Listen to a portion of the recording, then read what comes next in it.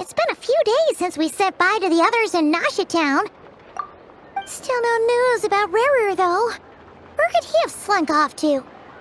If only he was gone for good. But with all the trouble he stirred up before, there's no way we've seen the last of him. Hello! You must be the traveler in Paimon? Mr. Flynn has been looking for you. Unfortunately, there's been a serious wild hunt attack over at the quarry. He thinks it's time to regroup and figure out a plan.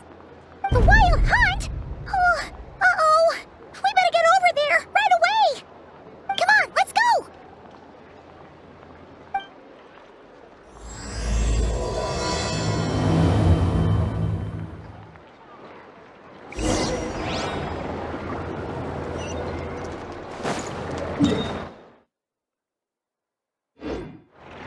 Try and stop me!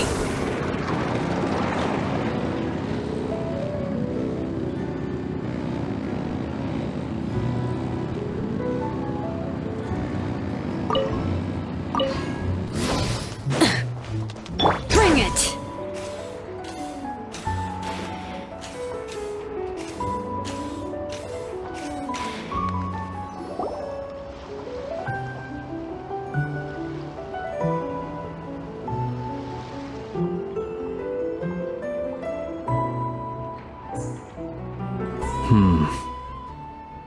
I can barely sense any Kuvaki at all. This whole area feels like a soulless husk. Looks like his appetite truly is insatiable. As if the power of that energy cannon wasn't enough. He's not seriously still getting stronger? What's his endgame here? Ah, everyone's here already. Hey, we made it. So, what's going on? We've all been on high alert since we split up a few days back, expecting Rarir to strike again. But it's like he just vanished into thin air. No one has seen him nor found any trace of his presence. That is, until this morning, when a ratnik found signs of wild hunt activity while out here on patrol. As you can see, the crystalite itself is physically intact, but the Kuvaki it contained is all but completely diminished. And we're sure that Rarir did this. Who else? He's the only one who could pull off a stunt like this. Kuvaki loss has reached critical levels. Reikir of Solnari set to maximum threat level. Warning, unless de-escalation measures are taken soon, he will pose a threat beyond our ability to contain. The consequences could be catastrophic. Traveler, do you remember when we encountered Rarir just after regaining his body? There wasn't a shred of sanity left. Nothing but madness and rage. Yeah, didn't he shout out a bunch of names? Then he started raving about how nothing in this world mattered to him. Oh, Paimon gets chills just thinking about it.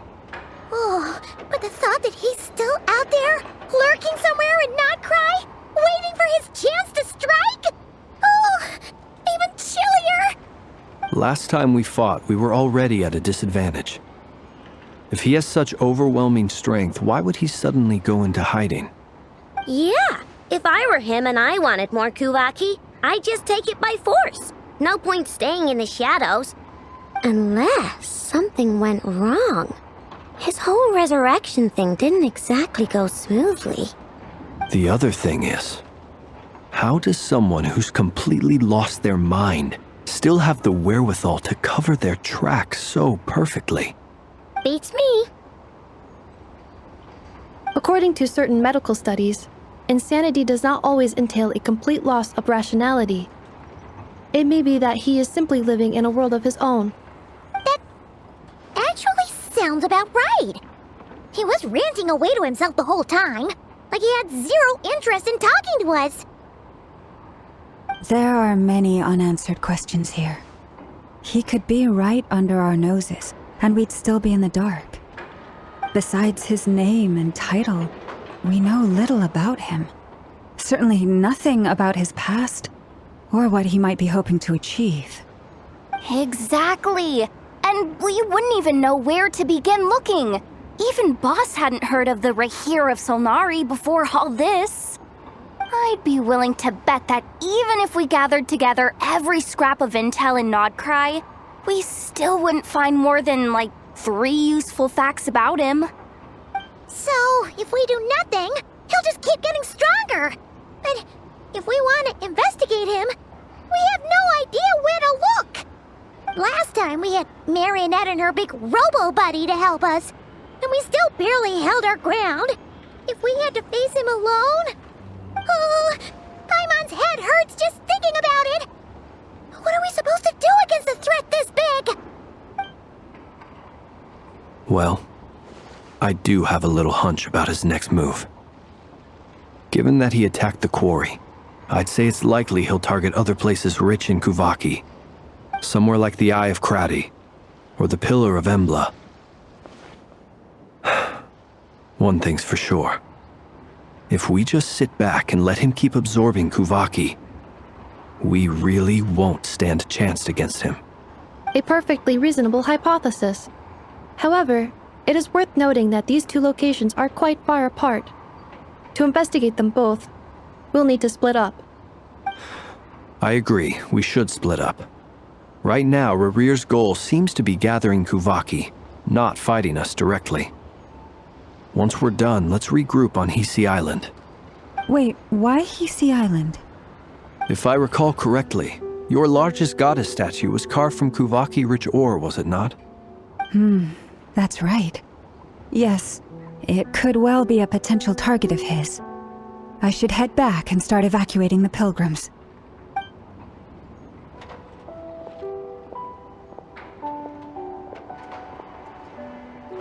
Splitting up's always gonna be risky. But I guess we don't have much choice, right? We're in a race against time here. And if we do run into Rarir, what then? That's when you follow the 3rd rule of treasure hunting. Run like the wind. Didn't you say the 3rd rule was go with the flow? I don't know. Did I? Anyway, whatever.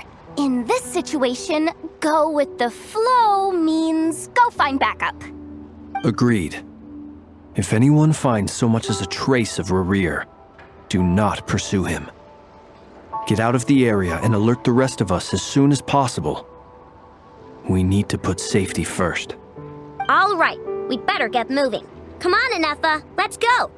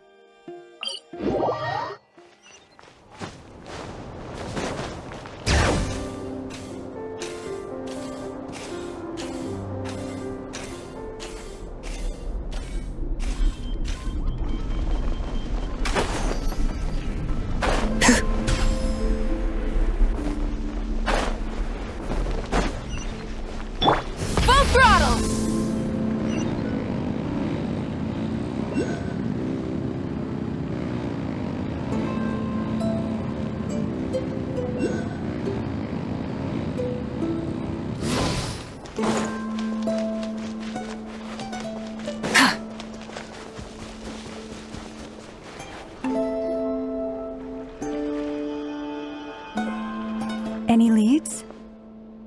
Nope. Diddly squat. No clues to where he might be hiding. It's like he's a ghost. It feels like we're sitting on a powder keg that could go off at any second. Oh, I hate this feeling. I'd rather face him head on than be left hanging like this. So, you guys didn't find anything either? Not loving the word either. How about you, Flint's? I questioned a few Ratniki and eventually narrowed my investigation down to one suspicious individual. But by the time I got to his place, he was already gone. Almost as if he knew someone was on to him. Either that, or he's just extremely cautious and doesn't stay in one place for long. He's been biding his time for a while now. The question is, where or what is his next target? No idea. Since regaining his body, he seems to have lost all interest in the fragment in my possession. If he did still want it, he's had plenty of chances to take it. All we can do now is hope that Aino and Anefa turn up some leads. Darn it, Rarir! If you've got the guts, come face me one-on-one! Wait, he's actually here? I didn't mean it! I swear! No, it's coming from Silver Moon Hall. The Lady Kutar might be in danger. Let's get over there, quick!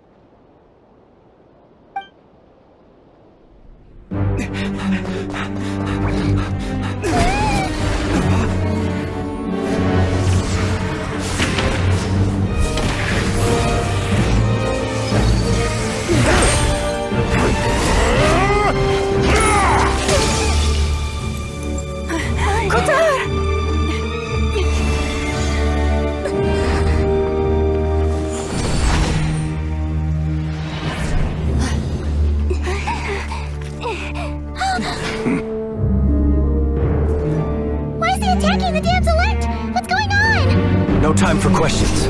Stop him!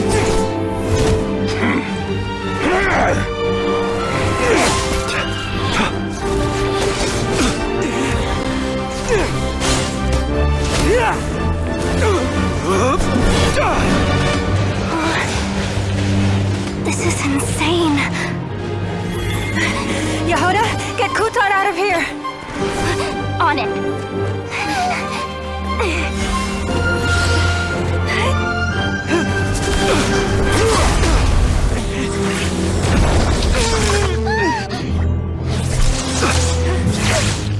Look where your feeble light has gotten you. Now you shall plunge into darkness. Thalindus, soon I will find a way. Watch out!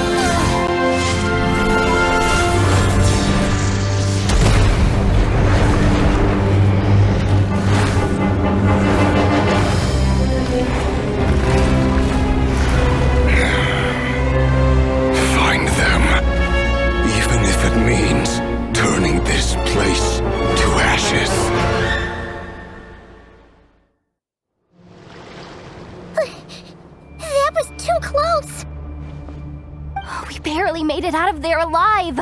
What's that guy's deal? How'd he get so crazy strong? He's a threat to this entire nation. I doubt his strength could even be measured by conventional standards. I have a question. When me and Anefa showed up, we saw him chasing after this lady like he wanted her dead. What was that all about? We weren't there for the whole thing either. They were already duking it out by the time we arrived. Yeah, we didn't see how it all started. It all escalated so quickly, we had no choice but to step in. Kutar, can you shed any light on the situation? Kutar. Cross-checking database. I see. So you're the one that the Frost Moon Scions refer to as the Moon Goddess? Wait, she's the moon goddess? Oh, no wonder she looks just like all those statues. There are many reasons why people might worship the moon, and just as many why they might despise it. I've never met that person before, but there was no mistaking his deep-seated hostility towards me. Why he holds me in such contempt, I cannot say. But since he hunts the power of the moon, it's no surprise that I am a target. Kutar. There are many potential motives. For instance, you help the traveler escape his grasp. This could be his way of taking revenge. It is also possible that he covets the Kuvaki inside you and seeks to take it for his own. The list goes on. But right now, devising a counter-strategy should be our #1 priority. The likelihood of this location being discovered is close to 100%. A counter strategy? But we don't stand a chance against an enemy like this. Surely our only option is to run. He's not gonna chase us to the end of the world, right? So as long as we can sneak out of Nod-Krai undetected. No, I can't say that. Come on, Yehoda, this is serious stuff. You can't suggest we all just chicken out. Running is our only option. Huh? You seem surprised. But what other choice do we have? We are facing an enemy we cannot possibly defeat in battle. Well, I mean, yeah, but still. It's not too late. I can distract him, so you have plenty of time to make your escape. Wait, what? You're gonna act as bait? Doesn't that make sense? I'm the one he's after. There's no need for you to risk your necks on my behalf. A coyote doesn't stop for bypassers while it's howling at the moon. What is it, Loma? The Frost Moon Scions have already grown accustomed to life without their goddess. My presence here is no longer essential, and this is not my home, so you needn't ask me to stay. We can't just roll over and let him get away with this. That's not our style. Yeah, we can't just call it quits after everything we've been through together. Besides, she'd pretty much saved my life back there. If I just ditched her now, I'd never forgive myself. We can't overlook that you have saved our lives multiple times now. To talk of returning the favor would be a little crass for my liking. But suffice to say that we are friends, and friends look out for one another. Riri's true objective remains unclear. Even if we were to sacrifice Miss Kutar, there's no guarantee he would stop. But... Kutar, I know why you left the Frost Moon Scions so long ago. It was because people started treating prayer as a form of trade. They would make self-centered wishes, force you to accept meaningless offerings in return, and then expect you to perform miracles for them, as if that were their entitlement. If it were me, I might have walked away too. But I believe that time can change everything, and that sometimes it takes losing something precious to appreciate its true worth.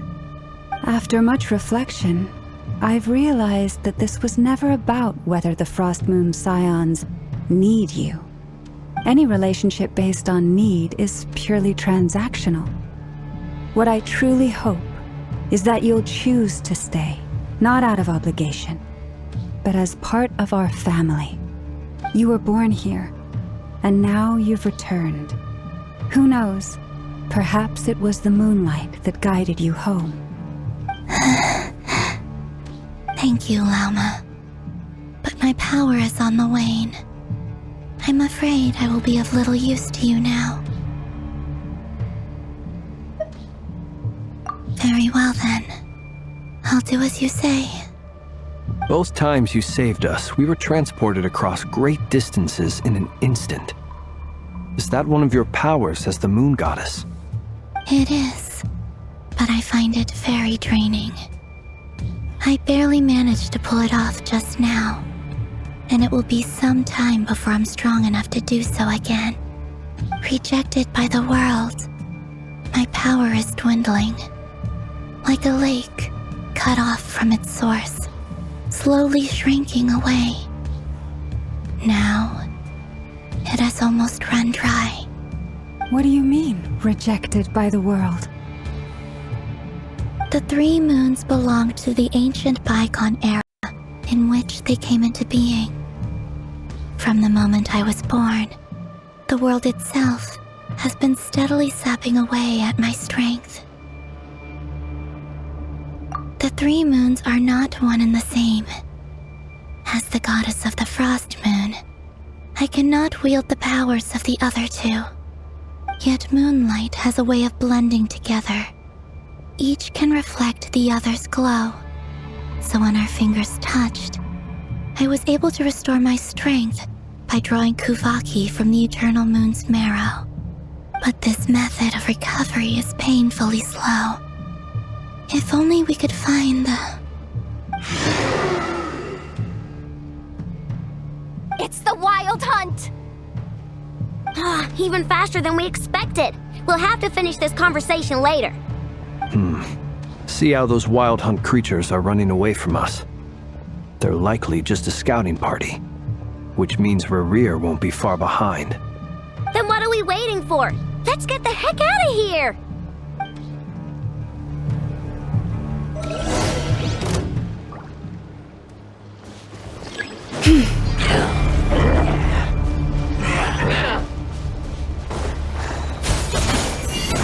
By the Frost Moon of old. The long sleep beckons. They just keep coming! This is driving me nuts! Rerir's closing in on us. We need to pick up the pace. There's too many of them! And this time, we can't fall back on Guitar's health to escape! This goes on much longer.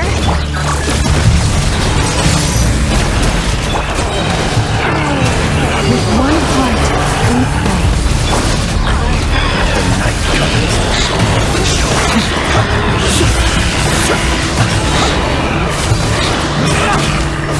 Close your eyes.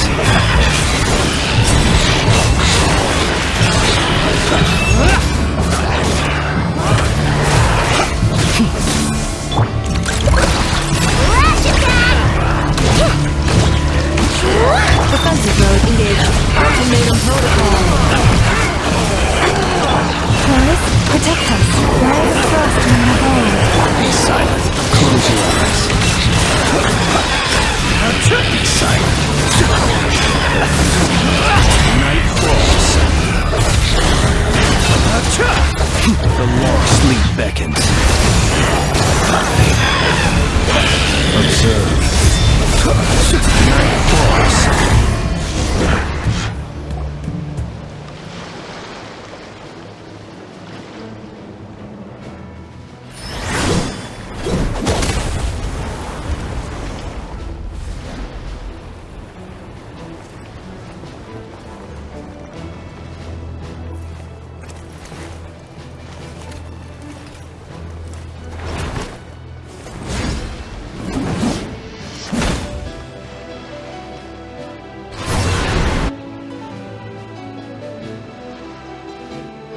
What's the matter? Bit off more than you could chew? Who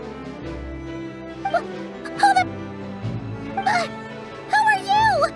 Uncle Varka! You're back from Amsvartnir? Oh, you're Varka? Grand Master of the Knights of Favonius? We could save the intros for later. Right now, let's get you all out of this hellhole. Follow me. I know somewhere you'll be safe. Oh, is that where I think it is? That's the one. Come on, move! There's no time to waste.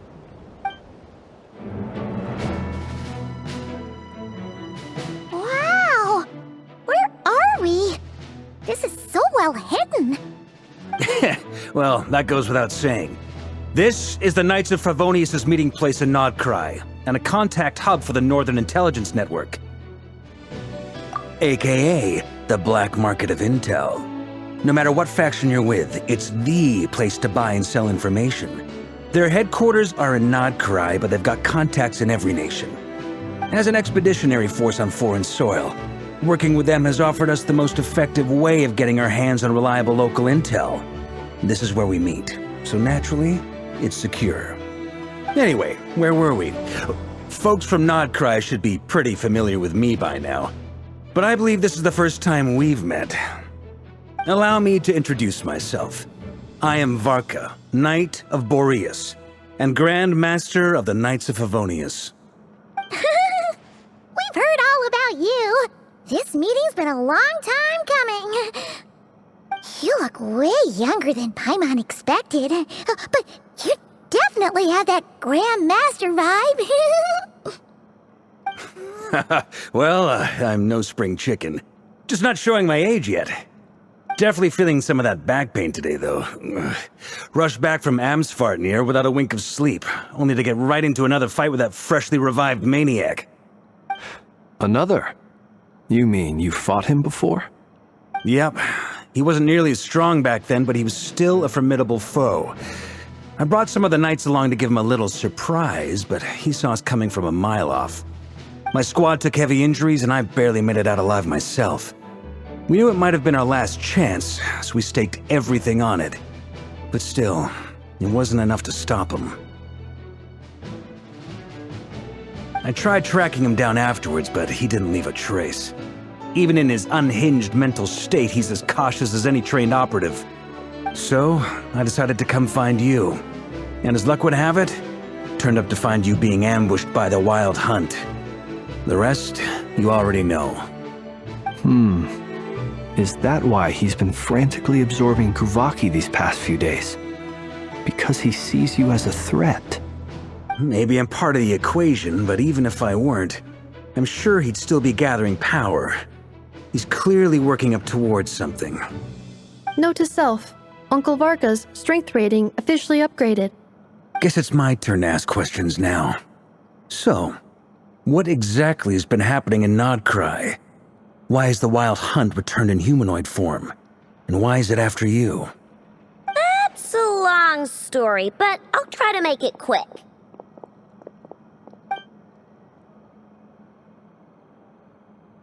Wow, I had no idea so much had happened. Sounds like you guys have really been through it. So, the Kutar is actually a Fatui Harbinger. And all this Wild Hunt activity in Nod-Krai is the work of the Raker of Solnari, one of the 5 sinners. That's a lot to take in. Need some time to wrap my head around it all. I'm truly sorry, Mr. Varka. You stood with us against the Wild Hunt and did everything you could to stop it from escalating into a full-blown catastrophe. And then, the one time you're away, it all comes to a head and all your hard work gets undone. You've got nothing to apologize for, Miss Moonchanter. You can plan 100 steps ahead and still slip up. That's just life. No one knows what tomorrow holds. You can't predict which way the wind will blow next. And, to be perfectly honest, I can't say I'm surprised.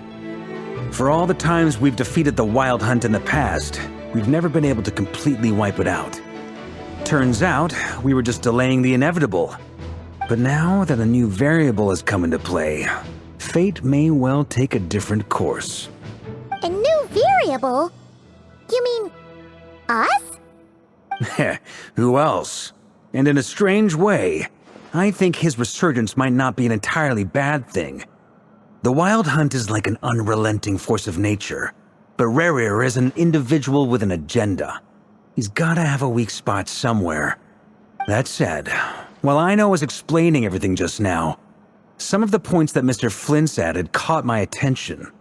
You mean about our mystery ally? That's right. From what you've said, not only did they lead you straight to some key files, they also shielded Hisi Island from a lethal Kuvaki blast. I don't know who or what could pull something like that off. Heck, even Miss Columbina doesn't have a clue. I hadn't heard the story about those files. Would you mind repeating their titles for me? Wild Hunt Phenomena Log. a Nod-Krai and Ratnik's field journal, and Kuvaki survey log. Oh. No. Still doesn't ring a bell. Another dead end.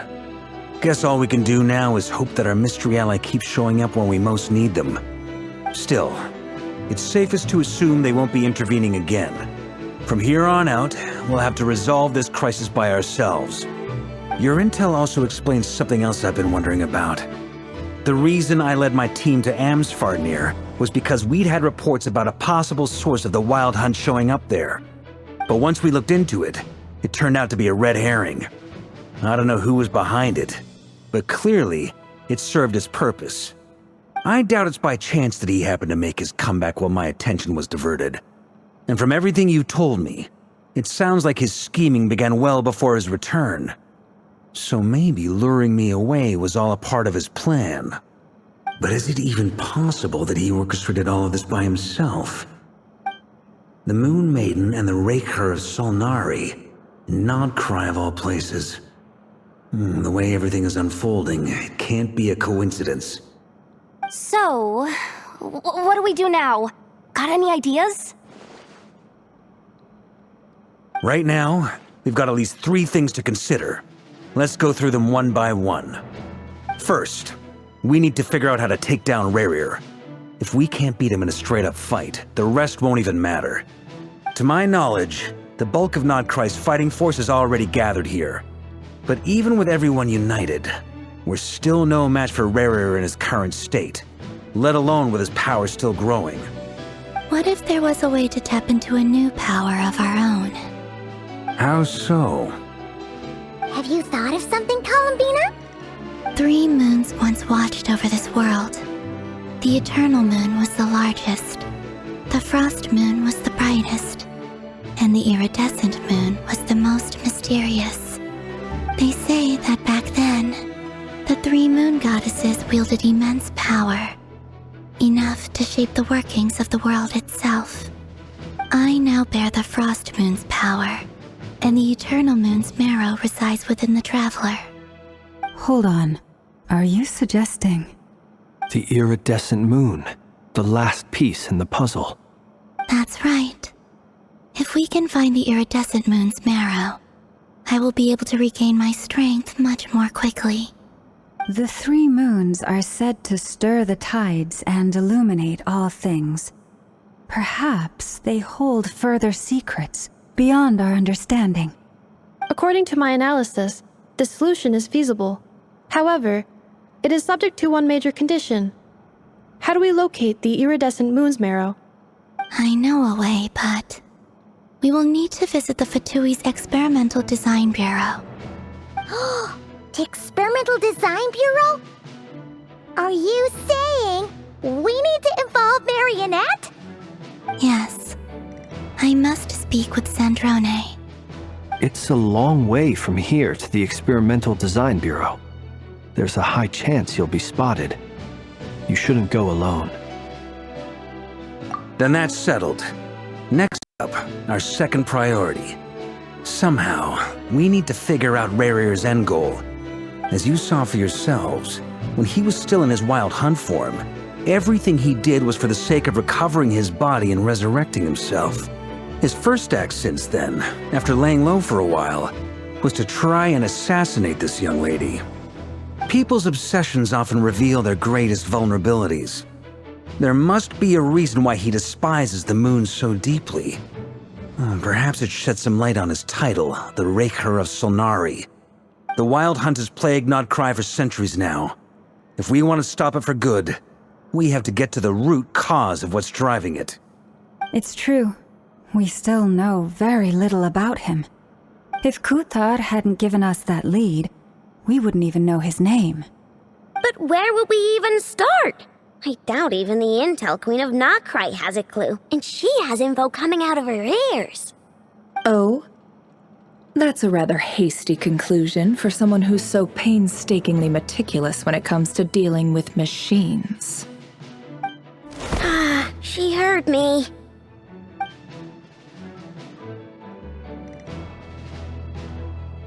Boss! What are you doing here? I'm now asking myself the same question. I received a letter from a humble knight of Favonius, requesting a meeting to discuss a major business deal.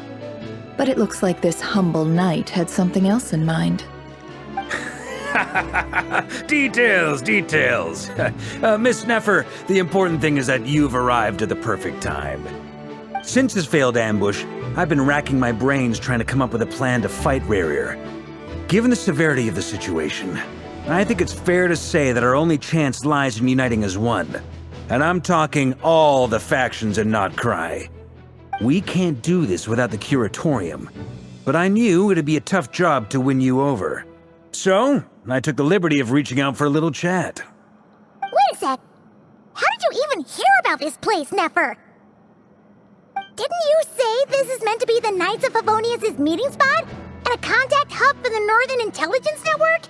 And isn't it supposed to be super hidden? You really think he could have gotten settled in Nod-Krai without my help? Besides, I'm the one running this gig. Of course I know where the meeting place is. Allow me to introduce the current head of the Northern Intelligence Network. If it's intel you're after, she's your woman. Pretty much seen and heard it all. Please spare me the flattery. Let's cut to the chase. Seems like you've run into some trouble, huh?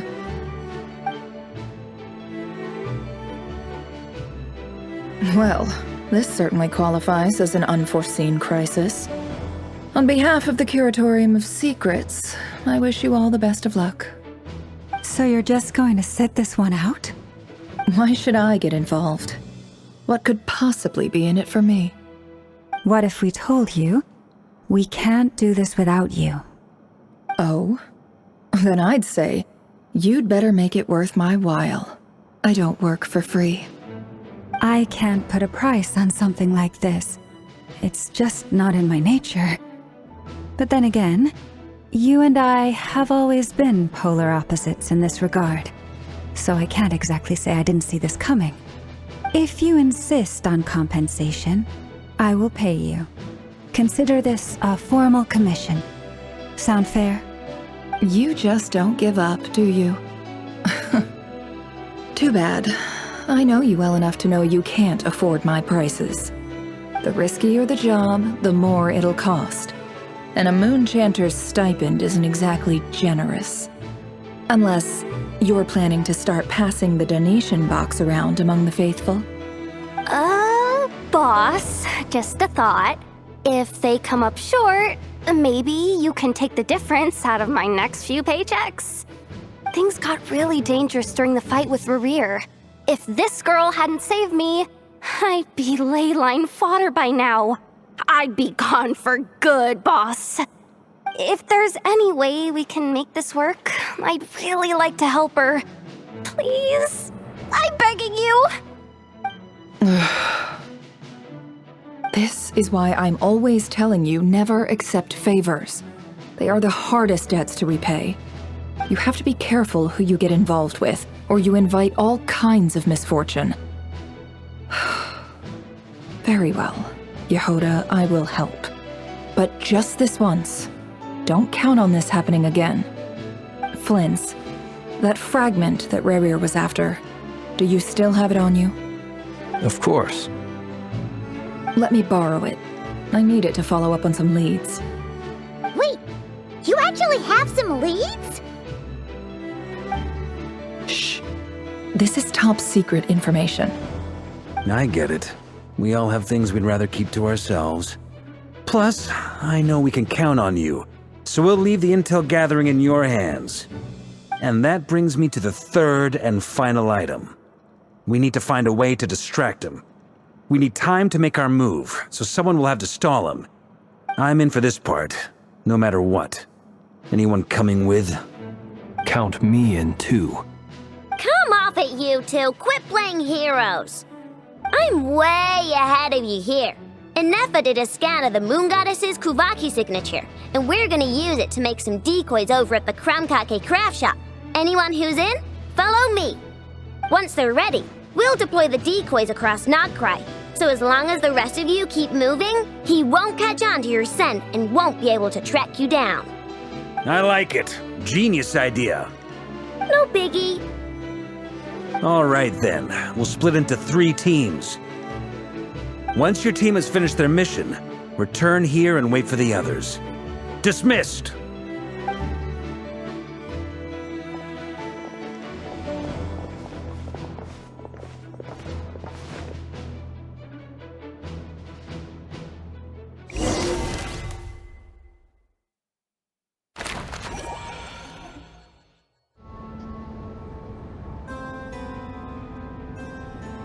Lady Damselette.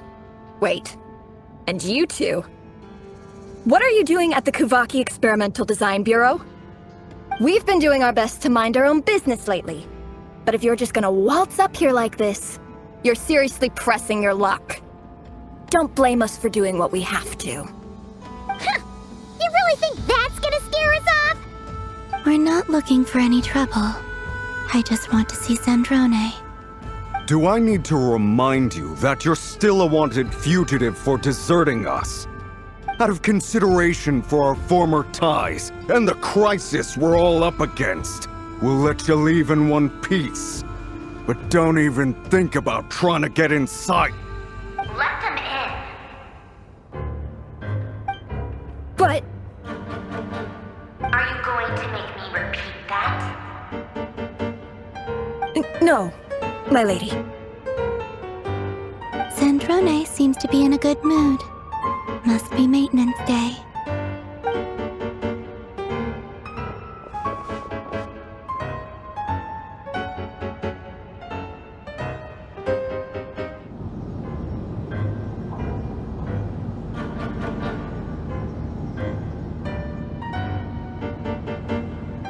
So tell me, to what do I owe the honor this time? Actually, before you answer that, just so we're clear, we're not colleagues anymore, Columbina. I don't owe you anything. I promise it's nothing big. It seems like you've gotten the wrong idea here. The only reason I let you in was because I was bored. It seemed like a way to kill some time and satisfy my own curiosity. Whatever miscalculations I may or may not have made in the past, I haven't lost the plot enough to even consider sticking my neck out for your sakes. I'd like to speak with Arlecchino. What? Huh? You mean the knave? I'd like to speak with Arlecchino. Is she in Nod-Krai? No, she's not.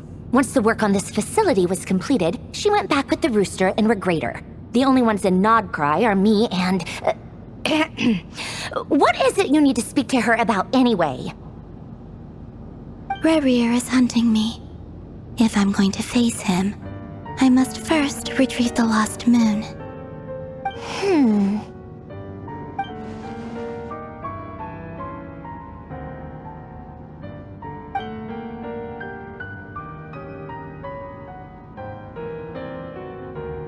Is that a no, then?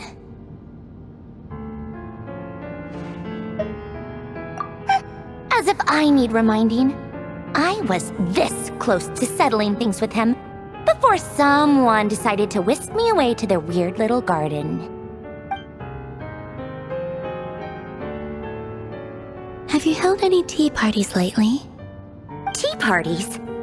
Yeah, obviously. You don't seriously think we'd pack it all in just because you aren't here. If anything, they've been more eventful than ever.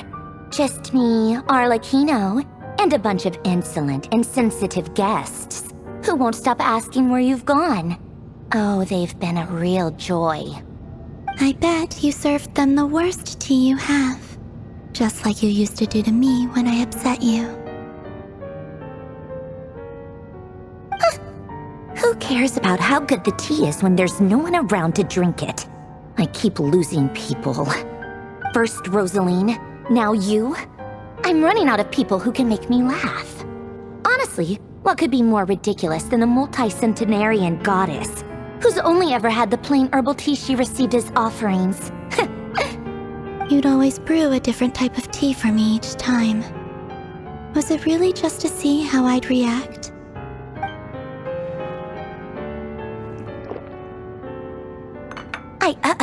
Well, duh. Why else? Watching you squirm was practically my only form of entertainment.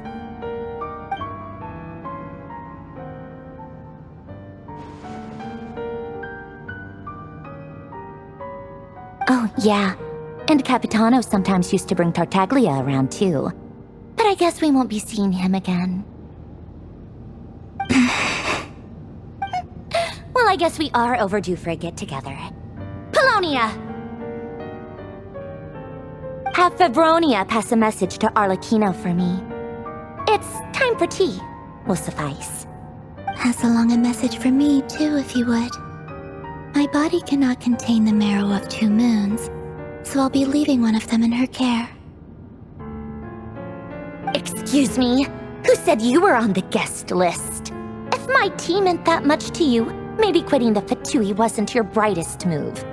Back when you were under the Tsaritsa's protection, no one would have dared come at you so openly. But that protection didn't come for free. In fact, I paid dearly for it. At the end of the day, it was just another transaction. I just got tired, that's all. I never wanted any part in their grand ambitions, and I've had enough of being treated like a bottomless supply of power. It brings back memories from the old days, when I was still worshipped as the moon goddess. Centuries on, it may be a different group of people, but I see the same greed in their eyes. I figured you'd leave eventually. You didn't have as much of a reason to stay as I do. The Tsaritsa gave you shelter and protection, but that was it. Nothing more, nothing less. Meanwhile, the Fatui demanded everything from you in return, until it was more than you could bear. I get why you left.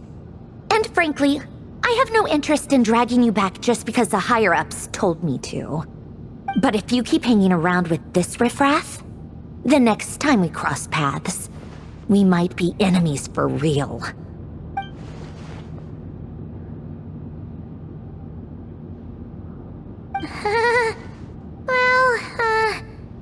Guess that's our cue to leave.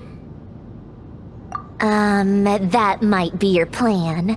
But it sounds like someone else wants you to stay a little longer. Huh? What do you mean? Listen.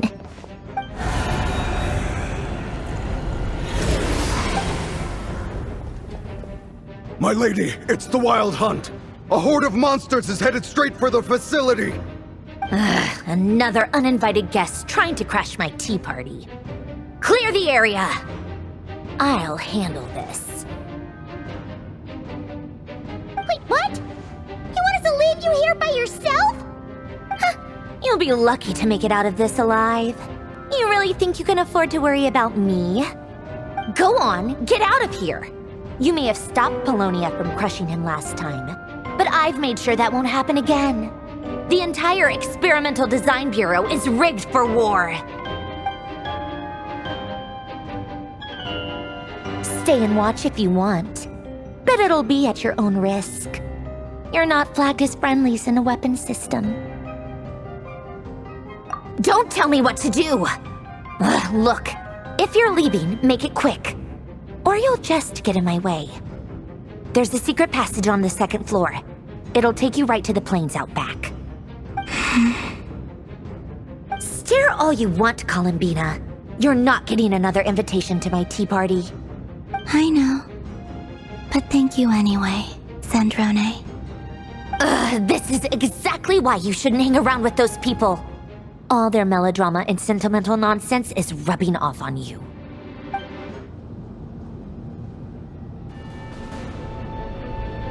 Come on then, Mr. Ray here.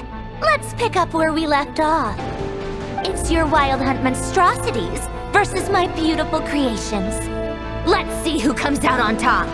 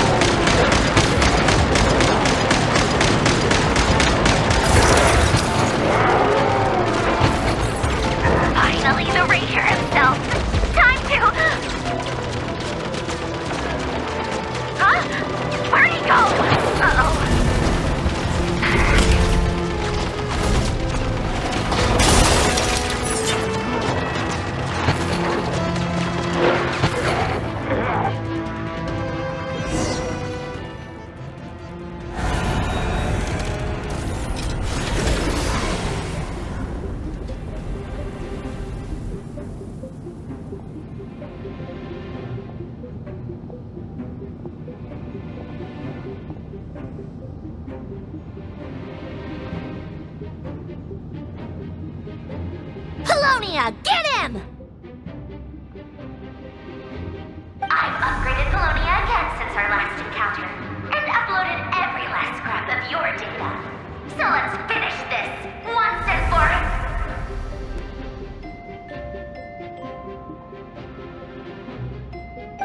She's not here.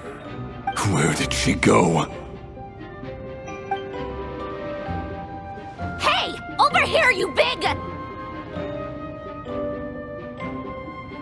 Curse it. Moon.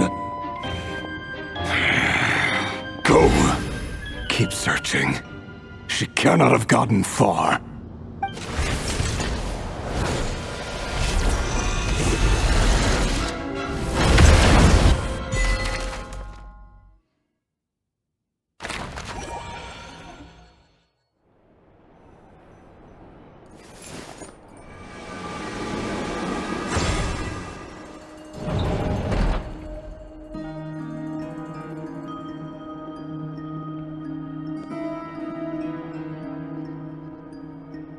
So this is your method for investigating Rarir's past?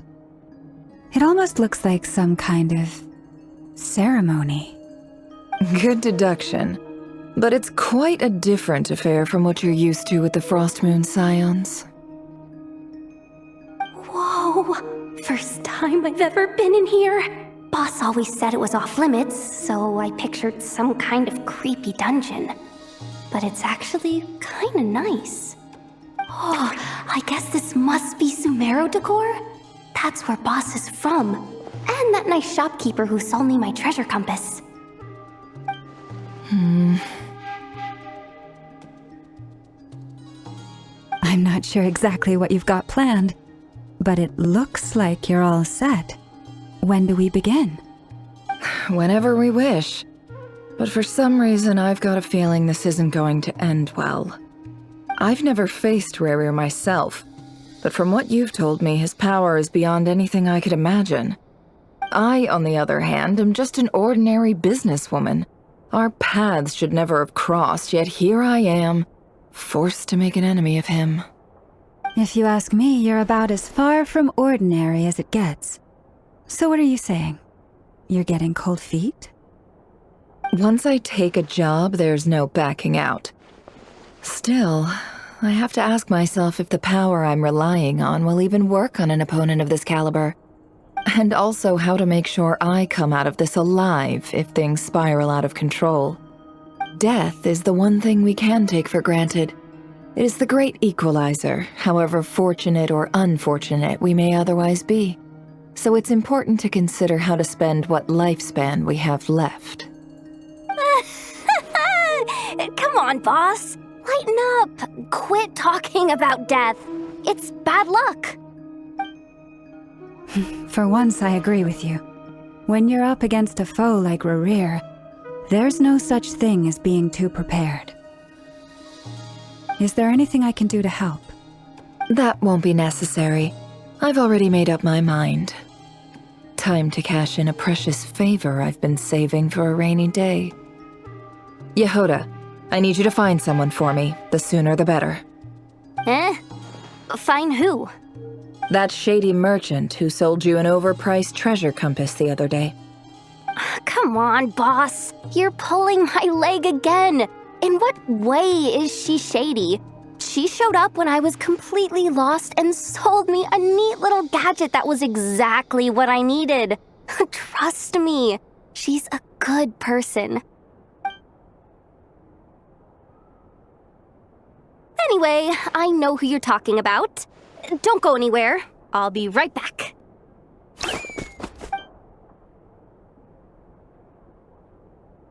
Quit dragging me. I genuinely can't run any further.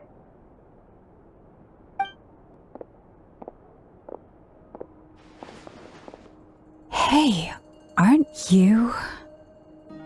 What is it? What's the big rush? You dragged me out of a dream where I was literally swimming in Mora. I'm charging double my usual attendance fee. See, look how easygoing she is. After that rude awakening, she could have completely snapped at us. But instead, she kept it together and just asked for an extra fee. Dori Sangama Bay? I never would have pictured you two doing business together. If you want to make it big in Nod-Krai, it's all about connections. Lady Nefer just so happens to have a lot of intel that interests me. And she also did me a big favor in the past. It was back when I first arrived in Nod-Krai. My trusty assistant, the genie in my lamp, had an adverse reaction to the Kuvaki and fainted. And wouldn't you know it, that's when I suddenly find myself in a life-or-death situation. Good thing my compatriot was there to swoop in and save the day. I've been giving her a 30% discount off all of my goods ever since. Now, so that no one here feels left out, I'm willing to extend a 20% discount to fellow friends of Boss Nefer. Plus, any other friends you send my way will enjoy 10% off. What can I say? The great Lord Sangama Bay is nothing if not generous. So, let me guess. You've run into some trouble. I've got everything you could possibly need, and the more you buy, the more you'll save. You guessed correctly. What have you got in the way of survival gear? The one type of gear I've never been short on. What are you looking for? A jetpack fresh from the Academia's labs? An ancient suit of armor dredged up from the bottom of the sea? At the very least, I need to know what kind of opponent you're dealing with here. If even you're worried about staying alive, it must be pretty serious. What if I told you it's someone with the power to bring a nation to its knees? Is that so? Then we really are talking top-shelf treasures. I don't have anything like that in stock right now. I'll have to ask my supplier. Your supplier? A powerful woman, make no mistake. I can't reveal her identity, but luckily for you, I hear she's planning to visit Nod-Krai in the near future. If you're willing to wait, I can ask her when she's here. Can't say exactly how long that'll be, though. Then, let me put it another way. What would you do if you encountered an enemy like that? Roll over and serve yourself up on a silver platter? Of course not! I have a handy little trinket from one of my generous suppliers, which... Hold on. What exactly are you getting at? No, this is for my personal use only! Let's just say I'm borrowing it, all right? Just for insurance purposes. You'll get it back later. Favors are the worst kind of debt to owe, and now you've got a chance to repay one. A win-win situation, don't you think? Fine. You can borrow it for 5 days. No, make that 3. And for every extra hour after that, I'm charging you 1,000,000 mora. Deal? Deal.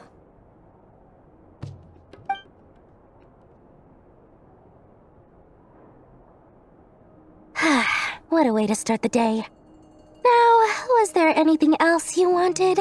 Or can I go back to bed now?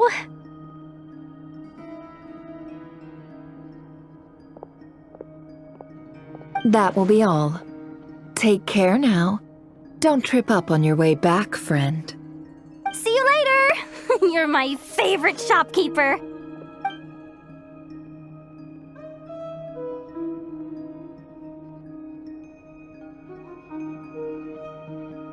Excellent. Everything is well and truly ready.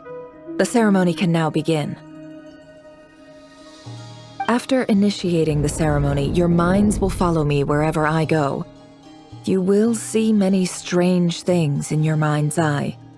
So remember, don't be frightened, and don't make a sound. Now then, let us peer into the Raker of Solnari's past.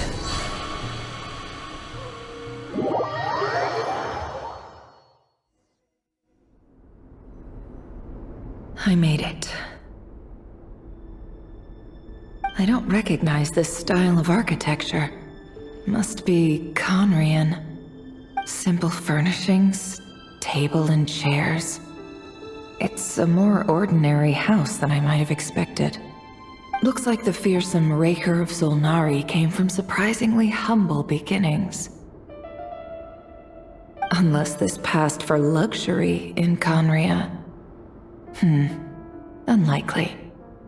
It was said to be a very prosperous nation in its heyday. Anyway, I'll keep exploring.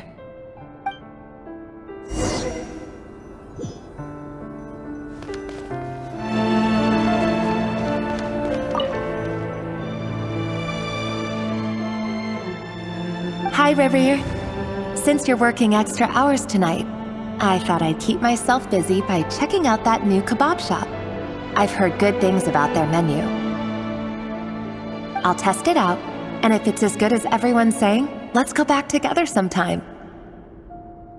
P.S. New stash from the Universitas Magistrorum. I brought some goodies home. A few teacups and a pin rack. Hope you like them. They didn't sign their name, but they must have been close. Sounds like they were living together.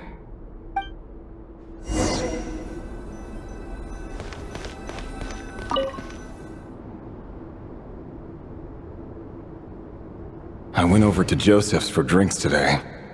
They have a fine collection, but I went alone. Felindis was tied up with something and couldn't make it. Joseph asked why I came alone, but I didn't really have an answer. He then went on to ask about other things. If you ask me, someone who asks that many personal questions is too nosy for their own good. But if he invites me again, chances are I'd still go. Felindis. That's the same name Ririr mentioned. Crane imports keep falling. If things don't pick up, we'll soon be back to meat and mushrooms only. Honestly, I'm not a huge fan of that new type of mushroom everyone's been into lately. Didn't it start out as a lab-grown variety? I heard it's even mildly corrosive. Seriously, why would you even eat something like that? I don't care if it's an impressive feat of alchemy. That just isn't the kind of thing I like to eat. Grain has to be imported, and they're eating a diet of mostly meat and mushrooms. Could it be because Conria is underground, so it doesn't get much sunlight? That would explain why they use so much stone in their buildings. They even use alchemically modified strains for food. Seems like the people of Conria don't have many options when it comes to dining. I've just about saved up enough now. Time to buy it and keep it somewhere safe. Making a big purchase. I wonder what it is.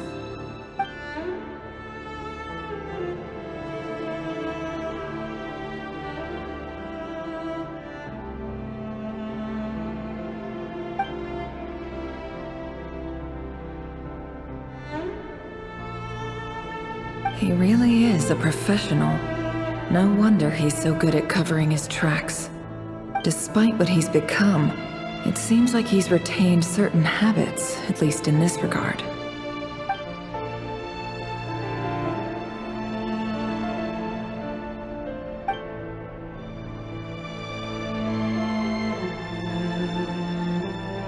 Did Rary rip it out himself?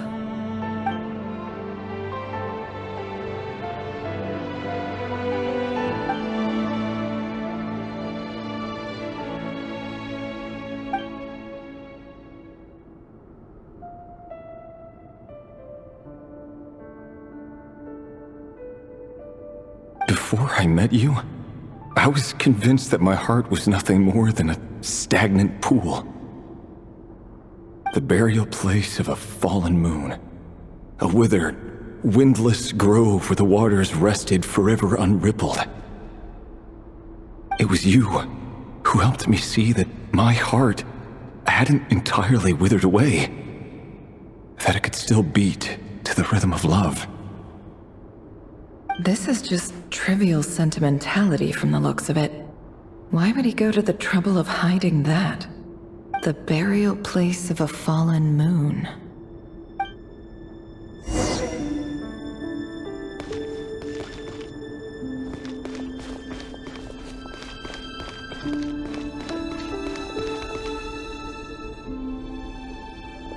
Rivier, over here. Dane! Oh, and, Vediflin here? What a surprise to see you here, sir. Hello there, Rerir. You need not address me so formally outside of court. He doesn't get that much free time, so I invited him over for a drink. Even the court prophet deserves a break every now and then, right? Well, I'm flattered. So, what are we discussing today? Hey, don't look at me.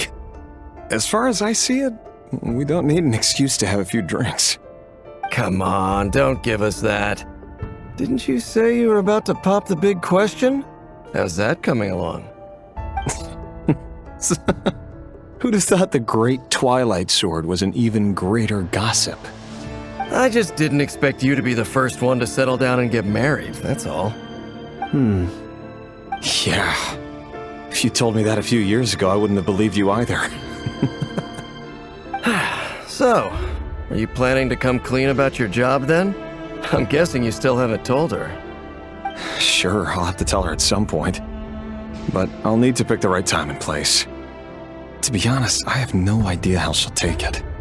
Come on, stop being such a pessimist. For all you know, she could be thrilled. I bet she'll be much more impressed by your actual job than the one she thinks you're doing now. A member of the King's Guard. Quite the cover story. Does the king himself even know? Of course he does. Anyway, enough about me. How have you been? Me? Same old, nothing much to... Huh? What's up, Ved? It's nothing. Vediflin, Daneslif's elder brother. Renowned throughout the court of Conria as the Visionary, and said to possess a wisdom far beyond the reach of any ordinary man. And yet, despite the gulf between us, he seems to have something to say about me. Does he even know me? Does he see me as a friend of his brother, or just another of the Vinster King's blades? Why did he react so strongly? Was it really to do with what we were talking about? Brown, curly hair and brooding blue eyes. So this is what Rerir looked like back in the day. Perfectly normal. No different from anyone else.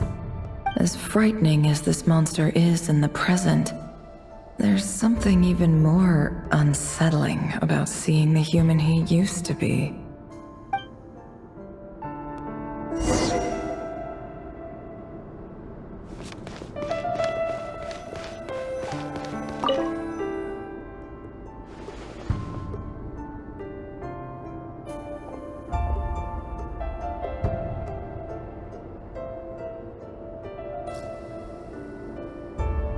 Felindis? You're back early? Our equipment's being serviced today, so I got off earlier than usual. How's your day been? Aw, why the long face? Is something the matter? Has your boss been giving you a hard time again? Went for a drink with Dane and the others after work. Isn't that a good thing?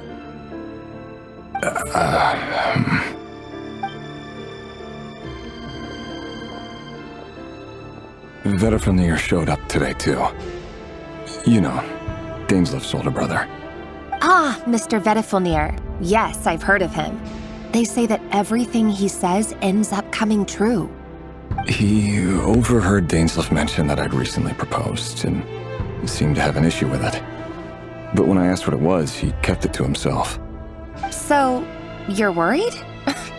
You could be such a child sometimes, Rerir. We're nobodies. Why would the Visionary be concerned about us? I'm sure someone in his position has much bigger fish to fry. Maybe you're right. You worry too much, Rerir. We've been together for ages now, and everything's been going so well, has it not? You've even proposed to me. So, you do remember. Tell me then. What's your answer? Like I said, I need some time to decide. You can't just rush into things like this. We may be nobodies in the grand scheme of things, but if we want things to work out, we've still got to plan ahead. All right. Take your time. Just don't keep me waiting forever. Nobody's. Sounds about right. In the eyes of people like Vedalfnir and Dainsleif, what do we matter? Can someone whose gaze is so fixed on a far-flung future even see the present clearly? Besides, the dynasty's fate rests with the king and his inner circle. Whatever I do, it won't make much difference. Meanwhile, every idea they come up with and every decision they make, it affects everything. These days, the king is lost in his research, and the purge of the Crimson Moon bloodline grows ever more intense. The opposition tried to speak out, but nothing came of it. And I'm under no illusions as to why. Because we eliminated them and got rid of their bodies. A man can have 1,000 reasons to carry a sword, but there are few good excuses to use it. Yet the king has never even considered a gentler approach, and he never will. What becomes of someone who kills on another's behalf? Can he ever find true peace?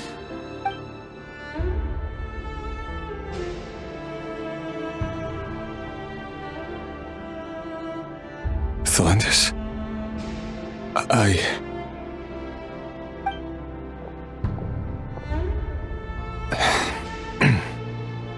It's nothing. You were right. Fate has never smiled upon nobodies like us. But by the same token, it's unlikely to bear a grudge against us either. There's no reason we can't keep living happily together, cherishing the simple joys of each day as they come. See? You just need to stay positive, Revere. I can feel your warmth, your breath. You're right there, right by my side. Just seeing you makes me happy in a way I can't explain, and that's something that no one could ever take away from me. So smile, my love. Let go of that frown. You're right, Thelendis. I've just been overthinking things. That's better. Getting caught up about things like this will only ruin our evening. Speaking of which, all set for the ball tonight? I need to go get ready. You go ahead. I just have a few things to take care of, then I'll come join you. Even busier than the big shots, huh? Fine, I'll go get started. But don't be late. If you keep me waiting too long, I won't be a happy bunny. Relax. I'll be there. Seriously, though, you drive a hard bargain. You're really gonna leave my proposal hanging and still expect me to take you to the ball? Well, that goes without saying. I already told everyone I'd be coming with a dance partner. Besides, they're two completely different things. Let's take it one thing at a time, all right? All right. White outfit it is.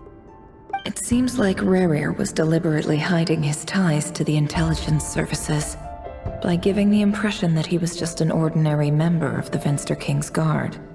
He clearly doesn't want his would-be fiancé to know about his other life. Then again, that's hardly surprising. People in the intelligence trade rarely do.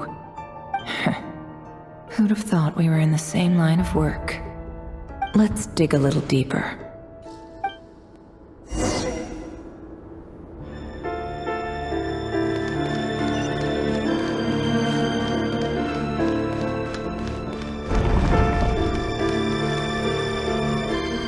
Our last operation was a resounding success, and all thanks to you, Rehir of Solnari.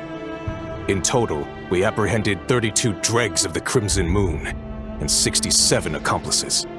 After all these years since the dynasty's fall, so many of them still linger on. Indeed, it cannot be denied. Yet it was destiny that the Crimson Moon should be overcome by the eclipse, and that His Majesty, the all-seeing Venster King, now guides our nation on the path to prosperity. Khaenri'ah has no further need for a dead moon. But alas, there will always be those who refuse to see the truth, choosing instead to romanticize the past. That's not entirely true. Much about the Crimson Moon era was worthy of remembrance, and that's exactly why they keep trying to see it restored. many of its secrets remain unsolved to this day. As it happens, that's precisely the field of study my partner is devoted to. You still haven't told her what you really do for a living. Where would I even start? How do you tell someone that you're one of the king's hand-picked executioners? That your hands are steeped in blood? You didn't choose this life, any more than I did. Orphans like us don't get a say. But I'll sure as heck be the one to pay for it. Speaking of which, we need to be more rigorous in the way we identify direct descendants of the Crimson Moon. Someone, it seems, has strong opinions about my future plans. Most likely my marriage in particular. I have a feeling that we may soon become targets of the Crimson Moon's retribution. Your concerns are not unfounded. They've taken out many of our colleagues these past few years, and for that very reason. These are no helpless lambs we're leading to the slaughter. They're wolves in sheep's clothing. Take care, Rayhir of Solnari. I look forward to toasting you at your wedding. Thanks, Thorkel. You look after yourself, too.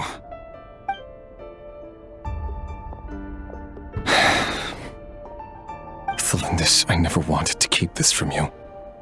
You're the last person I would ever want to lie to. But that's exactly why I can't tell you everything. There are things you shouldn't know.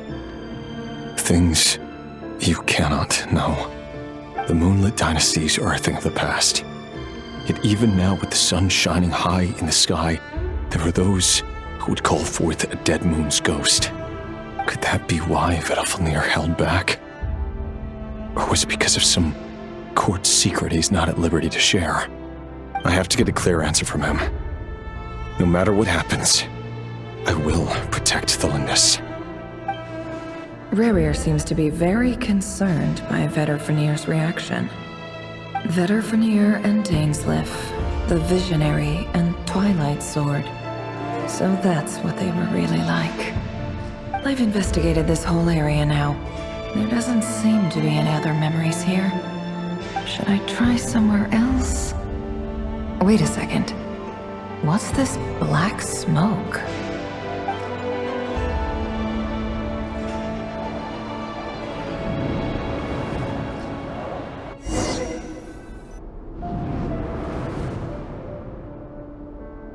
So, he's late after all.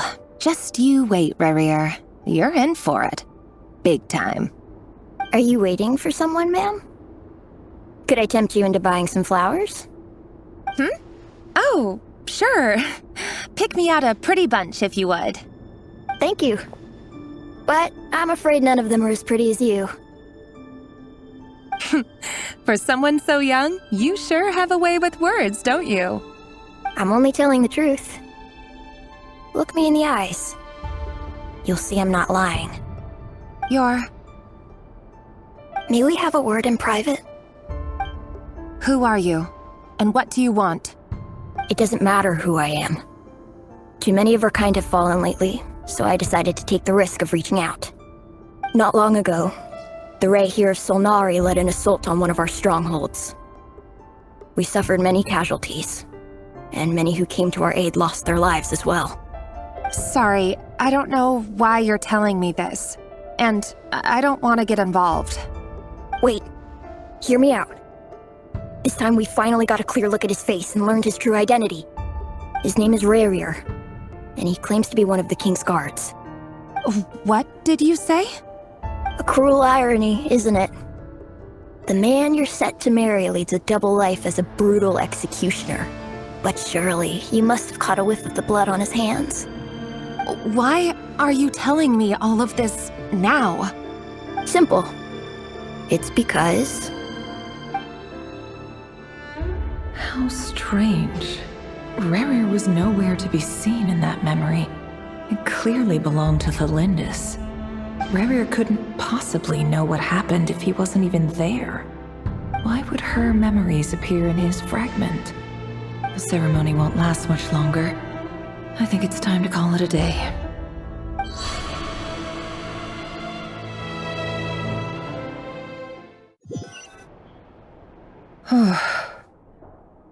So that was your doing? Did you just pull us inside Rarir's fragment to spy directly on his memories? Any more questions, and I'll have to start charging.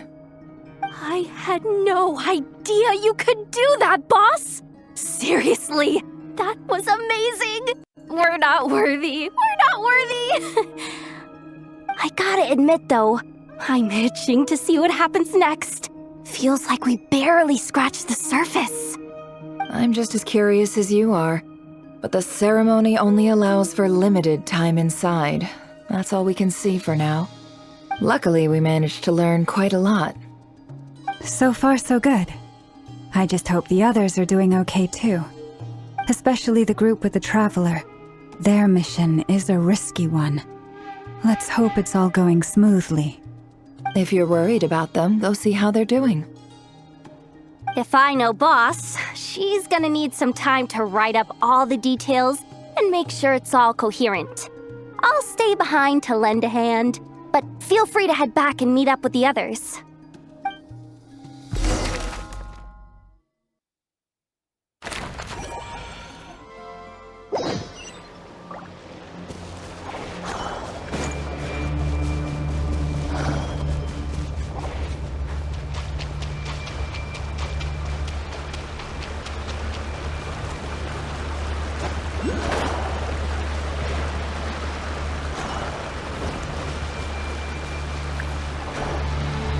Oh, they've been prowling around for nearly 2 days now. These things just won't quit. Oh, they might not have seen us yet, but with them constantly sweeping the area, our way out is completely blocked. Oh, that's never gonna work. One little slip up and it's game over. If they spot us, they'll run straight back to Rarir. And once he knows we're here, it won't be long before he's breathing down our necks again. Oh, guess you're right. All right, time to zip it.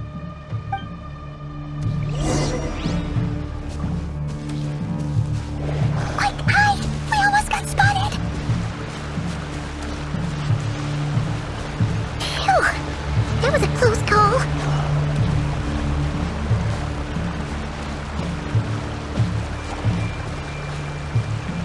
Watch out! He's coming this way!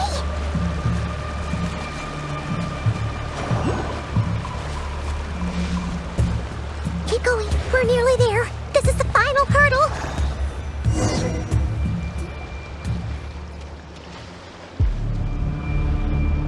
Oh, there's no end to these things.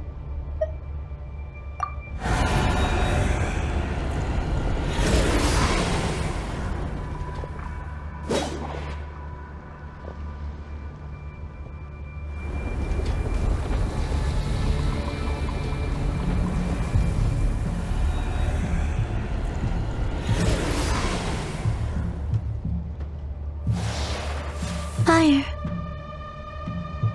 Fire? Wait, what's that smell? Oh no, there's a fire!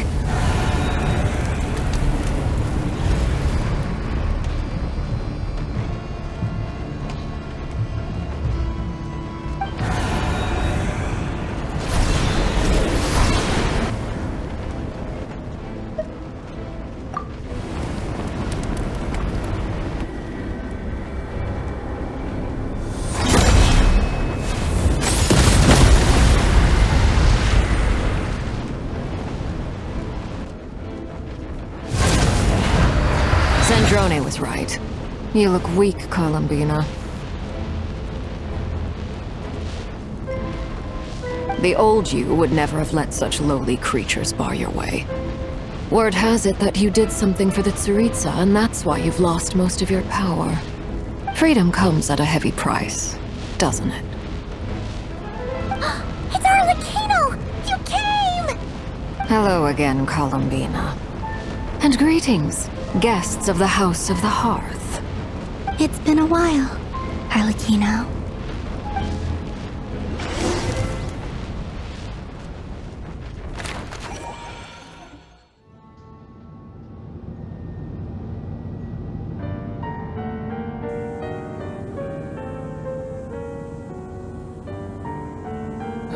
stupid right here of stupid Solnari. Ugh, whatever. I've got all the data I need. Next time we meet, you're finished.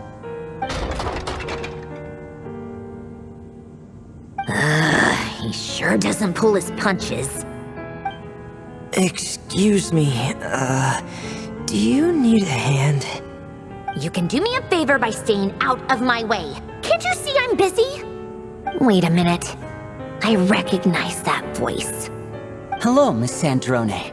Father sent us over to help. How considerate of her. Hey, Fremine, get over here and help me fix this. Lenny, you do your thing. Just keep your sister away from my machines.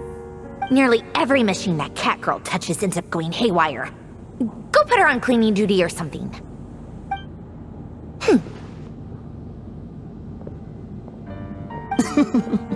Then let's start downstairs.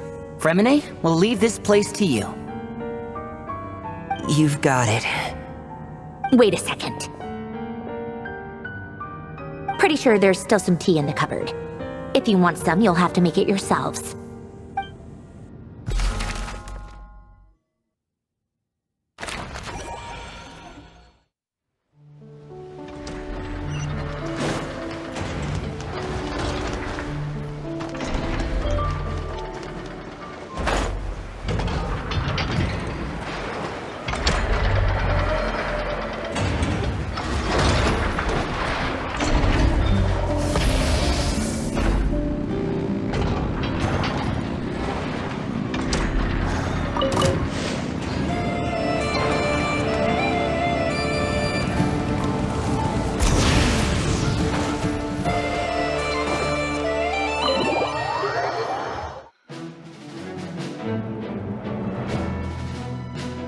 It's a relief to see you all made it back in one piece. Huh? Feels like there's quite a few people missing. Where's Flint's and the others? And what about Nefer? I returned ahead of them. Flint is helping Aino and Anefa to set up the decoys and buy us some time. As for Miss Nefer... Boss is still wrapping things up on her end. She sent us back to fill you all in on the top secret intel we've been gathering. I see. Then let's get right into it. But first, who do we have here? You brought someone else in to help? Greetings. I was invited here to help as a longtime Tea Party companion of Columbina's. You may call me Arlecchino. Surely it can't be. Those eyes. Oh, where have I seen them before? Wait, of course. In those memories we just saw. The only Arlecchino I know is the fourth of the Fatui Harbingers. So either you share a pretty uncommon name, or you're more than just a Tea Party buddy. You're well informed, Grandmaster. A man from Mondstadt living all the way out here in Nod-Krai, and yet the people and affairs of Snezhnaya seem to hold a special place in your heart. Oh, the feeling's mutual. Sounds like you know all about who I am, too. A Fatui Harbinger. The atmosphere in here just got really tense. Guess we can't just start trusting Fatui Harbingers, even at a time like this. I must admit, though, I'm a little curious. Seeing as the Moon Goddess no longer belongs to the Fatui, what makes you so willing to put your neck on the line here? Nor does Nod-Krai belong to Mondstadt, Mr. Varka. Yet still, you're fighting for it all the same. Things don't always have to have a tangible payoff. Sometimes, stopping things from spiraling out of control is a higher priority than chasing the spoils of victory. Of course, I can't say there's nothing in it for me at all. But that's between Columbina and myself. Forgive me. I don't mean to doubt you. It's just that the Fatui really have been the source of many of our troubles. We have our own way of doing things here in Nod-Krai. But ever since they arrived, the Fatui have treated us with nothing but hostility. I know there's been a lot of bad blood between us in the past, I've done my utmost to avoid friction whenever I could. But sometimes fundamental conflicts of interest simply can't be settled amicably. That's why I'm here solely in a personal capacity. This has nothing to do with the Fatui. As a gesture of good faith, I'll be frank. I can help Columbina track down the iridescent moon's marrow, which will help her restore more of her power. Anyway, what else is on the agenda? Let's begin. She says she'll be frank, then completely skips over the details. Looks like she doesn't want to give away too many secrets after all. But she clearly wants to change the subject. It'd be awkward if I tried to bring it up again now. I guess we'll just have to go along with it. She's the fourth of the Fatui Harbingers after all.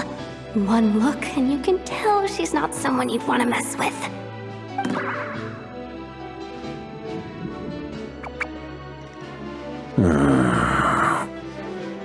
Well, since Miss Arlecchino sounds confident in her ability to handle that, we'll proceed to the next topic. Yehoda, time to share that top-secret intel. Alright, listen up everyone. First, we now know that Rerir was originally a Conrian secret agent whose primary mission was to hunt down and assassinate the so-called Dregs of the Crimson Moon. The Dregs of the Crimson Moon? Mm-hmm. In the memories, there was a lot of talk about the Crimson Moon and Eclipse, and a whole bunch of other stuff from the time of Conria. To my knowledge, those were the names of two different Conrian dynasties. Long, long ago, it is said that the people of Conria worshipped the Crimson Moon, drawing a mysterious power from its reflection. But one day, a coup saw the Crimson Moon eclipsed, hence the name of the new dynasty that replaced it, and how it became the new emblem of Conria. Still, long after the Crimson Moon dynasty had fallen, the last ruler of the Eclipse dynasty, the Vinster King, still coveted the secrets it left behind. So, he sent the Reir of Solnari to secretly hunt down the Crimson Moon's few remaining followers. In those days, Rerir showed no signs of madness. In fact, he was as normal as any other person. Oh, and he had a fiancé, or at least a would-be fiancé, called Tholindis. What's the matter?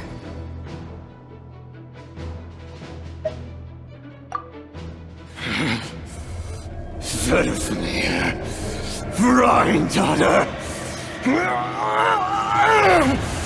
Tholindis.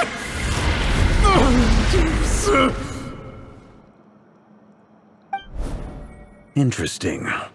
Anything else? What about this would-be fiancé of his? Do we know anything about her? Well, she was a researcher at the Universitas Magistrorum, but it felt like she was hiding some kind of secret. Oh, and one more thing. For some reason, Rerir's fragment also contains some of Tholindis' memories, though only a very small portion. Well, no shortage of potential leads, I'll give you that. In any case, it sounds like we can conclude that while Tholindis was still around, Rerir appeared to be lucid and quite normal. Tholindis, it seems, must have been the one thing in this world that he couldn't let go of. Tell me though, were these pure-blood Conrians we're talking about here? Why do you need to know that? Hold on. If she was a pure-blood Conrian... Oh yeah! Just like how it was with the captain! If we could somehow find her, do you think there's any chance Rerir might regain some of his sanity? It's possible, but it would take a miracle. We can't pin all our hopes on that. That merchant who never knows, Dori Sangama Bay. Maybe we could hire her to look into it. Alright then. Let's keep working in our separate teams. Traveler, Paimon, Kutar, and Miss Arlecchino We'll go look for the iridescent moon's marrow. As for the others... On the way over here, I noticed that the Wild Hunt monsters had grown even more frenzied in their search for Kuthar. At this rate, the people living here will be in grave danger too. So I'm thinking of gathering together some of our followers to go wipe them out. I'll head back to the curatorium and meet up with the boss. Feels good knowing we've all got something to be getting on with. Given that the Wild Hunt has been a lot more active lately, the Lightkeepers have likely begun their own operations too. If that is the case, someone will need to pass the news on to Flint's. I'll hold the fort for now, then discuss our next move with Flint's, Aino, and Anefa when they get back. Alright then. Well, the clock's ticking. If that's everything, we'll be on our way. We'd better get moving too. We'll try to buy you as much time as we can. Relax, just do your thing. I decided to call in some backup since things are getting so hairy. Our reinforcements should be here any minute now. Stay safe, everyone. Dismissed.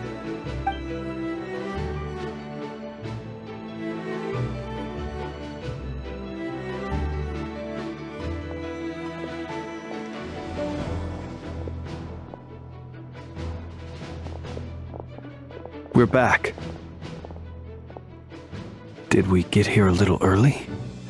Or a little late? A tad late. The others have already set off. To summarize, our resident moon goddess has found us a new ally, and Boss Nefer has uncovered some promising info. Everything going smoothly on your end? Not great. I don't know how long we can stall them for. The decoys are getting taken out way faster than we imagined. I'm gonna make some more later, but I need a timeout first. I'm so tired right now. Oh, right! Inefa, could you fill in Uncle Varka on what we just discussed with Flint's? Sure. Uncle Varka, you previously told us about how when you went to investigate a source of the Wild Hunt in Amsvartnir, you discovered that it was just a diversion. But according to Flint's intel, several outbreaks of the Wild Hunt had already occurred in Nod-Krai in the period leading up to that. That was before Rerir had regained his body, when he was far from regaining his full strength. In other words, in theory at least, he still lacked the means to act in two places at once. Flint's, with everything that's been happening, the Lightkeepers across Nod-Krai are rallying to fight back against the Wild Hunt. They're gonna need your help.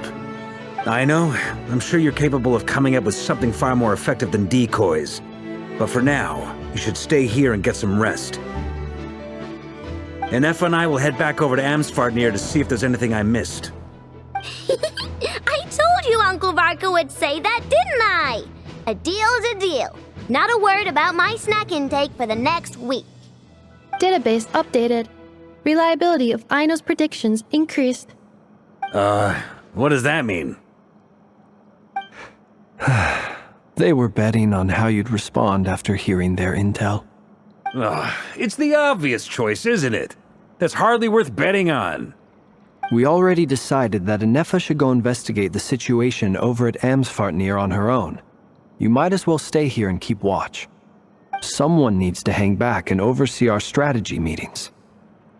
And besides, you still haven't fully recovered from ambushing Rerir. So I've ended up with the easiest assignment. Well, I appreciate it, everyone. See you when you get back.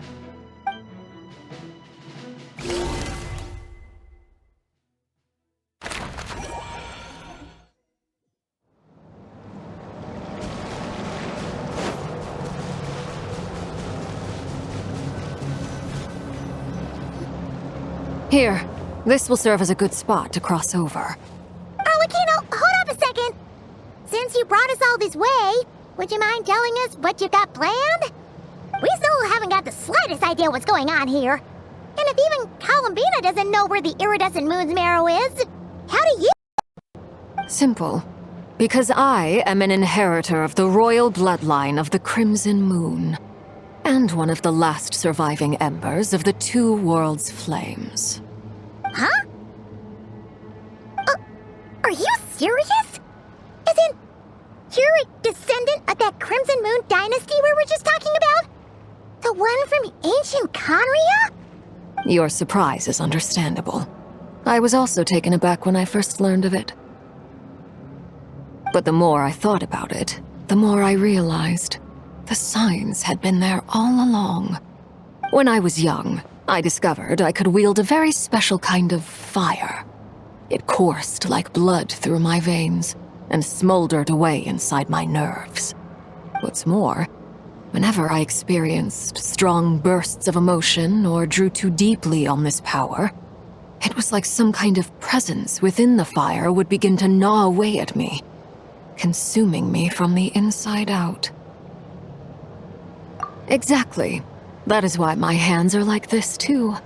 At first I saw it only as a curse, but once I became a harbinger, the jester apprised me of the truth. Together with my own investigations over the past few years, there are several things that I have gradually come to understand. For instance, take the so-called Crimson Moon.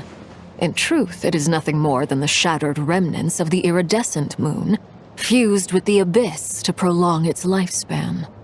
Since this blood flame was bestowed upon me by the Crimson Moon, it is a fusion of the iridescent moon's former power and the corruption of the abyss. You all understand the nature of the abyss well enough. I draw upon its power, and in return, it hungers for my soul. This strange blackness is the mark of corruption it has left behind. If I recall correctly, you once told me that if the corruption ever made it to your heart, you'd become a completely different person. Yes, and that's the reason I'm always careful not to push my power too far. It's essentially a never-ending tug-of-war. Oh, sounds intense. Anyway, the rest of my story can wait. Is there anything else about the Crimson Moon or the Iridescent Moon that you're unclear about? Paimon has a question. So, the Crimson Moon that the Karians used to worship was actually the Iridescent Moon, right? Which was one of the three Moon Sisters. Does that mean that the Karians were to the Crimson Moon as the Frost Moon Scions are to the Frost Moon? So much of that history has been lost. We have no way of knowing exactly what they were like. But I would suspect that the Conrians weren't as devout in their moon worship as it might appear. The iridescent moon's remains simply served as their link to the abyss. Later on, perhaps someone discovered a way to make direct contact with the abyss. Or maybe there was some kind of ideological divide. Either way, a dissenting faction staged a coup and drove out the royal heirs of the Crimson Moon dynasty. Still, even with the dark sun looming high overhead, the Crimson Moon's glow never truly faded. If you want living proof, it's standing right before you. The first time we met, I sensed something familiar in your presence. When I looked at you, I felt I could see that mysterious red moon in the corner of my eye. In your flames, I saw its broken image, surrounded by a strange black aura. Well, I appreciate that you kept it to yourself. Much about the Crimson Moon is still a mystery, and I'd prefer not to end up as the object of an insane research project. Anyway, time is against us here, so if there's any other questions, they'll have to wait. I just want to make sure I've got one thing straight. In her letter, Sandrone mentioned that since you are unable to contain the iridescent moon's marrow yourself, you intend to leave it in my custody. Correct? That's right. For now, it's the only way I can pay you back for your help. The iridescent moon is already part of who you are, so with its marrow in your possession, you'll be even more powerful than before. Deal. Then let's get started. Get what started? What does this place have to do with the Crimson Moon? When I first became a harbinger, the jester gave me a book called Parenheri, also known as Leobranto Inamorato. You should be able to buy a copy next time you're in Fontaine. It's a love story set in the Crimson Moon era, But setting aside the tangled romances of its characters, it also records a few interesting details. In the Crimson Moon era, or so the story goes, there was an orphanage that received children from beyond the bounds of this world, and subjected them to a peculiar induction ceremony. Beyond the bounds of this world? For real? And what kind of induction ceremony? The Crimson Moon sages looked beyond this world for beings with powers that surpassed the gods. But fearing they might lose control, they subjected these children to a process of refinement. They made these children crawl up a fireplace and kept asking them, "Have you died? Did you see it?" Until they finally admitted to having died and seen a crimson moon.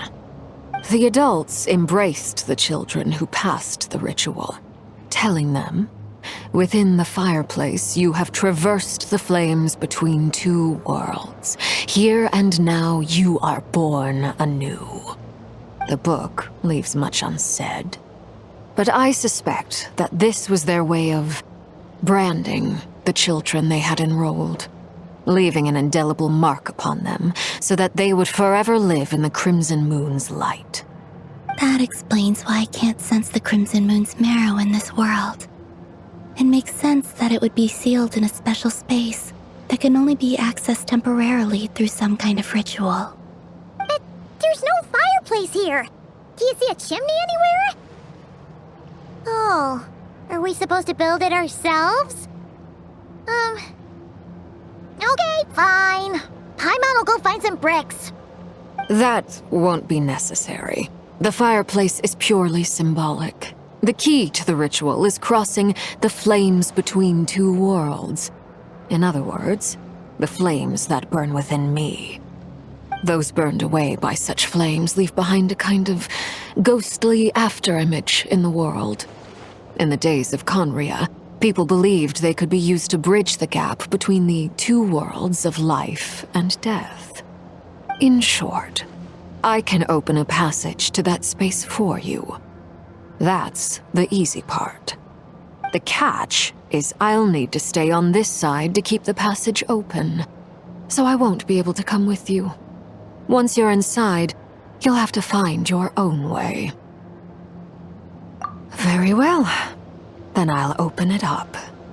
Traveler, spare me a little more moonlight if you would.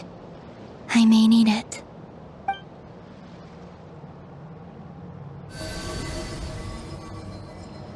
Thank you. I feel like I've recovered some of my strength now. It should be enough to move us across short distances and confront whatever dangers might await.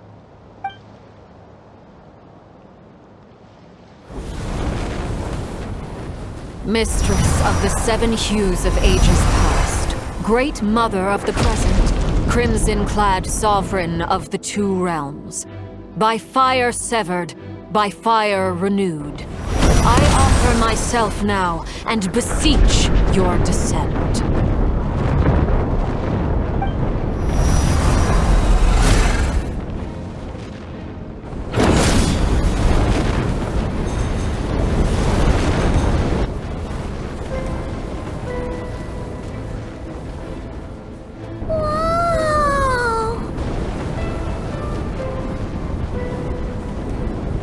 One word of advice.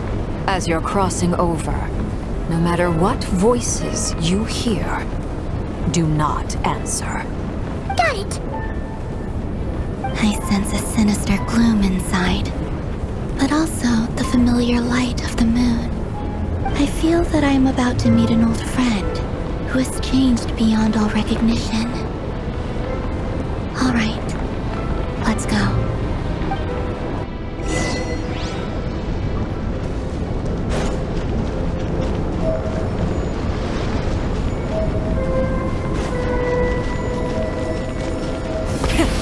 The engines!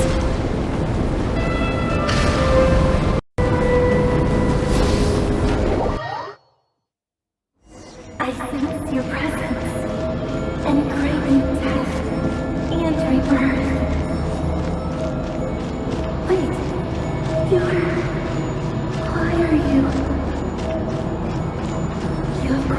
over from another world, transcended fate itself. I have no right to.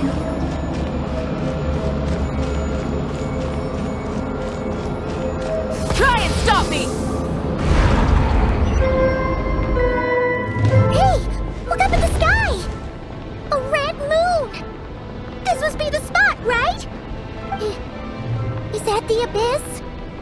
It's practically filled the entire place! What now? What a tragic sight. Fragments of your broken body, seized by the abyss and hung up aloft like mummified remains. Iridescent moon, was this truly what you wished for? Careful! There's something spooky about this place. Feels like something is lurking in the fog. Paimon's right behind you. Whatever you do, don't run off without her.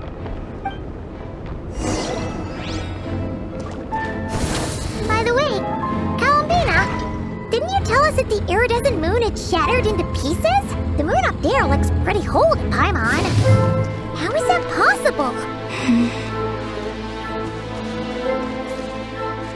Full throttle!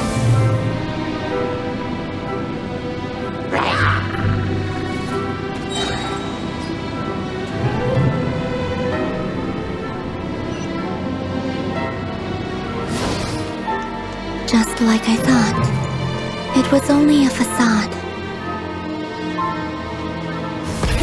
Rev the engines!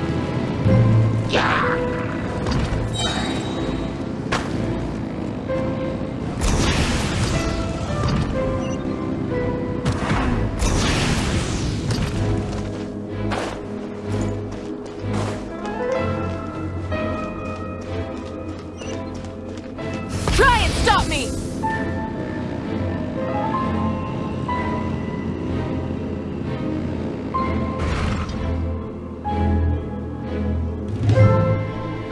Huh? Huh? For real? That's way too high! There's no way we'll be able to reach it! No. I'm not sensing anything up there. It's coming from under the mountain. Let's see... Ah! There's some kind of weird shadow over the water! Wait, see that? Looks like a mechanism of some sort! Let's check it out!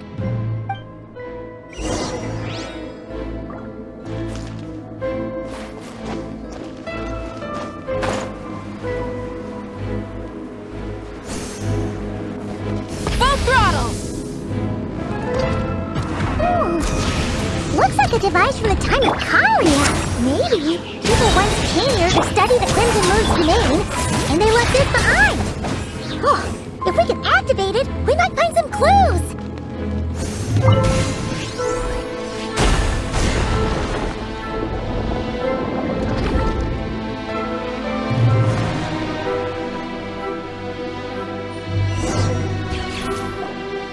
Hey, look at that!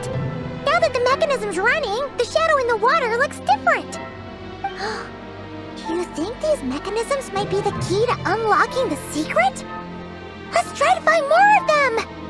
Thalindis, we'll leave the rest of the research in your hands. We'll be heading back now. I hope this isn't ruining date night. Ugh. Mind your own business. Just leave me some snacks on the table. Thalindis? Is that Rear's girlfriend? How come we're hearing her voice here? Oh yeah! So, do you think she was studying this strange space all along? The abyss has made this space extremely unstable. Maybe that's why some of the things she said and did were preserved here. Like echoes. Or after images. Whenever I see this view, it takes me back to a poem from my childhood. Waning moon, oh lifeless damsel, weeping on the mountain crest. Mourning still in wistful tone, her fragile soul now laid to rest.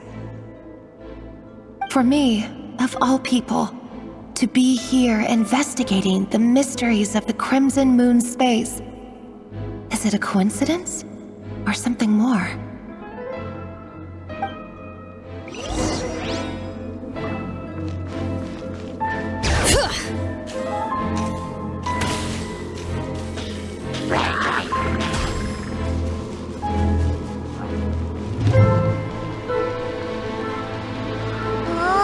Looks like the Abyss has messed up this mechanism.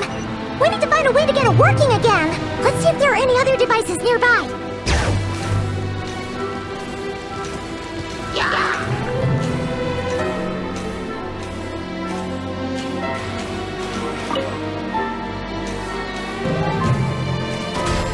Pyroclastic surge!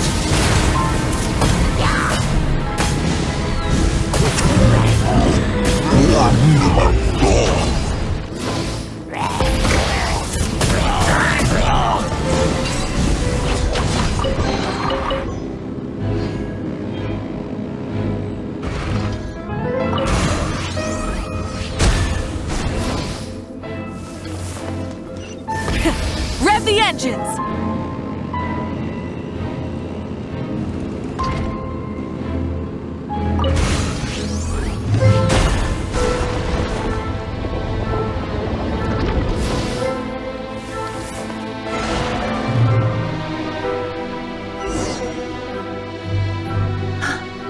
I see.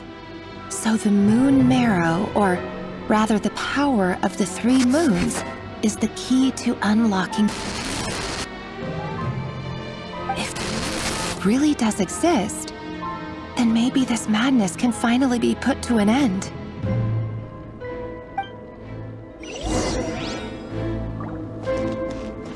Full throttle!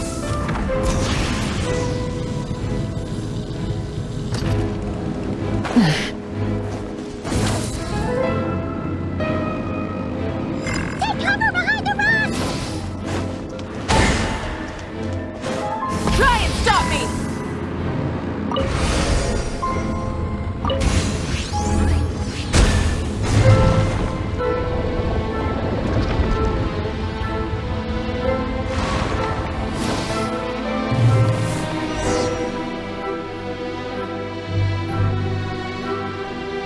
With the Abyss inhibitors in place, I should be able to access the chamber with the moon marrow.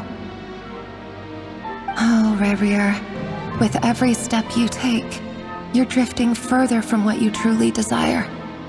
But you're not the root of the problem. Ever since that outsider set foot in Conria, the Vinster King has sunken deeper into madness. If only I could get my hands on that outsider.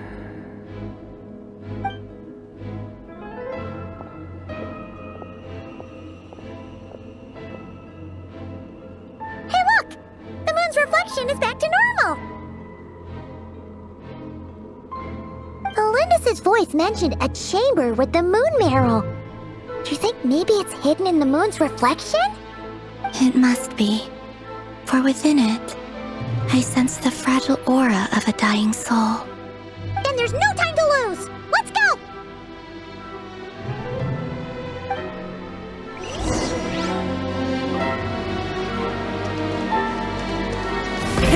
Rev the engines!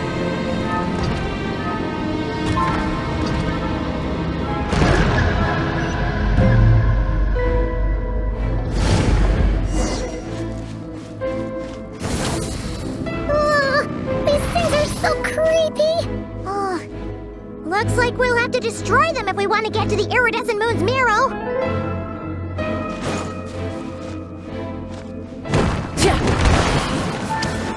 Try and stop me!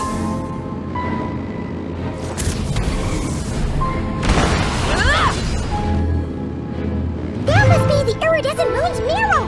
Oh, but we'll need to destroy these things before we can reach it!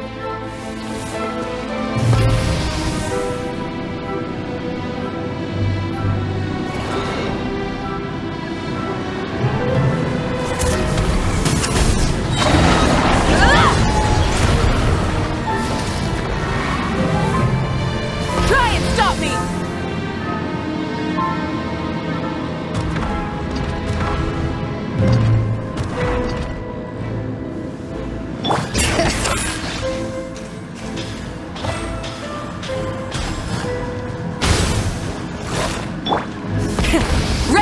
Vengeance! Hang in there! We're so close!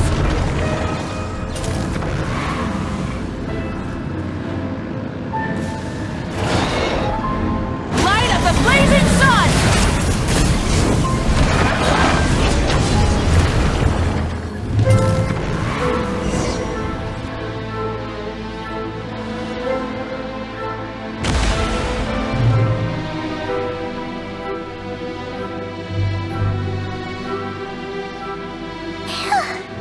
We finally did it! The iridescent moon's marrow, still burning away like an undying flame, yet now contaminated by the abyss. It has taken on a new form entirely. If we can purify the abyssal power within, we should be able to obtain its untainted essence.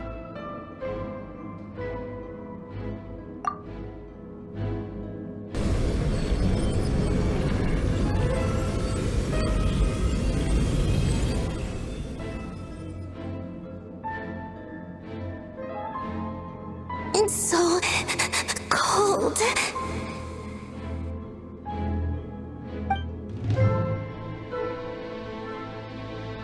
Is it you? Are you here? Huh? Are you talking to us? At long last, I can see you once more. Our fates have crossed, and I am finally free. I'm sorry, I lied to you. Even knowing what was to come, I still couldn't let go of the fear in my heart as death drew near. The moment the moon shattered, my body began to split apart piece by piece. Like I was being cut into pieces by 1,000 blunt blades. My thoughts scattered as the cold crept in. But I could not bear to fade away like that. Tell me, what was it that brought you to us all that time ago? If only I had possessed your courage, then I might have been spared this torment more painful than death. You look so puzzled. That's how I felt too when I first saw you. But trust me when I say that everything happens for a reason. Farewell, Hypo.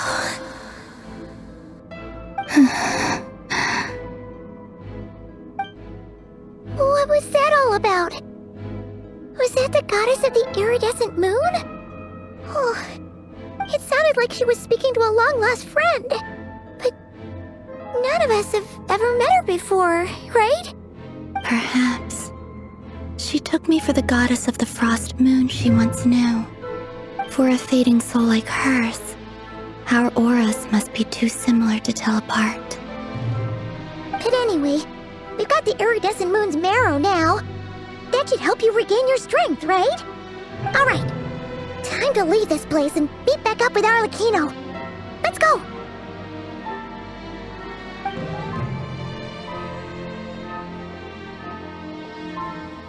That's odd. This place looks different than when we came in. Waning moon, oh lifeless damsel.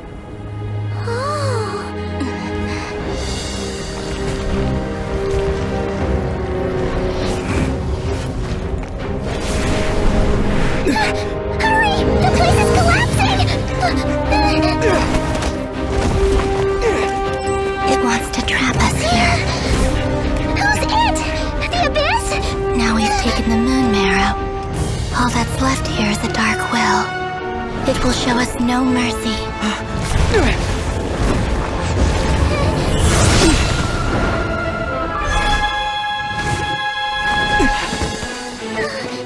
Give it back!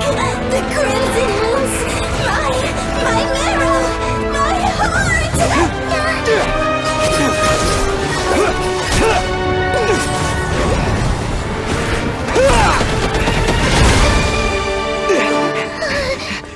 Finally! Huh? Oh no! The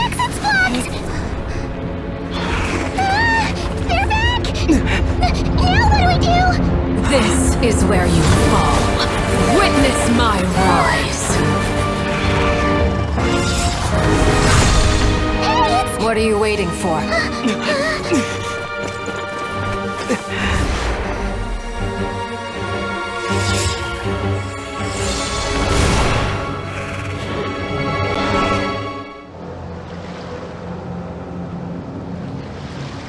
Oh, we made it! Was that you, Arlecchino? Did you save us? Wait, your hands! They're... Oh, this? Don't worry. It's a small price to pay. The Abyss wanted to trap you inside, and I defied its will by bringing you out. No wonder it's a little angry. No. I have paid the price, albeit a small one, and it cannot be undone. My hands have already fused with the Abyss. Purification would simply destroy whatever's left of them. But surely... Oh, we're so sorry, Arlecchino. Paimon can't believe you'd make a sacrifice like this for us. As much as I'd like to call it a favor, the truth is I was simply holding up my end of the deal. Well, Columbina. Yes, you did your part. And as promised, I will leave the iridescent moon's marrow in your care. From this day forth, may the two worlds' flames burn ever more brightly.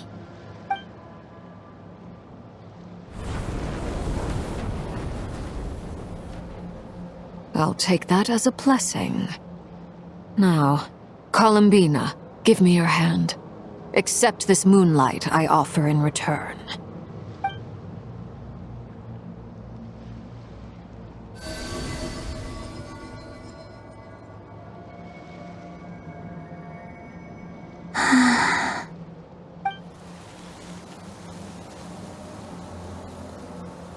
Feeling stronger? Hey, Columbina, are you okay? I'm fine. Our powers are a little at odds, that's all. By the Frost Moon's authority alone, wielding the power of the other moons was always going to be a stretch. Still, I think it's fair to say that your strength has returned, at least to the level it was at as Third Harbinger. It's still not enough.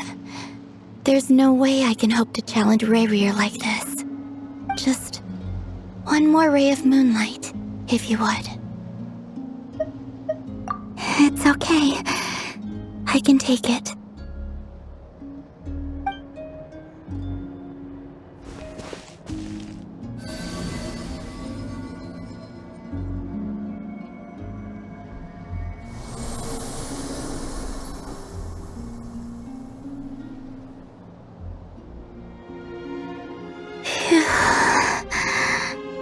How about now? Fighting fit? At the very least, I won't have to stay hidden like before. I want to see him gone from Nod-Krai. The Rayheer of Solnari and his wild hunt must be sent back where they belong. Well, it's good to have something to aim for. You certainly seem more alive now than you did earlier. When I first met you, you didn't strike me as a ray of moonlight. More like a wisp of fog drifting in from who knows where, ready to scatter at the first sign of a breeze. But now, you're full of vitality, just like the Frost Moon, once the brightest of them all. May you keep shining, Columbina. This is who you are. Thank you. Look after yourself too, Arlecchino. I know you have plans of your own, and that's why you're always seeking to grow stronger. But whatever you're after, don't let the Abyss take a hold of you. I do not wish to see you go down the same path as Rayrier. I appreciate the concern, Columbina. Although perhaps it's time you took a new name.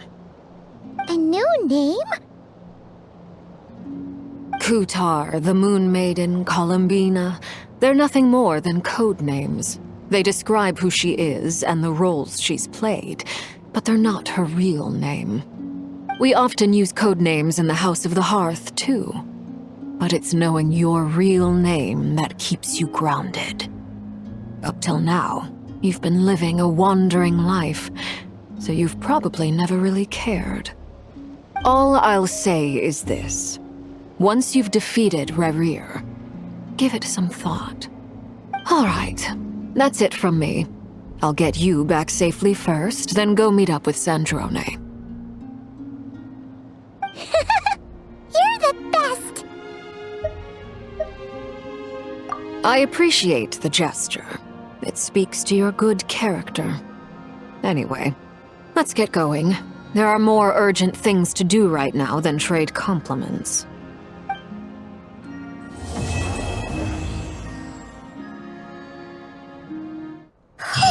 It was a close call, but we got the iridescent moon's arrow and restored Columbina's strength.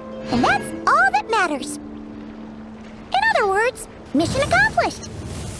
Paimon wonders how everyone else is doing.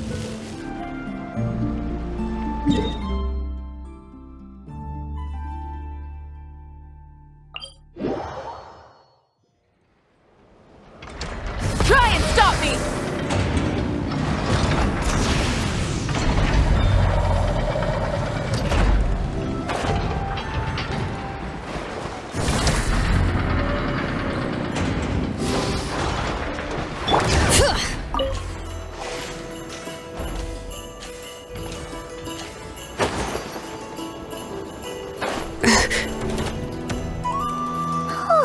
Do you think the others are making good progress?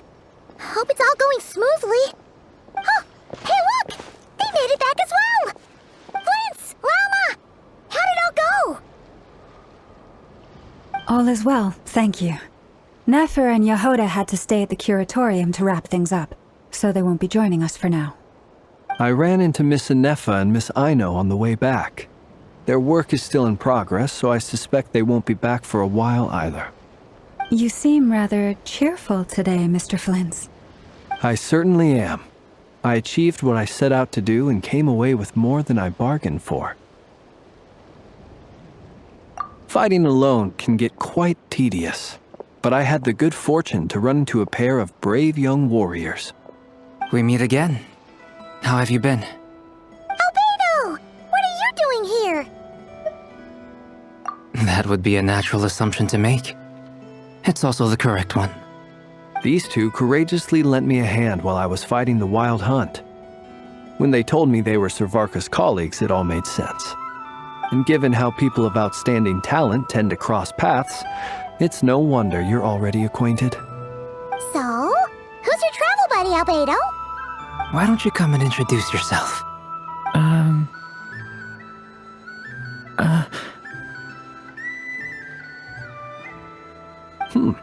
A gentleman of few words, I see. And a rather stern countenance. I presumed you were acquainted with him. Is that not the case? It's nice to meet you. Again. We've technically met before. Wait a sec! You're Minnie Durin! That's right. It's me. I'm glad to see you again. By the way, he says it's okay if you drop the mini. Yeah, I'm not as mini as I used to be. Interesting, isn't it? The first step towards blending into human society appears to be reflecting on whether one's name really reflects who they are. Wow! You look so different! In a good way, of course. It's great to see you looking so healthy. Thank you, Paimon. And although you're as mini as ever, I understand that diminutives don't always convey endearment. I'll be sure to simply call you Paimon, as a sign of my great respect for you. Wow! You're such a smooth talker now. Paimon could get used to this. From now on, you may refer to her as your esteemed guide, Paimon. Personally, I think our little Paimon is the perfect size. When people call her Little Paimon, it's just because she's so adorable that they can't help themselves. If that's not a sign of endearment, what is? You're absolutely right, Miss Lauma. My brother still has a long road ahead of him when it comes to understanding human relationships.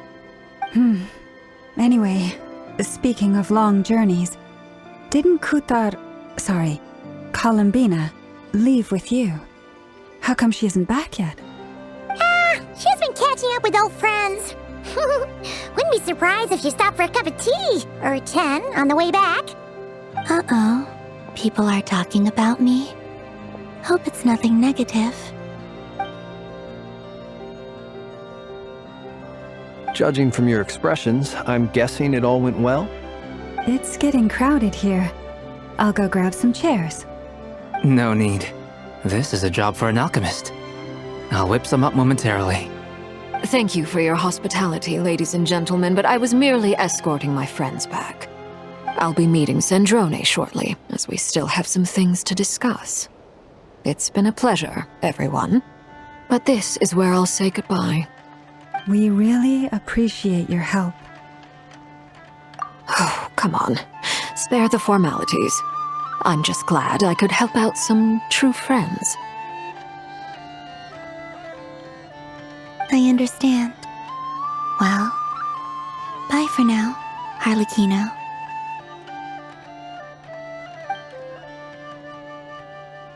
Oh, this place is hopping. It's probably a good thing one of us left. Otherwise, we might not fit all these people in. Are you saying we're about to run out of chairs? As a matter of fact, I am. Come on in and see for yourself.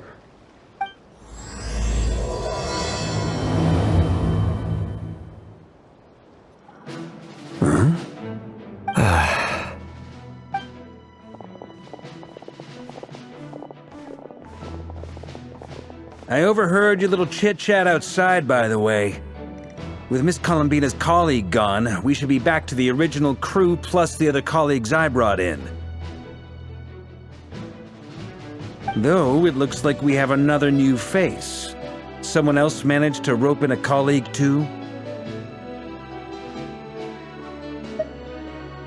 Frankly, you and Paimon are the only people I know here. This here is Dainsliff, colleague of Tibet's greatest guide, Paimon, and greatest adventurer, the Traveler. Well, not exactly colleagues, more sort of friends. When someone else jumps in to do the announcing, you know you're speaking to someone important. Let's hear what he has to say. Note to self. Once Paimon knows your name, the rest of the world will soon follow. When he comes looking for us, it's usually something important. Paimon's guessing you've heard about the Wild Hunt, then. From the looks of it, you're about to hold a meeting. If I were to say that the Wild Hunt is our mutual enemy, would that earn me a seat at the table? As the saying goes, the enemy of my enemy is my friend. Mr. Dainsliff, there's a seat with your name on it. Though, I can't promise the same for everyone else. Hey, Albedo, think you can rustle up a couple more chairs?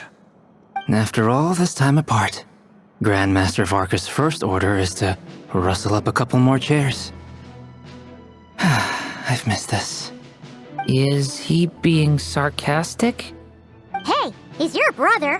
Why are you asking us?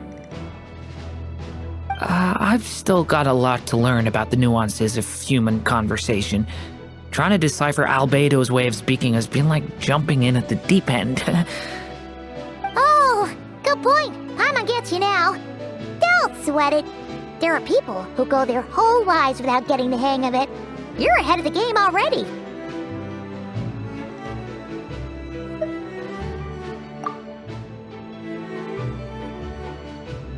I wonder what's taking Nefer so long. Perhaps you should go and check in with her. If anyone can hurry her along, it's you. I just got back from the curatorium. Besides, aren't you curious to see what's taking her so long? Miss Nefer doesn't strike me as the type to share secrets. And since gathering intel is her specialty, I'm guessing she'd prefer to keep her methods confidential. Under such circumstances, would it not be tactless for me to impose? Oh, but it's fine for me to impose. What can I say? You have an unrivaled ability to garner people's affection, Miss Moonchanter. Besides, you have far more in common with her than I do. All right, then. Impressive. She barely fought back at all. I admire your powers of persuasion, my friend. As I'm sure Miss Lauma will realize soon enough, the trick in life is to always pitch in with other people's responsibilities so that you can be selective with your own. Another trick is to simply hide in the background. Spoken like a true sage. Anyway, looks like we've got some time to kill before the meeting. Let's take a little breather, folks. And feel free to chat amongst yourselves. We'll get down to business once the other two arrive.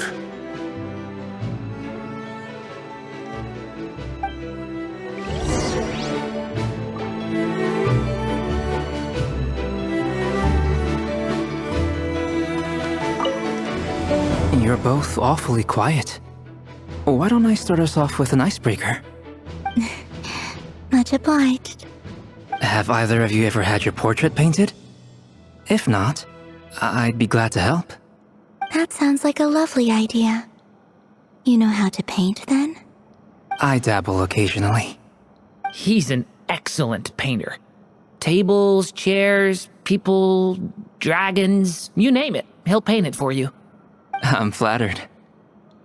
If I ever get the chance, I'd like to give it a try myself. I'll bear that in mind. Anyway, how about you, Durin? What sort of portrait would you prefer?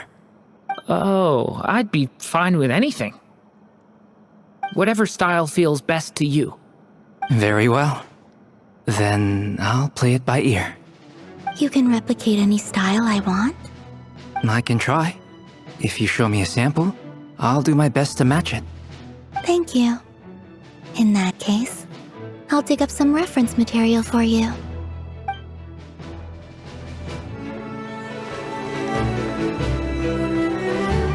Is there something you'd like to say to me? Yeah! For starters, why'd you just show up here without even giving us a heads up? If you think back to our previous interactions, you may recall that that's hardly out of character for me. You do have a point there. Oh yeah! You'll need to find somewhere to stay the night too, right? Want to tag along with us? You never know. We might get a group discount. Sure, let's do that. Great! Paimon will handle it! And in return, we can get Dainslift to be our very own personal bodyguard. If that's what you had in mind, you should have said so sooner. I'd be happy to help. Oh, okay then. Paimon was only kidding, but good to know. Anyway, since we're all here together, we might as well watch each other's backs. That's just what friends do, right? Indeed. Thank you.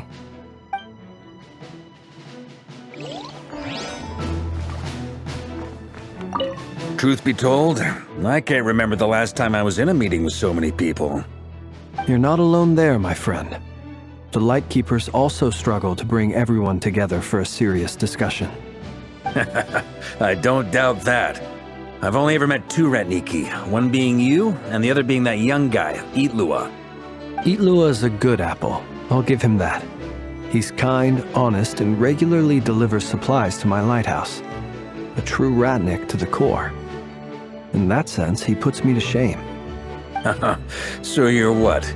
A fake Ratnik? That's what it sounds like you're saying.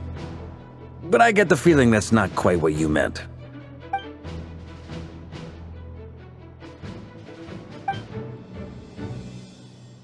Come on, why the awkward silence? Sorry. I'm not even gonna bother trying to hide it. You've known all along, haven't you, my friend?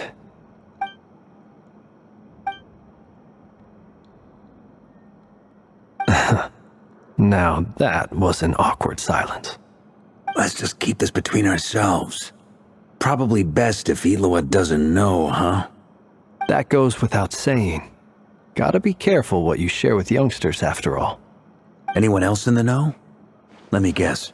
The Traveler and Paimon? It's dangerous being too sharp for one's own good, you know. Then, in the name of the Animo Archon Barbados himself, I swear your secret's safe with me. When we went for drinks, you said that you and Barbados were practically best buds. In the light of that claim, do you really expect me to take your oath seriously? Of course. Just as long as you don't go spreading around the fact that I'm close with Barbados, all right? Fair enough then. Nothing like a bit of mutual leverage to seal the bonds of friendship.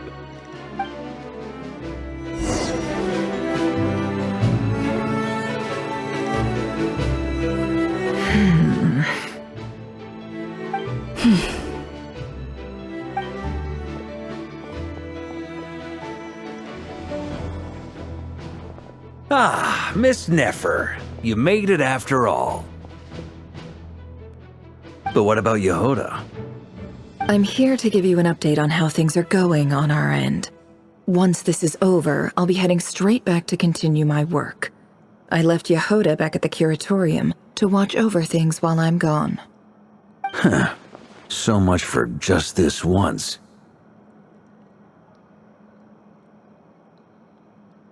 Shh! Not so loud! We're on a roll here! What if she remembers and suddenly decides to back out?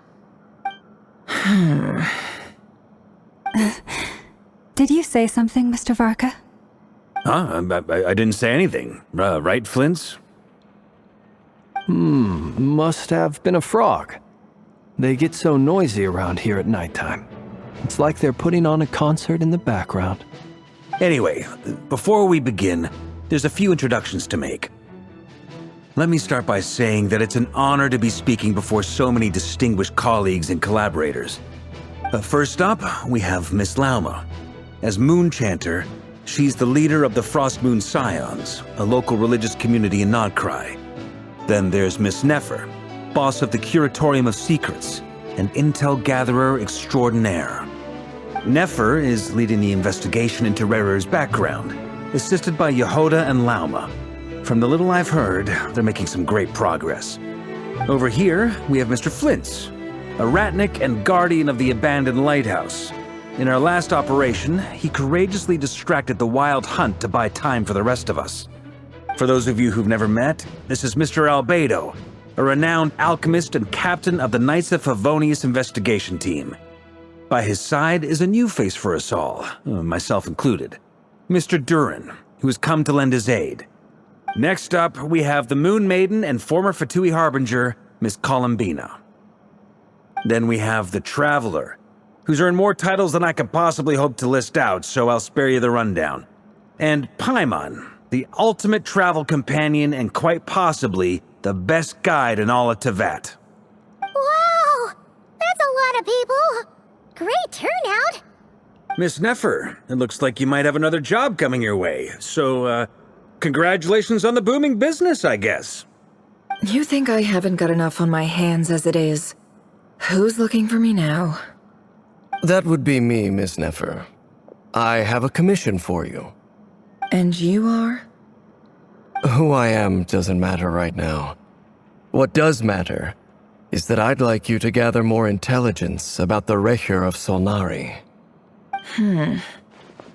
Well, it's not as if we never take on anonymous commissions. But in your case, I'll have to decline. I'm gonna take a wild guess and say your job's probably more hassle than it's worth. Something about you seems like bad news. It's my eyes, isn't it? Conrian, I assume. And what's with the mask? Are you trying to hide your identity? In any case, the fact that you're even still alive raises an awful lot of questions for me. My name is Dainsleif. And yes, I am from Conria.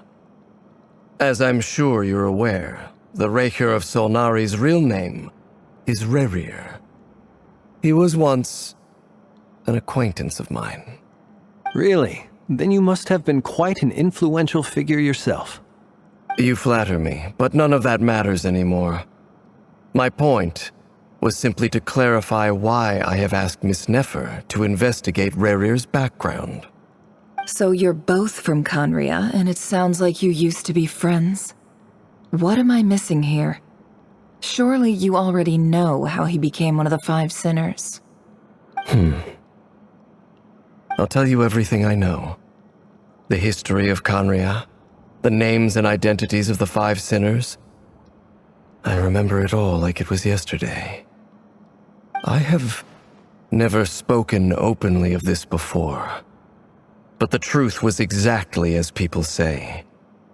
The 5 sinners were each driven by their own desires, and it was by playing upon these that the Abyss tempted them to their fall, tearing Conrial apart in the process.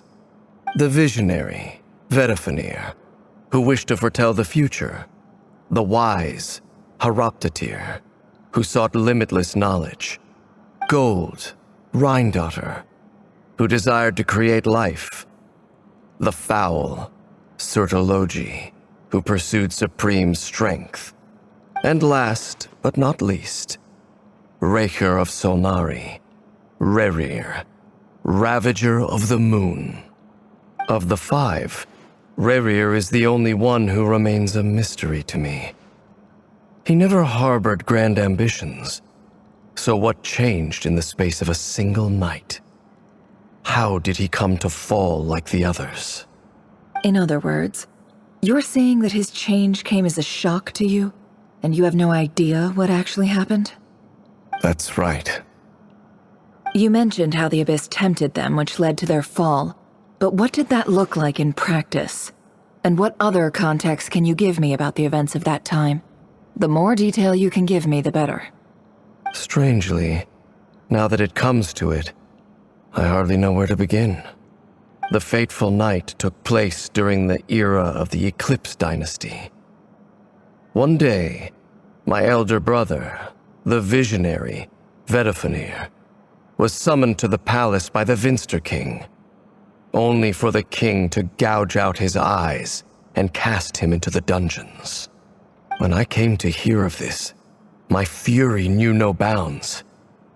I gathered together every ally I thought I had, and together, we set a night to storm the palace and free Ved. Centuries on, the memories of that night still haunt me like a never-ending nightmare. We broke through the palace gates, just like we had planned, each striking towards our separate targets. But then, I was betrayed. Even Vedifenir, the very person I had come to rescue, abandoned me and partook of the Abyss's power. So, it's personal after all. Then tell me, Mr. Dainsleif, what price are you willing to pay? You, of all people, must know that nothing comes for free. I cannot say what price would be worthy of such a commission. But know this. Rerir was not always a madman. Believe it or not, there was a time when he was just an ordinary man, working for the Conrian Intelligence Service. Uncovering the truth of Rerir's past is the only way to unravel this mystery. But before you decide if you will accept my commission, I will tell you more about him. Enough, I hope, to help you plan your next move. Sounds pretty good to me. Feels like we just flagged down a random passerby, only to discover he's actually a master strategist who has a score to settle with our enemy.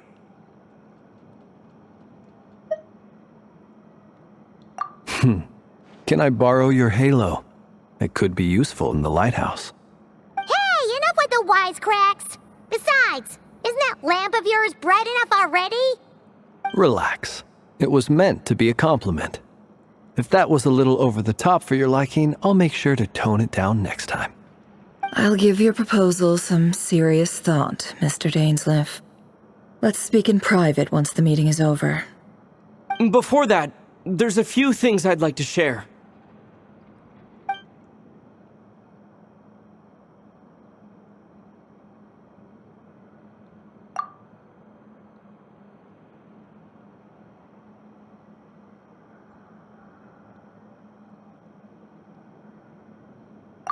Now that we've united the hearts of the 3 moons, your power should be greatly enhanced. But it seems like that hasn't happened yet? I believe it will take a little longer. You've done so much for me, so I want to be completely honest with you all. Even though I'm doing a lot better now, The truth is, my recovery will likely be an ongoing process. From the moment I was born, my power has been slowly ebbing away. And that is because Tevat has never accepted me. Even with the moons united as one, it seems my rejection cannot be undone. So far, I have yet to find a solution. It may turn out to be a problem that will plague me until the day I finally leave this place behind. Even so, I will do everything in my power to help you drive out the Rayhir of Solnari. As Arlecchino put it, this is not about chasing the spoils of victory.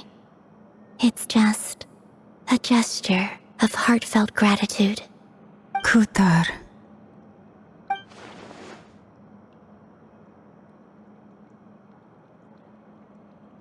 Defeating the Rayhir of Solnari will be no easy task. While my strength slowly recovers, we'll also need to gather more intel. Naturally. We should take all the help we can get if we hope to defeat him. We've considered several viable plans now, but our choice hinges on the answers to a few key questions. Is it even possible to kill Rayhir? What experiences shaped the person or monster he became? And what's he really after? Given Albedo's expertise in alchemy, I think we should leave him to try and answer the first of these questions. Understood. As for the other two, I'm afraid we'll have to count on you again, Miss Nefer. Believe me when I say it's not my wish to burden you. But right now, relying on your skills is our only option. So you're placing all your hopes on me, huh? We can't thank you enough for agreeing to help us. Honestly, I can hardly believe how lucky we are. You sure have a talent for changing your tune, Miss Moonchanter. Timid like Yehoda one moment, then flinches insincere flattery the next. Ladies, please. I must object to your portrayal of me. That's all. Feel free to keep bickering. Just pretend I'm not here. I almost don't want to leave this room. I'm curious to see how this plays out. I have faith in you, Miss Nefer. Something tells me you'll stand by us until the very end. Oh? And what makes you so sure of that? What if I suddenly decide that my compensation is insufficient? This isn't about the money. I can sense that you've got a deep-seated distaste for Rayhir. And knowing you, that alone is motive enough. Look at them getting along so well. Like two peas in a pod. And I'm the one they accuse of insincere flattery. There is no justice. Miss Lauma, you have to understand something. Unlike you, I don't actually enjoy having everyone's hopes on my shoulders. Is that right? Well, maybe the fact that I'm willing to put my hopes in other people says more about me than you. But the fact is, I also trust you. And that's because I know that you're someone we can count on. Anyway, we've got our plan, so let's get moving. Mr. Dainsleif, let's talk. And Traveler, once we're finished, if you've nothing else planned, I'd like you to come with me. This whole experience is teaching me a lot. For instance, I now know that when other issues come up in the future, I'll have far more luck getting Lauma to convince Miss Nefer than trying to do it myself. Hate to say it, friend, but that's one of the funniest things I've heard in a while. Why? You think I've got it wrong? Quite the opposite. But what makes it so hilarious is how long it's taken you to realize.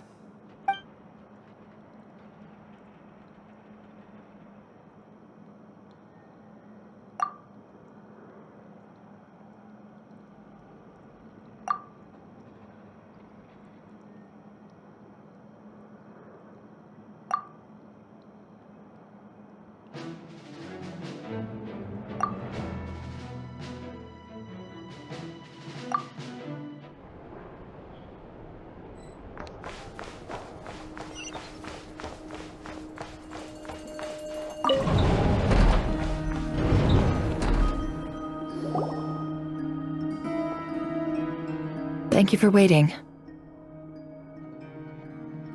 It's okay. We actually used the time to help Dainsleif get a room at the hotel. That's very considerate of you.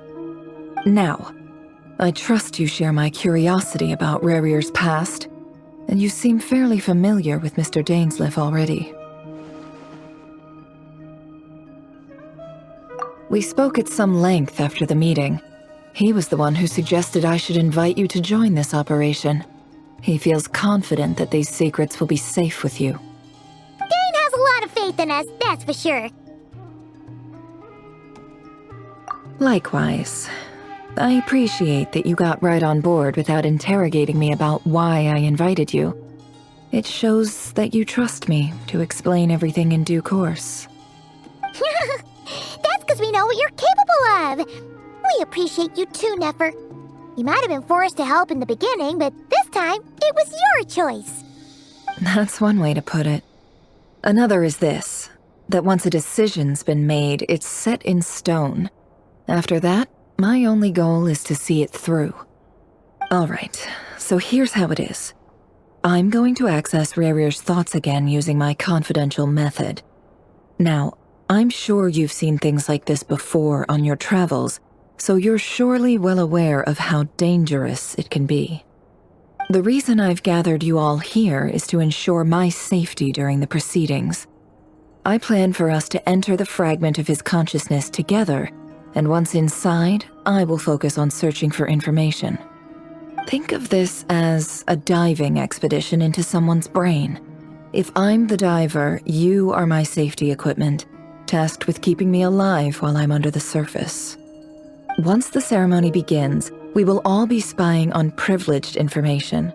But in the interests of safety, you must remain absolutely silent at all times. We will discuss our observations after the ceremony has concluded. Lastly, any individuals of a weaker constitution are advised not to partake in the ceremony. In any case, Paimon has her own job to do, which requires staying in the room but not joining the ceremony.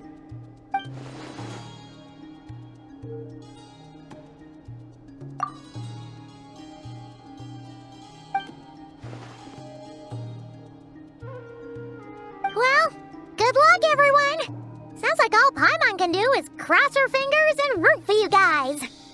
There's a little more to it than that. I was being serious when I said you have a job to do. While the rest of us are inside Rarir's mind, it's imperative that we have a team member on the outside. In the event that something goes wrong, you will be our first responder. I don't anticipate any issues, but the extra level of safety will be greatly appreciated. I second that. This is a dangerous operation here, and you're our whole rescue team. That's pretty much the most important job in the crew. So, Paimon's like the lifeguard? Yeah, that makes sense. All right, got it. Good. Please, take a seat. We'll get started momentarily.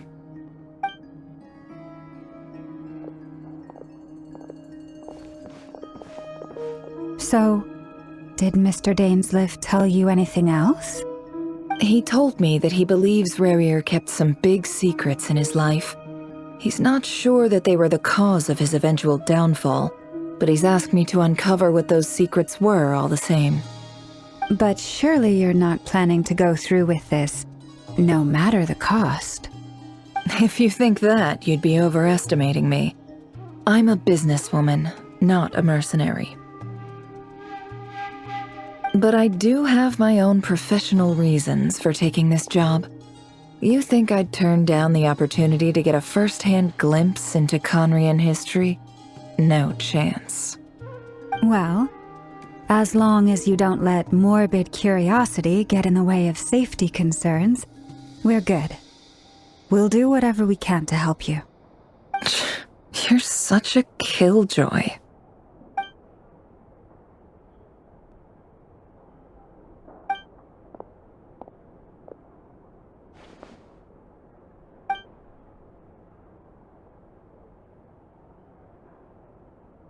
All right, I'm good to go. All set over here, too. Promise, Paimon, you'll be extra careful. All right. Let your whole body relax. We're about to begin. Close your eyes.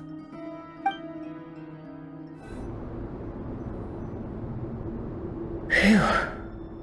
Could this be his office? Pretty standard setup. Bookshelves, paperwork, files. According to Dainsliff, Rarier used to be an intelligence operative. Chances are there's plenty of top secret intel stashed away in this room. Is this where you keep your secrets, Rarier? Can't say I'm not looking forward to this.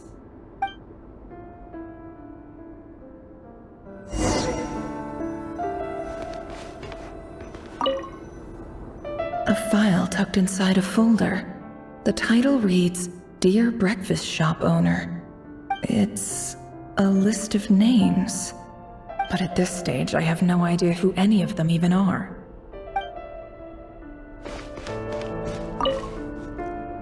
Wonder what kind of encryption technique this is. Seems like it has to be inserted into that camouflage device nearby. Aha! It's an audio recording. Please, hear me out. I can't shake this feeling that someone's been spying on our house. No, I'm not being paranoid. It's true. I saw someone dressed in all black. It was a couple of days back, but that was on another street, not near my house. I swear, I know what I saw. There's a note in the margin. Surveillance of the Run-for-Their residence has concluded. We apprehended the target and filed the mission report last night. Could the voice in the recording belong to one of Rarier's targets?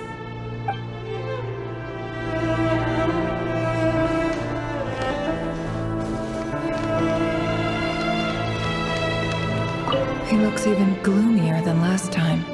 I wonder what's changed.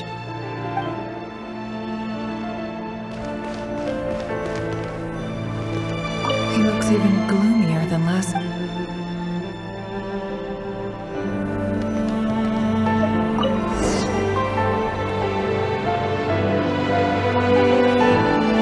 Today's files are in. Time to wade through them, just like usual. Male, 51. Occupation, cook. Confirmed Crimson Moon descendant. Has maintained frequent contact with other descendants over the past year. Poses a threat to the dynasty. Neutralized on...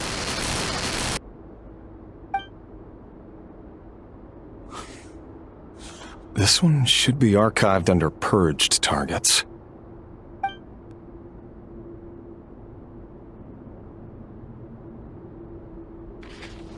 Female, 23. Occupation, office clerk. Confirmed Crimson Moon descendant. Has maintained frequent contact with other descendants over the past year. Poses a threat to the dynasty. Neutralized on...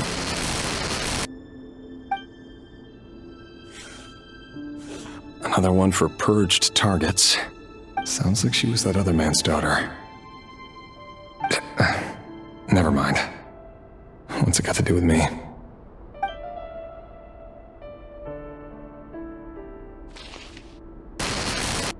Male, 40. Occupation, teacher. Confirmed Crimson Moon descendant. Has been observed making contact with other descendants during the past year. Poses a threat to the dynasty. Neutralized on...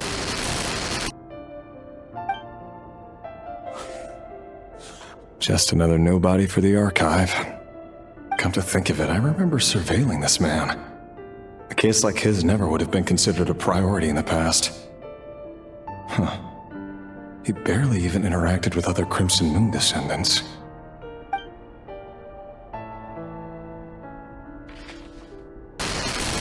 Female, 16. Occupation, none. Orphan and confirmed Crimson Moon descendant. Has been observed making contact with other descendants during the past year. Poses a threat to the dynasty. Neutralized on...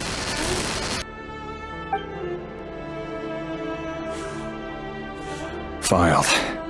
I have no recollection of this girl. None whatsoever. She doesn't seem to be anyone important, but then again, how many of them really are?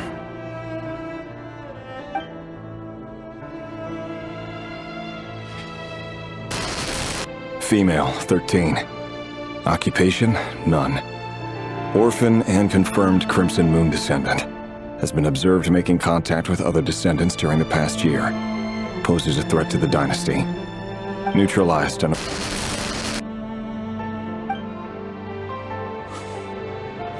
Filed.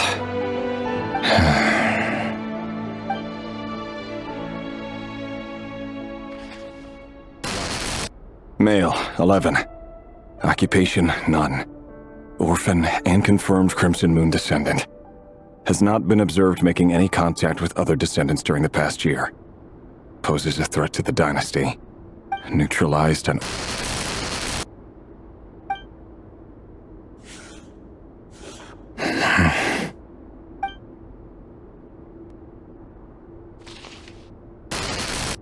Male. 6. Occupation, none. Orphan and confirmed Crimson Moon descendant. Poses a threat to the dynasty.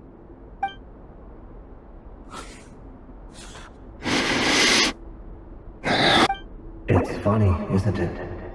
Your job is becoming both harder and easier at the same time, depending on how you look at it. Sooner or later, the Crimson Moon descendants will be completely wiped out. But as their numbers dwindle, they become harder and harder to track down. That's not how it is. Fortunately, however, most of the able-bodied adults have already been taken care of. The remaining weaklings will be increasingly easy to deal with. No! No. My job is to ensure the survival of the Eclipse Dynasty. And the only way to do that is by eliminating any and all potential threats. It's a perfectly legitimate line of work. Every single one of my colleagues can attest to my fairness. And if my friends were aware of the facts, I know they'd back me up too. Assuming, of course, that they were aware of all the facts.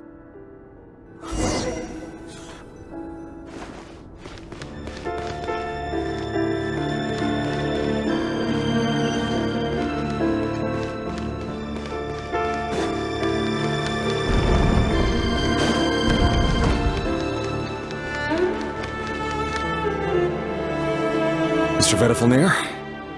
It's been quite some time since we last met. Revier, I trust you're here because you have something important to discuss. Forgive me. I wasn't tuning out, it's just, I noticed you didn't even phrase that as a question. As if you knew I was coming. Tell me. Does someone in your position ever feel the need to ask questions at all? It is indeed within my power to foresee certain things. Things like your arrival. I was just thinking. It won't be long before I'll be inviting both you and Dane to my wedding. That isn't a lie, but nor is it a fact as such. It's a wish, isn't it? No fooling a prophet, is there? Ever since that day we met for drinks, I knew it was only a matter of time before you came looking for me. Does it feel good? Knowing how the future will unfold. I'm afraid the notions of good and bad fail to capture the complexity of what such a power entails. Once you've seen what will come to pass, it can be all too easy to succumb to fear and melancholy. Unless, of course, you learn to abandon these feelings.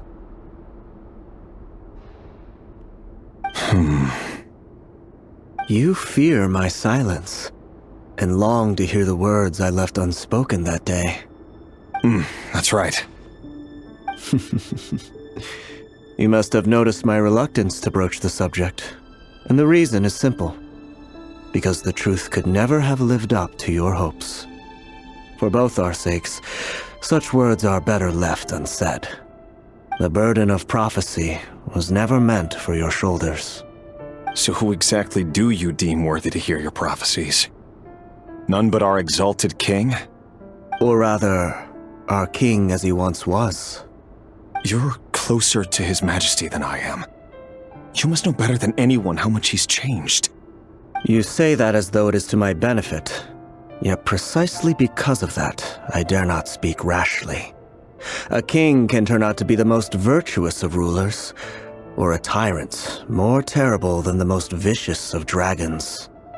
You are so wise and far-sighted, yet still you would have me live in fear of the unknown?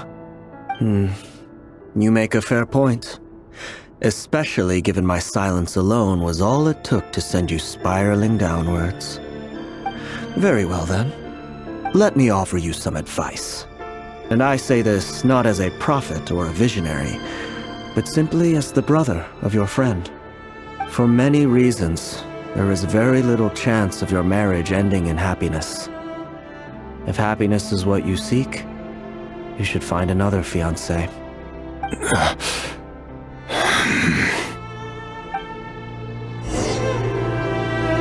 Hold on.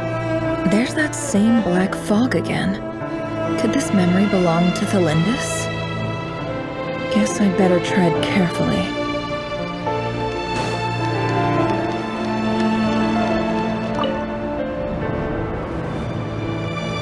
Wait. Hear me out. This time we finally got a clear look at his face and learned his true identity. His name is Rayrir, and he claims to be one of the king's guards. What did you say? A cruel irony, isn't it? The man you're set to marry leads a double life as a brutal executioner. Why are you telling me all of this now? Simple. It's because I want you to kill him. You are the only person he would never suspect. No, absolutely not. I would never dream of doing such a despicable thing. So you'll just stand by and watch him slaughter us to the last? Do not forget that the blood of the Crimson Moon flows in your veins too. The blood of the Crimson Moon? What does that matter now? The dynasty has long been dead and gone. You think that alone is reason enough for me to throw away everything I have? Why wouldn't it be? You too were once a child of the Crimson Moon, just like me. Don't tell me you've never felt so much as a flicker of fury for the way we were trampled into the dust. As long as you promise to abandon this pipe dream of restoring your dynasty, I can try to persuade him. Or have him persuade the Vinster King. Persuade the Vinster King? Do you even know why he's so obsessed with hunting us down?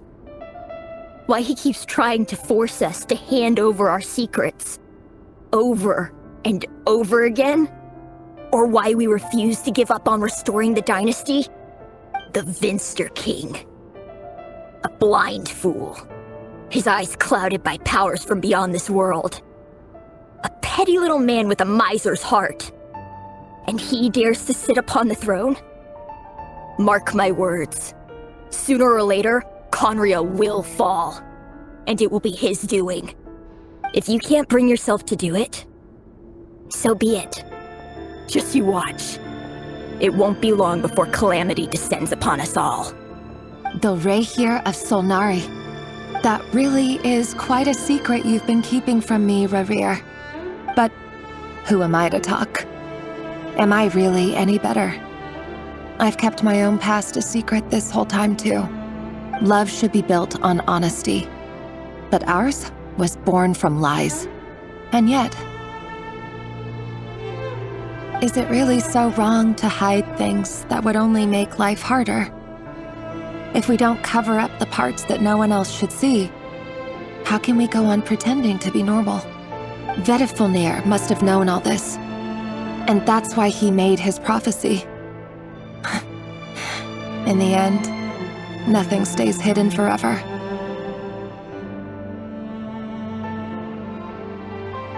But I won't just sit by and watch this disaster unfold. I'll do everything in my power to protect what I cannot afford to lose, no matter who I have to face.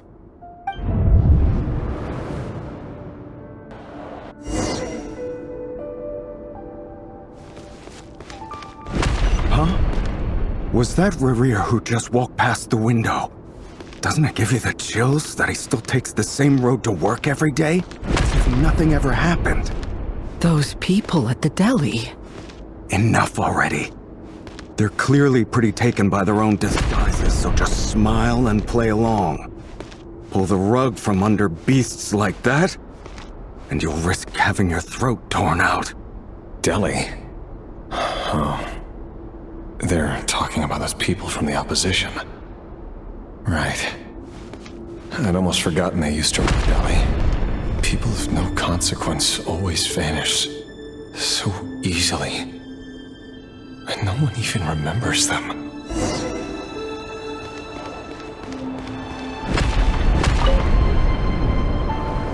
But surely you can see he's not the man he pretends to be! So many have died already, and they say that the king's madness grows with each passing day. We're not going to survive this, are we? But why does it have to be this way? Do we really deserve to die just because of the blood that runs through our veins? Felindis, are you even listening? Sorry, Freether. My mind was off wandering. I heard you, though. You're talking about what Rerir said. He's just following the king's orders. He's a secret agent, and it's his job to hunt down rebels and dissidents. By the time you first met him, he'd already taken lives. Maybe he was using you from the very beginning. No. Rerir has no idea I have anything to do with the Crimson Moon. My family are only distant relatives of the main lineage, and besides, my eyes are perfectly ordinary. Truth be told, apart from my teacher, pretty much no one knows I have any connection to any of it. It's been a long time since my family severed ties. But as Orlog said, who could possibly talk sense into that raving lunatic of a king? No one!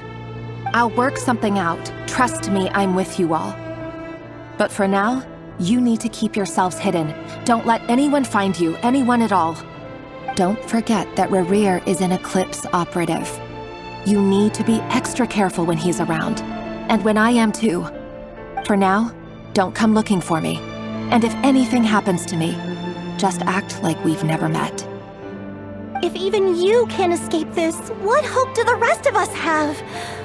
But after all this time together, surely he wouldn't lay a hand on you. I won't speak in his defense, nor can I give you a clear answer to that question. But I'll do everything I can to put an end to this. Here, hold on to this. If an opportunity to escape presents itself, take it. You'll be glad you took some spare change. You call that change? But what about you? I've got a job, and there's still money coming in. But you can't go anywhere right now. Please think about yourself for once.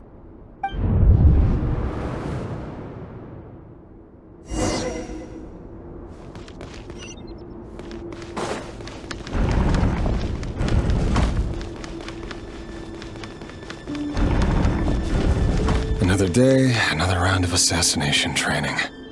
The training ground is just beyond this hidden passageway. When you kill a person, doesn't it bother you when you end up covered in their blood? Why would it? Aren't we all just walking blood bags? But not everyone is accustomed to hunting down others like prey. You've been a hunter for so long now, you seem to have forgotten that most people don't just go around killing one another. Leave me alone. More often than not, if you try to hold them back, you'll be swept away by their unstoppable force. And if you try to ignore them entirely, you'll end up tearing yourself to pieces.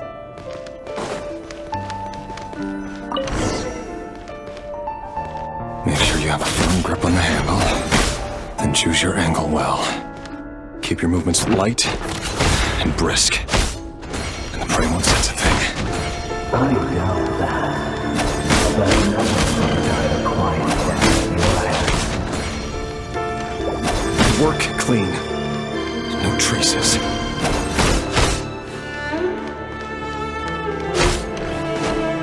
Can't hide the truth. doesn't make it open and above board, though. He just happens to need you right now. That won't happen. He's changed ever since he fell under the spell of that power. Maybe I should take out a handful of the guilty. The ones I've dealt with have always been guilty, and I've carried out my work flawlessly.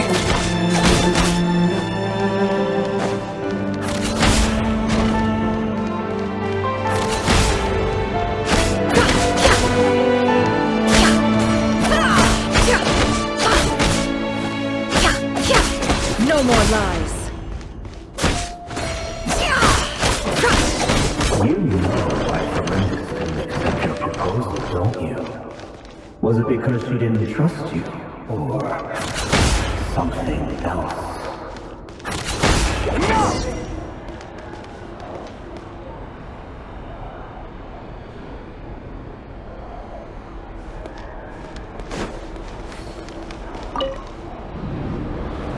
Delindis, do you still remember Orlog?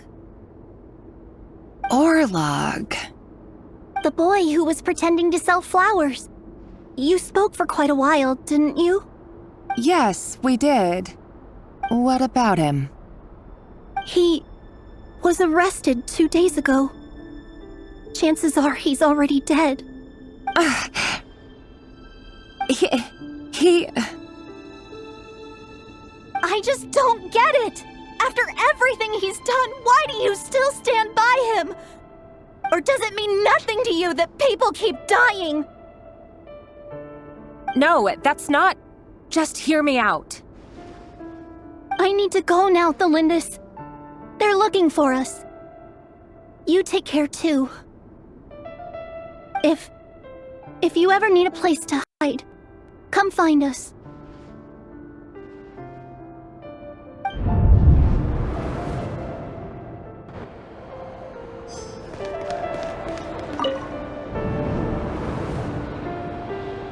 Author Thelindis. Over the course of this week, the research object was subjected to interference for a total of 47 hours for experimental purposes. The results are as follows. All subjects of observation that were sent inside have now... The situation within is proving more problematic than anticipated. No progress whatsoever. What now? Won't you give me even a glimmer of hope? Things are getting worse by the day. I have to find a way or we'll all be in danger.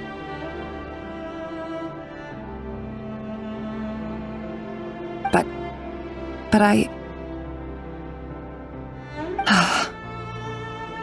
If all this research comes to nothing, what then? Sooner or later, it'll be my neck on the line. But could he really bring himself to kill me? No. Surely he wouldn't have the heart.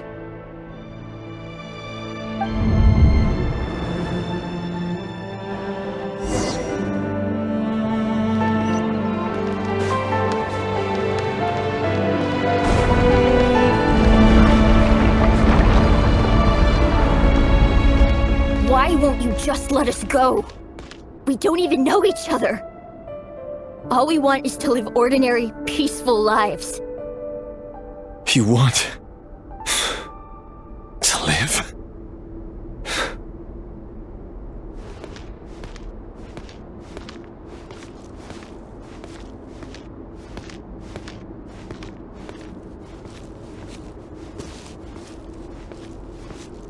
Yes. I just want to go on living. Is that really such an unforgivable crime?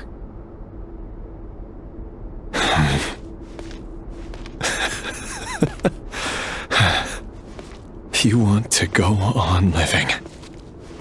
I want to keep living too. To keep living forever. That's why I have no choice but to continue on the path I'm on. If only some savior would suddenly swoop down and change the way the world is. Too bad that's not going to happen.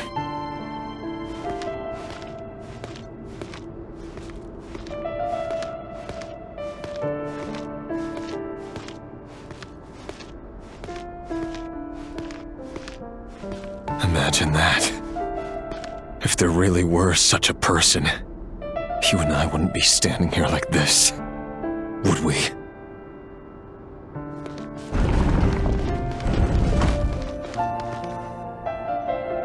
Today's files are in.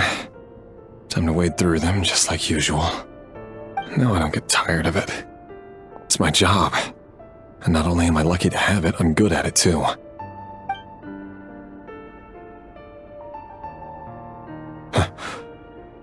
Wait. That's... Thalindis?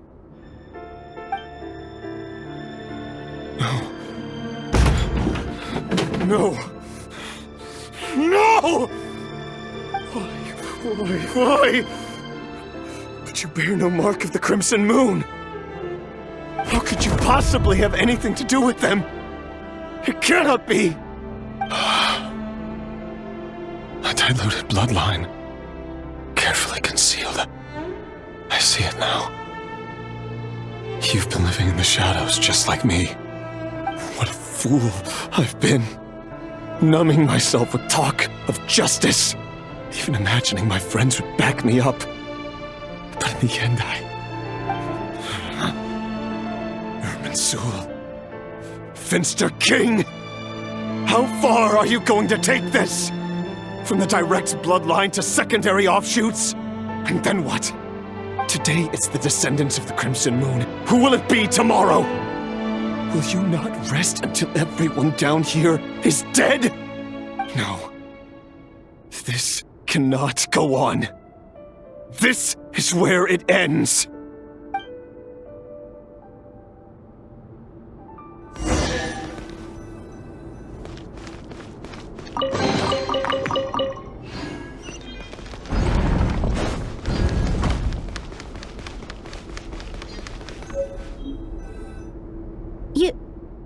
You're really letting me go? I am. As long as you can guarantee that no one will find you. Don't worry, I'll be extra careful. No one will know I was here. But... what about you?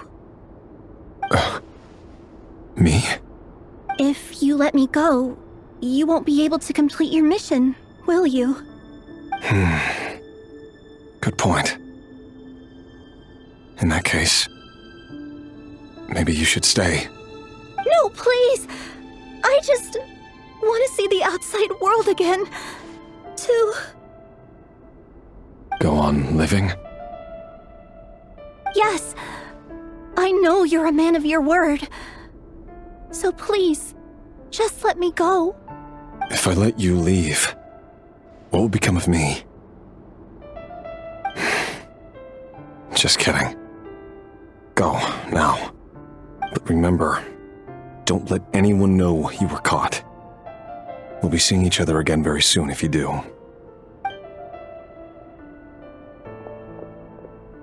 Even shadows in the dark must live by a code. But you can't save everyone. You've been whispering in my ear for days now, Vedifilnir. What are you trying to do? Break me down? I only say this because you long for an answer to your problems.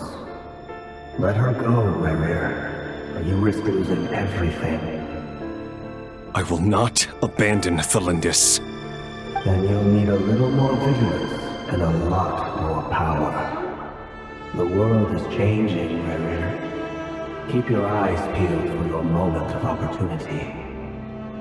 That voice used to be so unclear. But now I know exactly whose it is. It's Vedifilnir. He won't tell me how to actually resolve any of this, but he keeps trying to manipulate me like a puppet. What's his game here? Tell me then. What will this moment of opportunity look like? And no answer. He's like a ghost. Always disturbing me when I'm on edge, but never answering when I need him most. So, the Eclipse Dynasty was purging, well, massacring the descendants of the Crimson Moon. And it seems like it was all connected to the Vinster King's research. The King's obsession with abyssal power left the future of Conria hanging in the balance. No wonder every aspect of Rarir's life was so unstable. And it looks like this Thelindis, Rarir's would-be fiancé, herself belonged to a sub-branch of the Crimson Moon Dynasty's descendants. It almost defies belief that a couple like them could hide the truth from each other for so long. If the Vinster King hadn't intervened in such a drastic way, they might have gone on deceiving each other for the rest of their lives. And why does Vedderfanir, Daneslif's older brother, keep talking in Rarir's head? This guy kept more secrets than I ever imagined. The human mind is like a vast desert of shifting sands. When you follow the flow of someone's memories, you only ever see the parts they're willing to let surface. Time for something a bit more creative.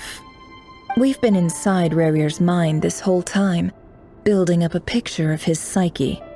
There's already enough clues on the board to start reading between the lines and mapping out the rest.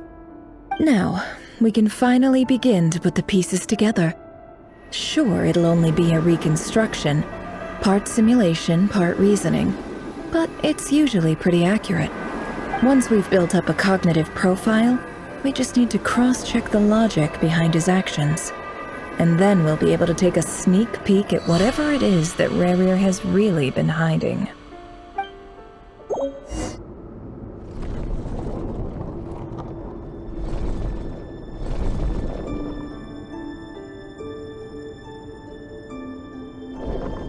Rarir, are you there?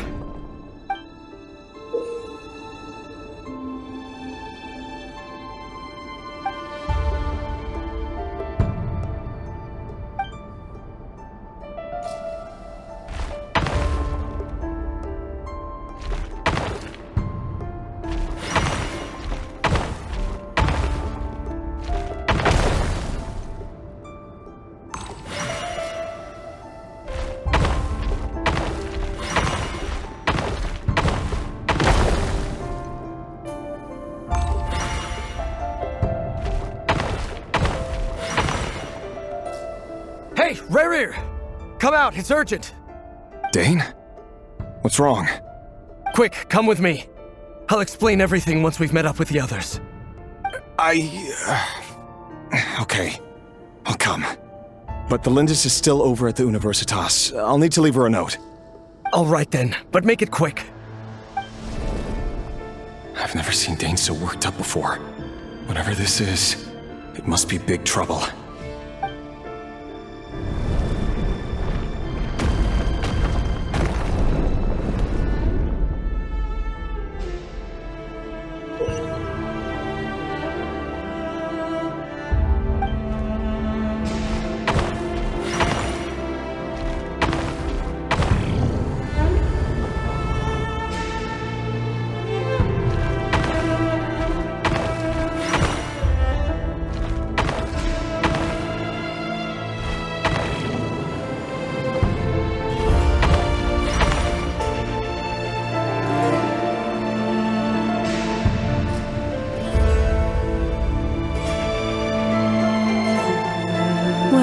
This is a nice change, meeting you all at this hour.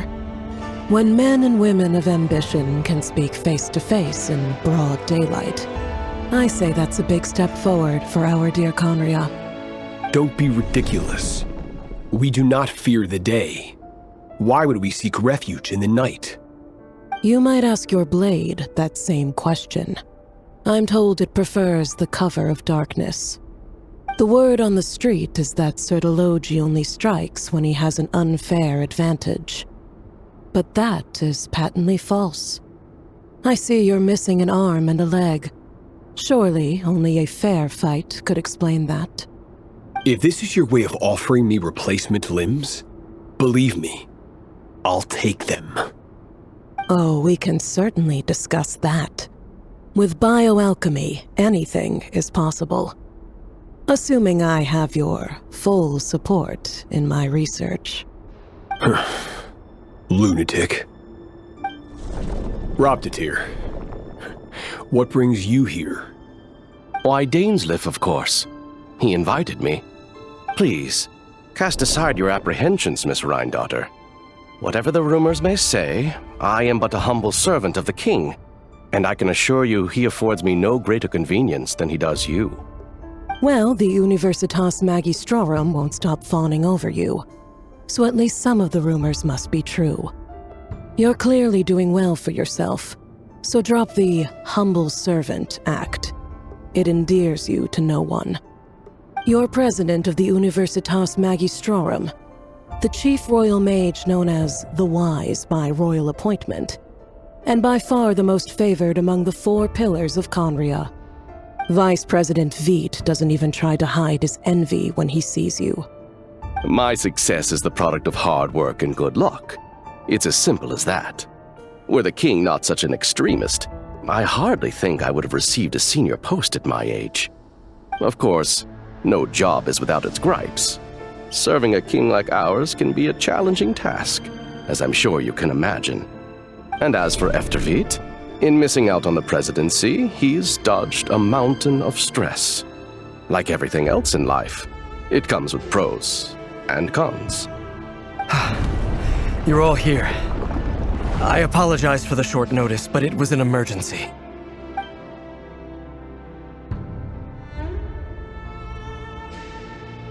You must be Rerir. Mr. Sertologi. Yes, I handled your case file during your sentencing. Nothing personal, of course. I'm pleasantly surprised that you remember me. You're clearly a person of substance if you've been invited here. But Dainsleif, you'd better have a very good reason for convening this little gathering. It's my brother, Vedalfenir. After he spoke at the court this morning, the king was so infuriated by his words that he had him blinded in both eyes and thrown in prison.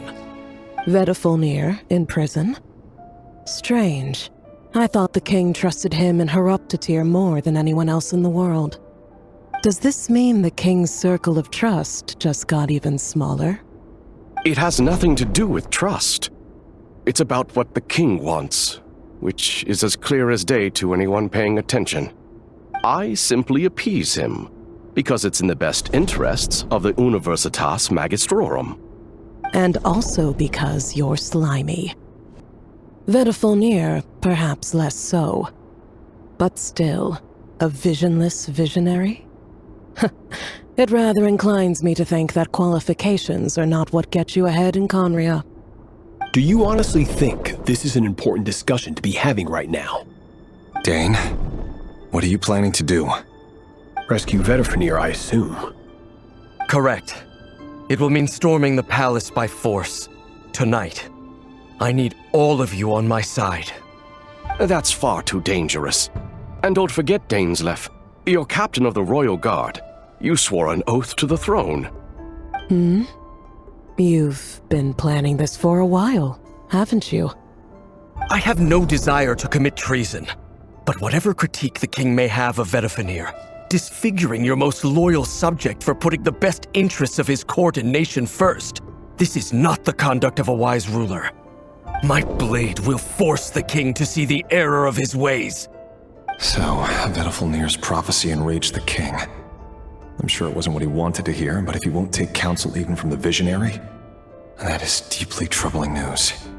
The extent of His Majesty's madness is now all too clear. The question is, how does a man like me get out of this situation unscathed?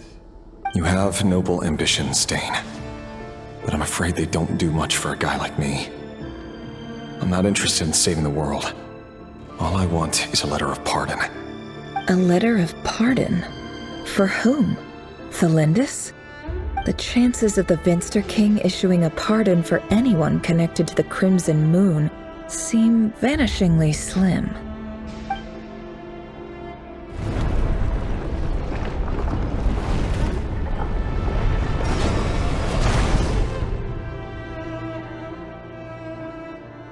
This black fog over the board must have some connection to Thelindis. But why is it taking this form? Does it have something to do with Revir's past? Another mystery I'll need to unravel.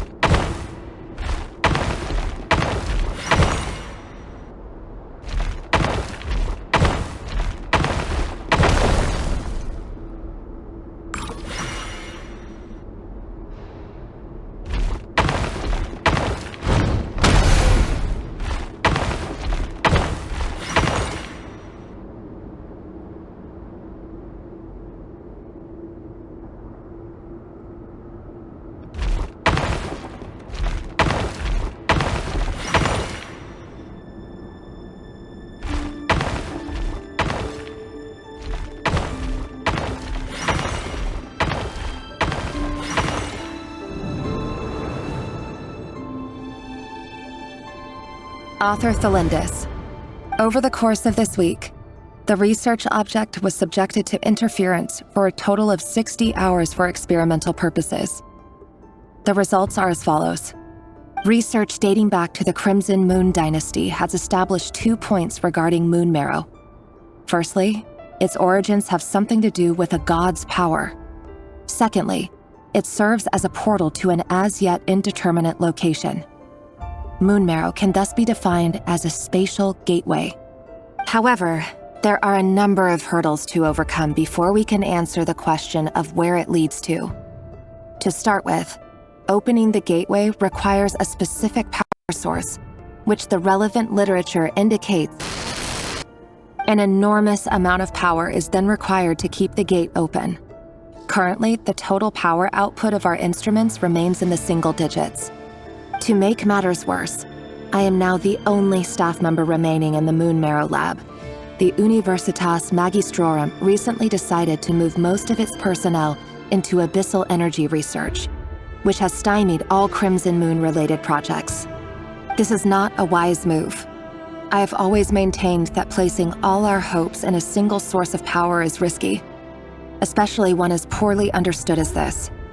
As well as making ourselves overly reliant on a single resource, we are neglecting other promising technologies. I apologize if this comes across as disrespectful. But as a Moon Marrow researcher, I desperately want to see the world beyond the gateway. If we really made it there one day, what would we find? And how would we go about taming the unknown? My imagination is endlessly fueled by questions such as these.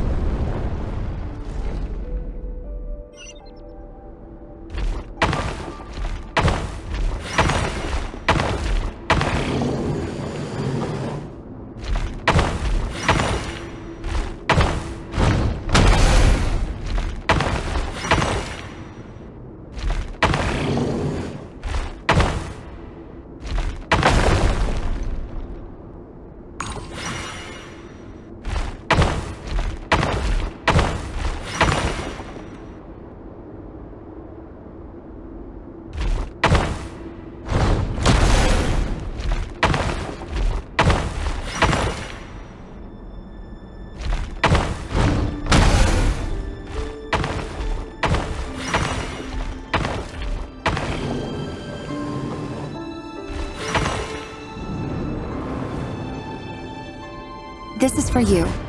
I heard you're gonna leave the city with your parents. The Lindis. Did you hear about what happened? I've heard nothing. Rerir got back very late last Friday, and he was acting a little unusual, but he slept pretty well, so I'm guessing whatever he did was a good deed.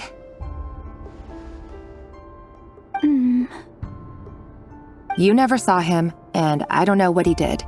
And this conversation never happened. You understand? What if he finds out that you pried into his secrets? Don't be silly.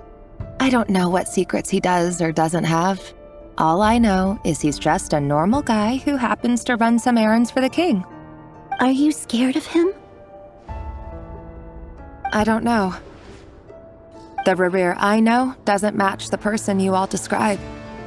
Logically, I should be scared of him. And yet, I don't want to lose him. But enough about that. You should get going, and be careful with the package I gave you. Keep it secret. Keep it safe. What's in it? A piece of the moon. All you need to know is that as long as you keep it safe, then in the future, everyone will be able to see a red moon. A red moon? You mean our moon? That's right. Our moon. Promise me you'll look after it. I promise, the Lindis. The Crimson Moon bloodline will never die out. Its light, the color of blood, will become like a fire that flows in our veins, no matter how long it takes.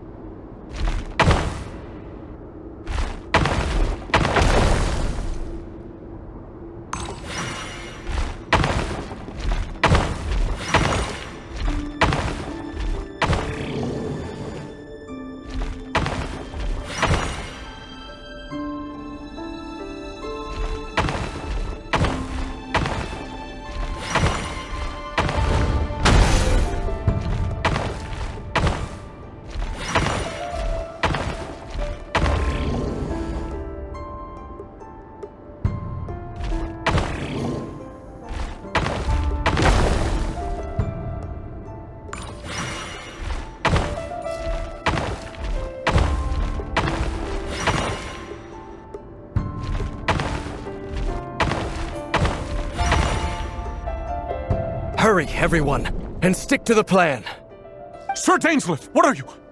Is this treason? You know what happens to those who betray the throne. Please, don't do this! It is the king himself who has betrayed the throne. He has betrayed all of Conria. If you have any love left for justice in your heart, you should join me. It's showtime. Dane and his group will handle the troops in the palace. Then Hroptatyr and Rhindaughter will disarm the security measures. My job is to enter the prison and rescue Vedifalnir. Stay safe. Wish me luck. Look after my brother. Draw your blade. It is time for justice to prevail.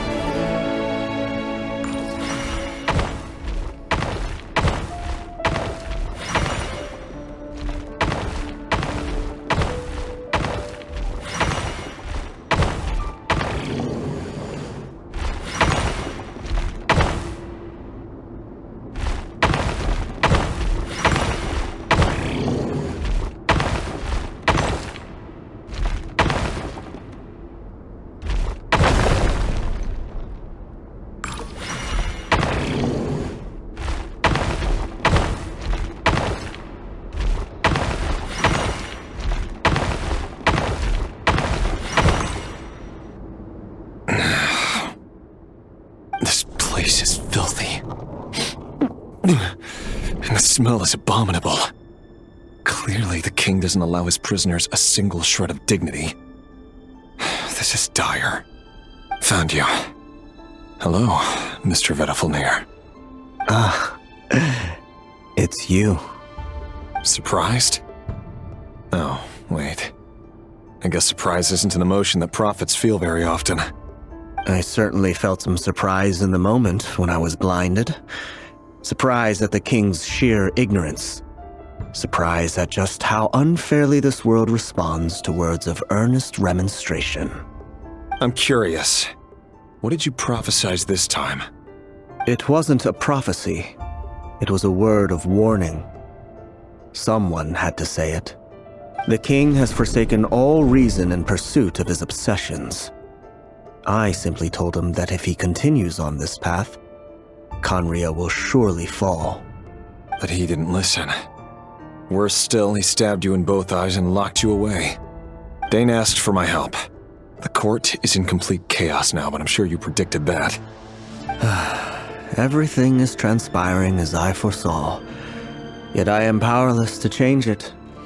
Fate is an immutable force. I can but lament as the inevitable unfolds. I do wonder whether giving a man the power to see the future does nothing more for him than slowly crush his spirit. Forgive my curtness, Vedafilnir, but the king did not suddenly turn on you today. His suspicions have been brewing for a long time. You can't have wisdom beyond the reach of your fellow man without attracting his fear and suspicion. There are things the king does not want to see. So, he doesn't want you having visions of them either. He blinded you because he thought this would make the visions stop. He wasn't entirely wrong. I did indeed lose my power to see the future. Right up until... Until what? Just now. I believe I saw something new. Well, tonight could go a lot of different ways. 5 of us banded together to storm the palace, also we could rescue you. This will go down as the most tumultuous day in Khaenri'ah history. I sense hatred in you, but also hope. A desperate hope that with the tyrant deposed, that will be the end of the story. But this is not the end. It is the beginning of a new chapter in a whole new story. There are many men of honor and courage in this world, Rerir. But you are not one of them. You're not here for justice, are you? You're here for yourself. Is that a dagger? Interesting. Why not the polearm? It was always your weapon of choice. With your abilities, I don't doubt that you were able to recover some of your sight. But I also doubt that you want to make an enemy of me right now. Of course not. We're on the same side, aren't we? We could be. But I need you to be honest with me, Vedafilnir. At this point, you're my only hope for the future. You mean your future? With your beloved, Felindis? Yes. And I know there are bigger things at stake here. A dynasty, a nation, maybe the entire world. But forgive me, I care first and foremost about myself. I can't abandon the one I love to save myself. I just can't do it. But you see a broader picture of the future than I. You see the solutions to the biggest problems of our age. So tell me, what is my solution? What's the answer? In matters of fate, answers are either right or wrong. What will be and what will not.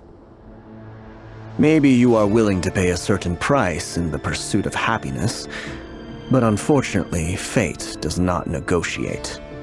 That is the cruelest thing about fate. It is unmoved by your sacrifices. That can't be true. I know it's your voice that I keep hearing in my head, urging me to see how the world is changing, to seek more power, so I can protect the things I love. You show me disaster, but you won't show me how to avoid it? Why? Why are you doing all this? My voice. in your head.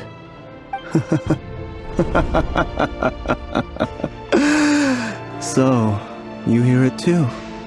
The voice that steals your mind, gains your trust, and drives you crazy. It turns out that we are not so different, you and I.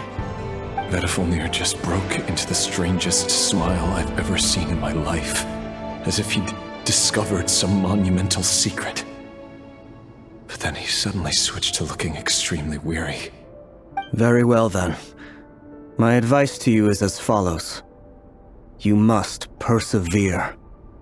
Whatever trials and tribulations you may face, be steadfast in the belief that they are your path to the future.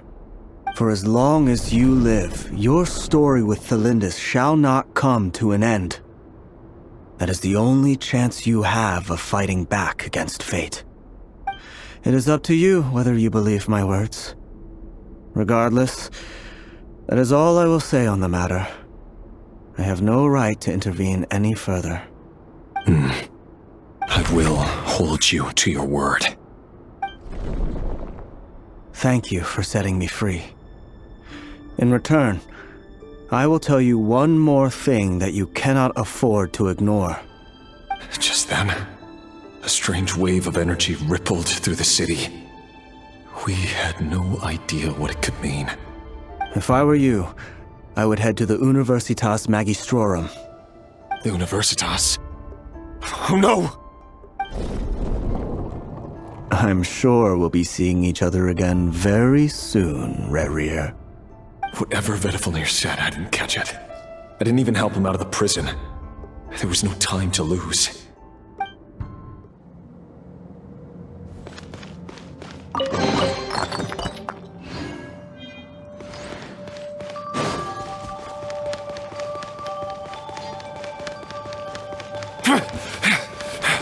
Monsters? Is this what my daughter's doing? With the Universitas Magistrorum? Out of my way! Show no mercy! Suffer the... Hear the echoes of the valley! Pyroclastic surge! Incinerate! The Universitas. That reminds me of a rumor I once heard. Allegedly, the king installed secret mechanisms in the palace and around the city. No one knows where they are or what kind of power they hold. But if they were ever going to activate, it would probably be on a night like tonight. Help! Help! Hold on! Don't let them anywhere near you! Save me! I can't! Ah! That sounded like an explosion. So, the rumor is true? The king really went through with it? What other means does the king have at his disposal? They must run on power from the Abyss. And given it's a major center of Abyss research, anyone over at the Universitas will be in grave danger. I have to hurry!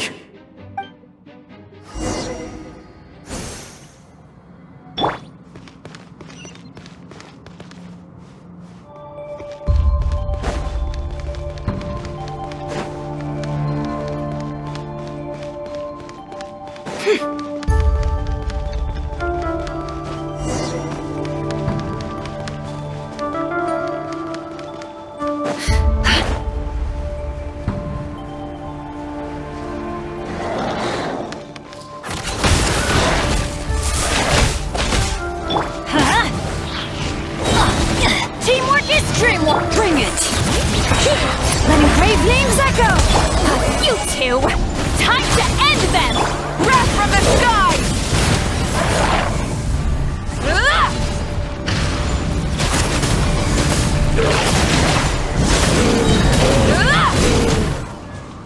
Seek within.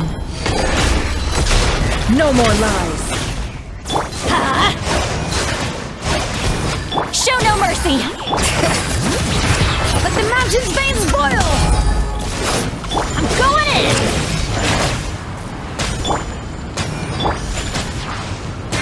Can't hide the truth. Eat Laline! Eat Papa! Pyroclastic surge!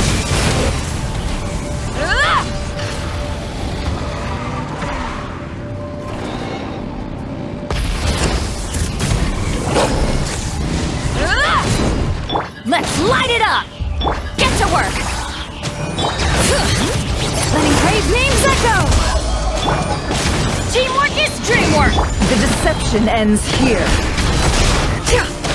Light of the blazing sun!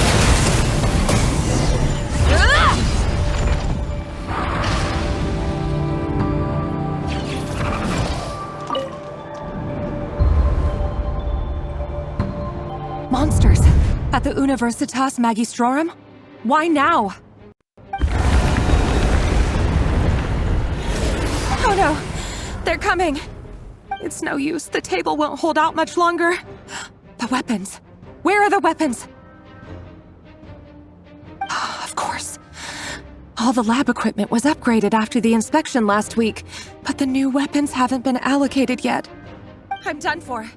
Is anyone there? I need help!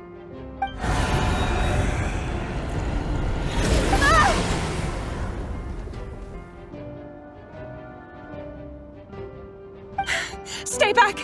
Please stay back! Please!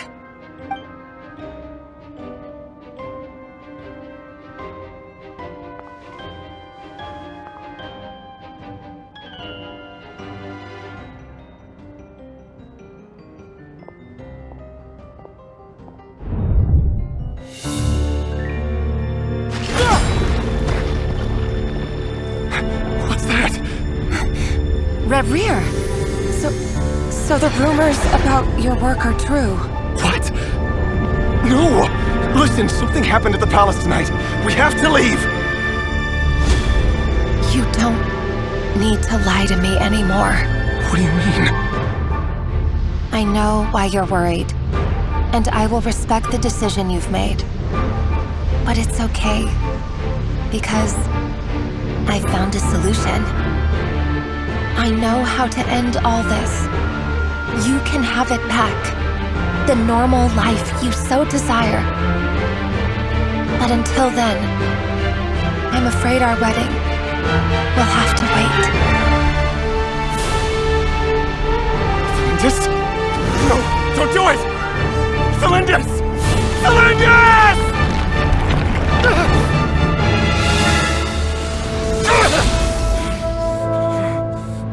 I told you, Reverie. Let her go. You will find someone better. No! No, I won't do it! I have to save her! By what means exactly? A lowly pawn. You lack the power and the strength of will. Do you know a way? Tell me! Come to the palace. Join us.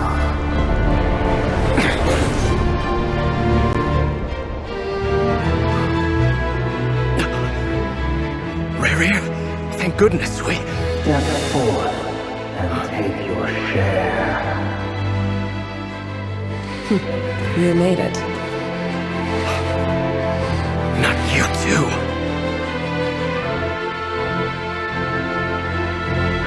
Hatred or grief, despair or desire.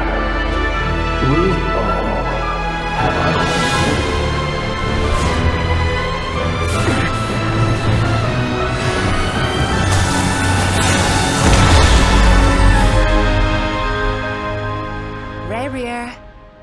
Reverie. Celindus. Were you daydreaming?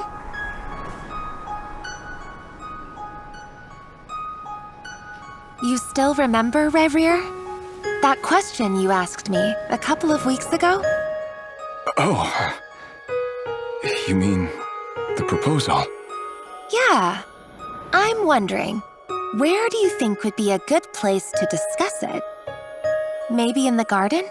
Or were you thinking a fancy restaurant? It's your choice.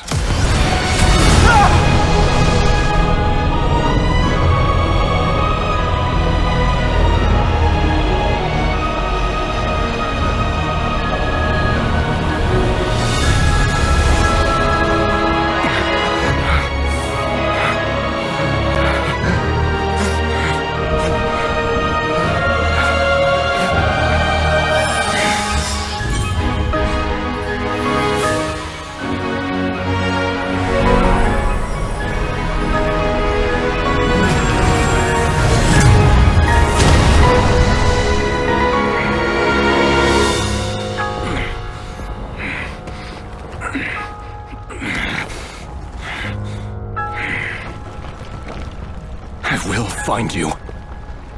And then, you can give me your answer.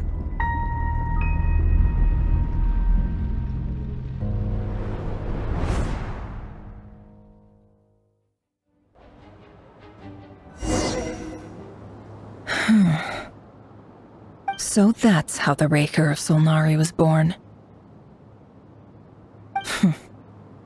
A monster created by circumstance is a monster all the same. Viewing other people's thoughts for too long can get uncomfortable. Right now, I'm feeling a strong sense of loathing. In a nutshell, the story of Conria is what happens when the truth falls by the wayside. Everyone tells little white lies, and before long, you have a huge pack of lies that destroys everything. Whew. Time to get back. His past is filled with sorrow, but the tale of any fallen civilization is one of endless tragedy. Cruel as it may be, that was Conria's fate.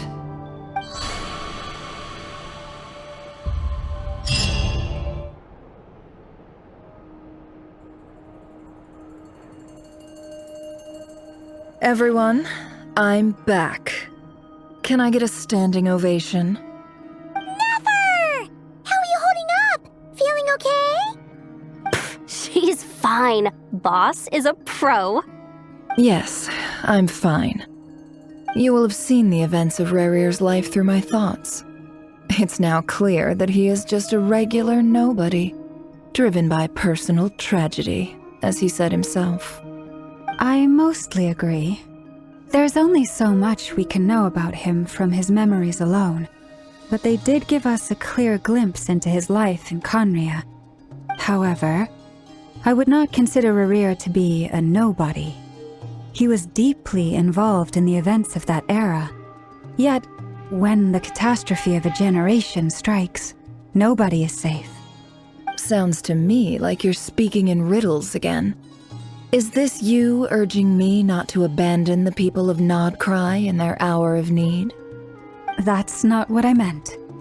Although I do hope you choose to remain a part of the plan. Without you, the mission ahead will be all but impossible. Then try to remember that I respond better to the carrot than the stick. And I don't appreciate being bossed around. Now, as for you, Missy, you were excellent. You stuck to the rules of the ceremony and kept your mouth shut the entire time. Bravo. Cool. So, can you fill me in on the deets now? Most of what I saw went right over my head. Patience. You'll hear the whole story, don't you worry. But let's meet up with the others first. It will save me narrating it twice. Yehoda? Yes, boss. Let me get that door for ya. That's more like it. For a moment there, I was worried you'd forgotten about the first clause of your employment contract. Forgive my curiosity, but what does the first clause say? It says I gotta do the annoying stuff that boss is too lazy to do for herself. Like opening the door, pouring the tea, yada yada. Is that right? If something is in the contract, it's because she willingly agreed to it. Rest assured that the Curatorium abides by the very strictest of labor policies. You don't seriously think I'm cruel enough to treat her like my slave. In any case, I've hardly shied away from my share of the work today. Hope I don't catch Flintz and Varka lounging about in their chairs, enjoying a leisurely cup of tea. There's nothing I dislike more than other people enjoying themselves while I'm hard at work.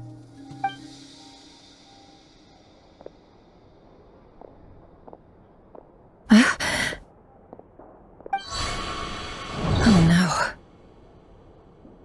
no. Sorry to disturb you, but we seem to have run into some trouble. Evidently so. Don't worry, I'm not about to leave you to fend for yourselves. I'm not that kind of boss. And it would go against the Curatorium's labor policy. I'm sorry? What did you hear me say? I wasn't talking about labor policy. Wait. How long have I been standing here? Not long. You just appeared by the door a moment ago.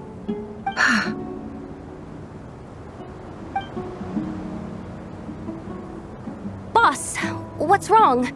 You look like you've seen a ghost. We've been tricked. We never left at all. Somehow I hallucinated that whole scene back inside the office. Hallucinated? But how?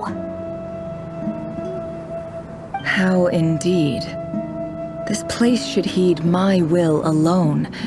All thoughts and actions that occur in here are just a result of pawns moving across the chessboard in a carefully calculated manner. And nobody has access to this chess set but me. So you control everything in here? More or less. But yes, it's a special technique of mine. Has anything like this ever happened before? Only once. It was the first time I used the chess set. Is there any similarity between what happened then and what's happening now? I suppose my thoughts are a little turbulent, which was also the case my first time. Is there anything I can do to help? The first clause of your contract clearly states that I only need your help with things that I'm too lazy to do myself. Meaning you're not feeling lazy right now? Meaning this is not something Yehoda can help with. The chess set is a personal treasure that I alone understand. I must be the one to find our way out of here. Boss, it's fine. Really. Let me do something useful. Oh, listen to you. Whatever would I do without you, Yehoda? What? Really? Yes, really. Where would I ever find another employee as obedient and servile as you?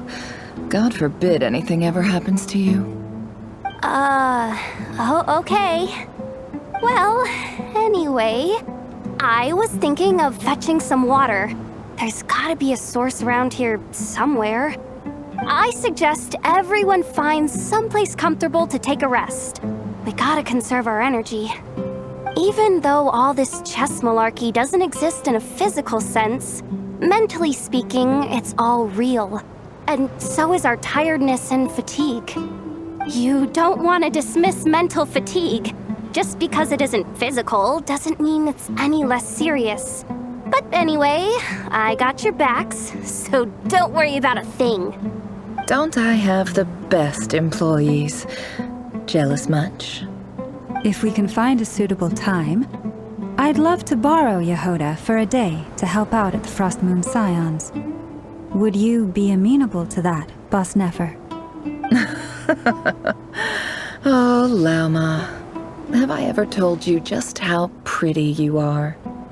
Beauty runs from the tips of your antlers to the depths of your imagination. Time to rally, everyone. Follow me. As we continue our journey, the same rules will apply. That means stay focused and no talking no matter what we encounter. And don't disturb the chess pieces. You have my word that I will get us all out of here.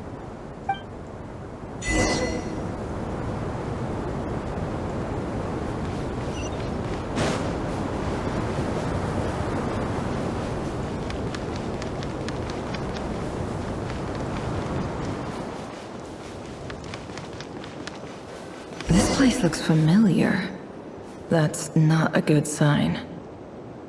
There's someone up ahead. Time for a little chat.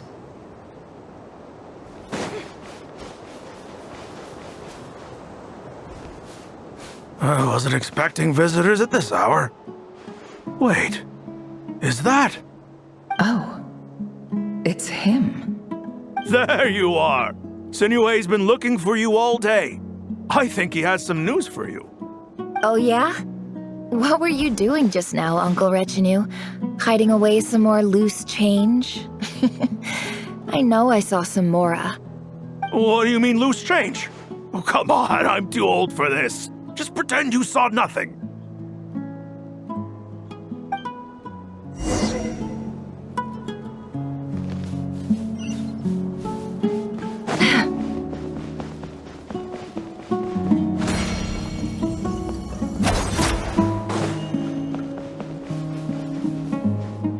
Hey, kid.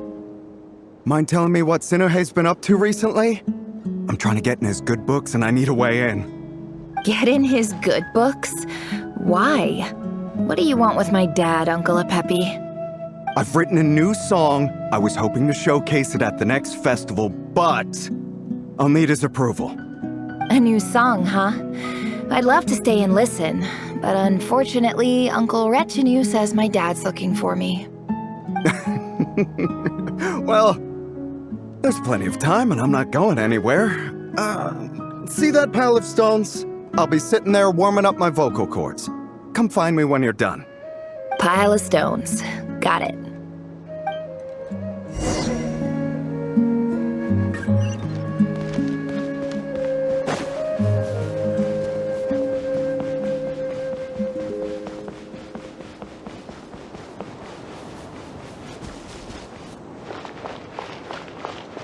Hi, Dad. Uncle Retinue said you were looking for me. Ah, there's my little princess. If you'd gotten back just a little sooner, you could have shared the spoils of war with me. Spoils of war? Who were you fighting against, Dad? It was just a figure of speech. The aftermath of a sandstorm is no time to be waging war. I was talking about our war against thirst. I went out to fix our water supply problem, and now I'm back. Which means... We have a well again! That's right. I found a new one and brought back as much water as I could carry. It should last us for a good while. If it wasn't for these blasted sandstorms, our wells wouldn't be caving in. And you wouldn't be spending all your time out searching for new water sources. As the chief of our tribe, I'm supposed to be leading us out of hardship and poverty, onto better things. You know how prosperous our ancestors were. I've told you all the stories. And look at us now, squeezed into these hovels. No one would choose this, if it wasn't for the endless wars over the years. But things are looking up. I started working with some folks from the academia a few months back. They gave me some contacts in return for my assistance in the desert. So you're the academia's helper now? Special ambassador, they call it. Think of it as a partnership. It's nothing bad, okay? We've been isolated here in the desert for too long. Seeking opportunities elsewhere is the best thing for us, and the fastest way to progress. So, do you get anything good out of being a special ambassador? Of course. My luck's improving all the time. One day, I swear I'm gonna lead us out of this place. We'll find somewhere new. Somewhere better.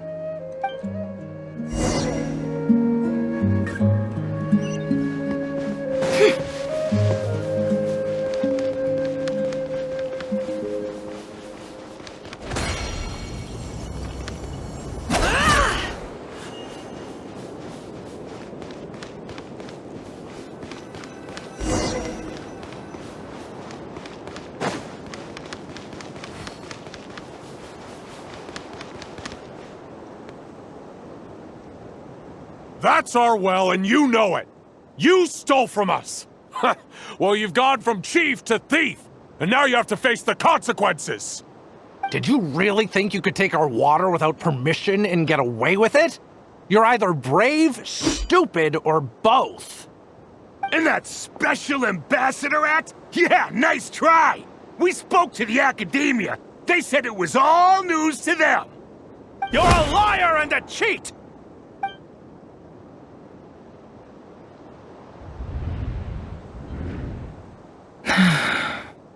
I heard Yehuda gasp, but I don't blame her. Most people are terrified by the sight of blood. Corpses strewn across the ground. The wounds are clearly from scimitars and daggers. The desert dwellers' weapons of choice. There's a handwritten note on the ground.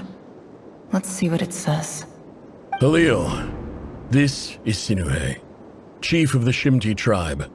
Surely you remember me. I was the one who helped you and your colleagues avoid the quicksand in the desert. This is my second time writing to you. I assume my last letter must have gotten lost in the mail, as I didn't receive a reply. I hope this one makes it to you safely. I'm writing to you because I need some help. That sandstorm the other day completely blocked up our well, forcing me to look for another water source in Iab and Unut territory. It was a matter of survival. Praise the gods. The well of the Iab tribe was intact. It was my last resort. I drew what water I could and left, but not without being spotted. I fear they will retaliate. You told me to write to you if I ever needed help. You said you'd be my ally in the academia. I urgently need you to formally recognize my title of Special Ambassador and send some of your people to assist me for a few days. It's the only way I can convince them that this was the academia's decision and prevent them from retaliating. This is an emergency. Please send help as soon as possible. Looks like this letter never got sent. The writer died a grisly death, and the letter was trampled into the ground. It's badly defaced. Some parts are barely legible. What a ridiculous lie the surviving Shimti tell. Their whole village was butchered over a sip of water. Ah, officer. Welcome. Welcome to our humble village. I thought you would at least have the courtesy to provide some respectable libations. This is the finest wine Aru village has to offer. I promise.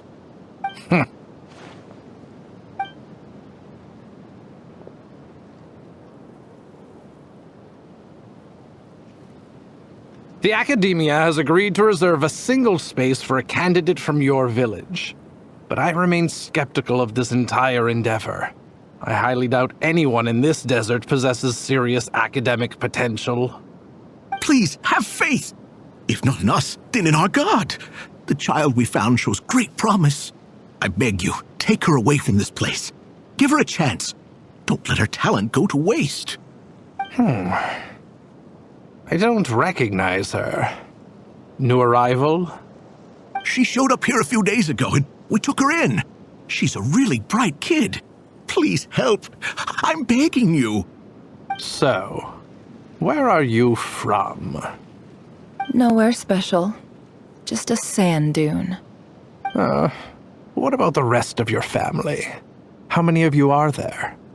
Just the one. It's only you? Correct. So, no brothers, no sisters, no mother or father?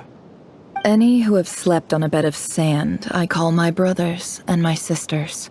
Apart from that, I have no family. All right. Get over here. Sign your name on the form.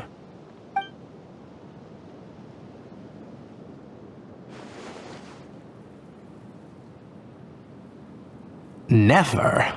You're rather fair-skinned for a desert dweller.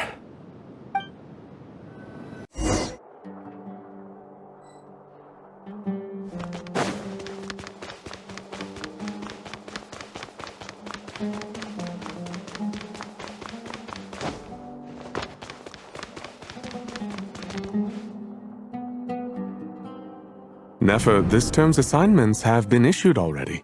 Please read through the materials thoroughly, conduct your own additional research, and then write an essay on the topic. Yes, Professor, I'm aware. I just had a couple more questions I wanted to get your perspective on. Oh? Please ask away. Well, I saw the other students' problem sheets, and I couldn't help but notice that my assignment is much easier than theirs. Do you really think I'm a weak student? A weak student? Goodness, no. Quite the opposite. You have a sharp mind. Almost too sharp. I think what you're saying is, a weak student wouldn't have noticed the discrepancy. And if they did, they certainly wouldn't complain about the lighter workload. You see, sharp as they come. You see things the way they are. And I'm sure you know why they're like that. Because of where I come from. Because I'm different. I'm sorry, Nefer. I don't like it any more than you do. It's just... Anyway, you said you had a couple of questions. What's the other one? I wanted to check. If someone sent me a letter to the academia, where do I go to collect it? Ah, your family wrote to you. Well, as long as they put your name on the envelope, someone should hand it right to you. Not exactly. It's not even a recent letter. I was just curious where the mail would end up if no one collects it. The House of Dana, I expect. I know there's a box for unclaimed mail somewhere in there, probably sitting on a shelf. Whatever you're looking for, that'd be the place to start. Okay, got it. Thank you, Professor. Oh, don't mention it. Honestly, I feel like I failed you. I'm supposed to be your teacher, but I haven't taught you anything. Hey, don't say that. You're a great teacher, and you do your best for all your students. But the rules are the rules. You're not allowed to teach students like me. It's not just the academia either. The whole world bends over backwards for the successful and leaves the losers to suffer and die. Oh, my dear child. Don't tell me you've given up on life already. I haven't. I just think that if you want to make it in this world, you have to find a way to become successful.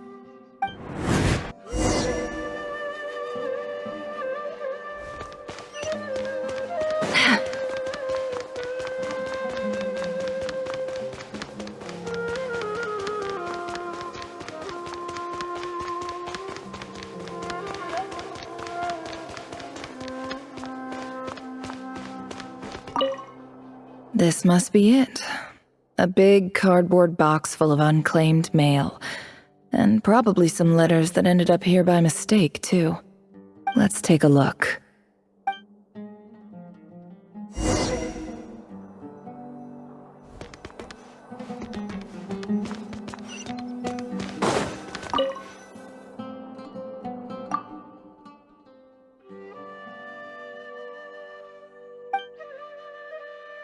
A dilapidation survey from Port Ormos. Looks like it's from a Core of 30 representative. What a strange thought. A bunch of mercs losing sleep over rundown buildings. This one was never even opened. I guess the recipient didn't care what the Core of 30 had to say about anything. Who was it addressed to? I don't recognize the name. But it must have been a Ksharawar professor.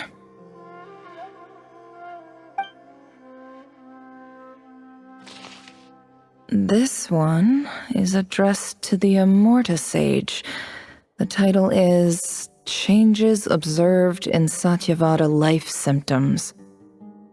Why do all these letters read like full-blown dissertations?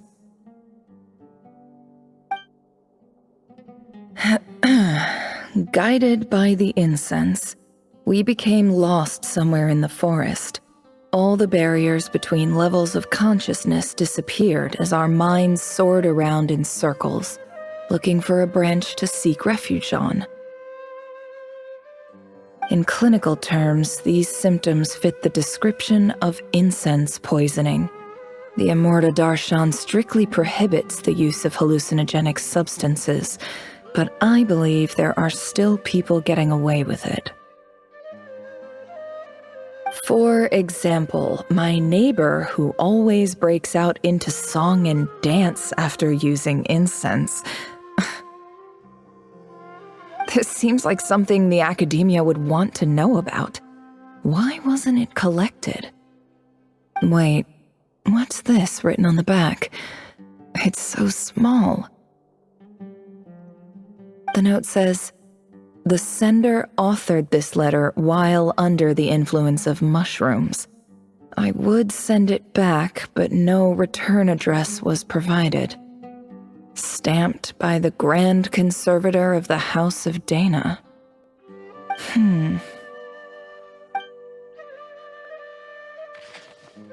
This next one is addressed to Grand Sage Azar?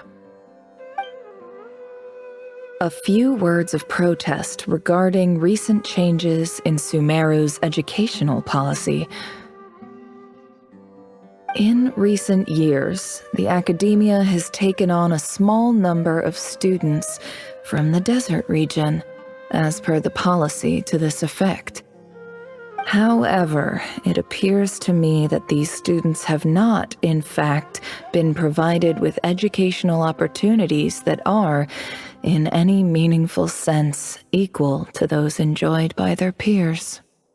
As well as receiving dumbed-down assignments and perfunctory tutoring, they do not even have full access to the Akasha system.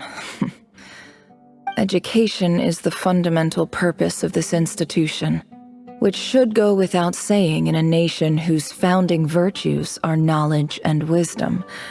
I ask you, is the lip service we pay to the policy of education for desert students truly the standard of pedagogy to which the academia aspires? As Grand Sage, policy decisions are your prerogative. But do not forget your roots. You and I were once students too, as was everyone else in this institution. I do hope you will give some serious attention to this matter. I encourage you to discuss issues like this with myself and others, and listen to some alternative opinions. Great letter. Shame it didn't get to where it needed to go.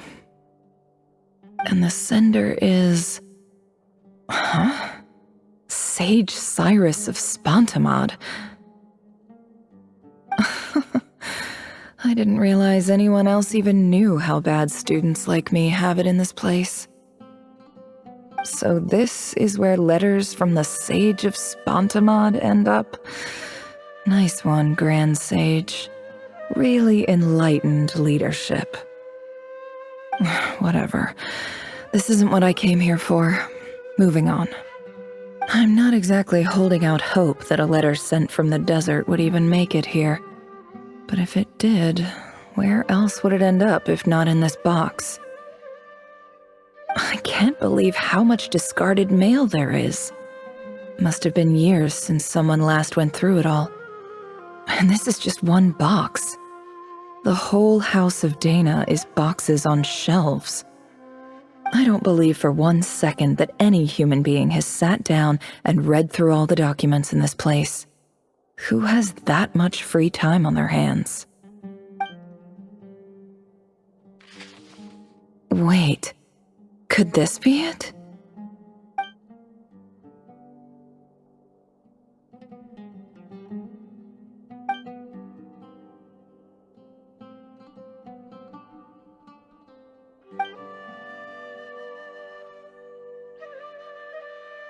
Greetings, Halil.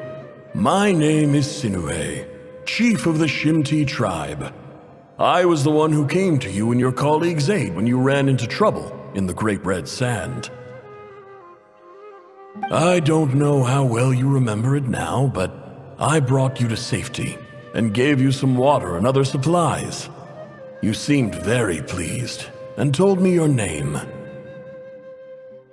In my tribe, learning a person's true name is serious business, and I therefore see you all as friends. You were kind enough to leave your contact details, so we could stay in touch. The Shimti tribe lives a harsh, nomadic existence in the desert. You were sympathetic towards my plight, promising to make me a special ambassador of the academia and help us find a way to make a better living.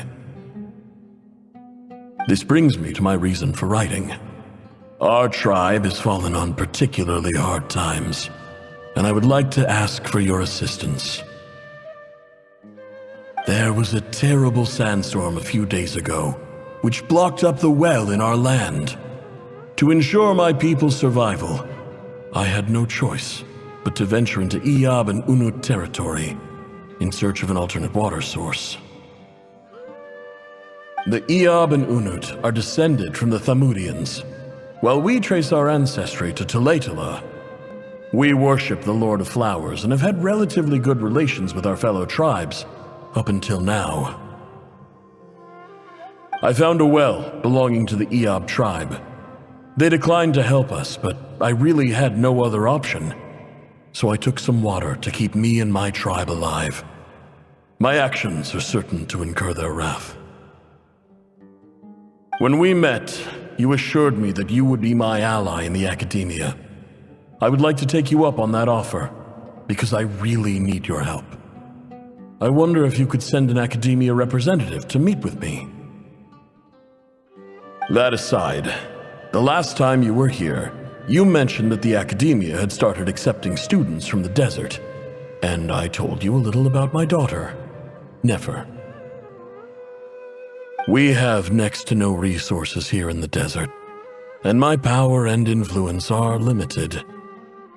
Would you consider enrolling my daughter at the academia? She is a smart girl. I know she won't disappoint you. From the outset, the academia never took you seriously. Those things they promised were just empty words. I doubt they even remember the name Sinuhe. And you were so emphatic that your luck had finally changed for the better. You swore you'd lead us to a better place one day. You spoke with such conviction, like you were the most powerful chief in the whole desert. You liar. You lied about everything. You promised the world and delivered on none of it. And who fell for it? Just me, by the looks of it. Despite your best efforts. Which makes you a pathetic liar. You weren't even any good at it. I think I'll take over from here. Let me show you how it's done.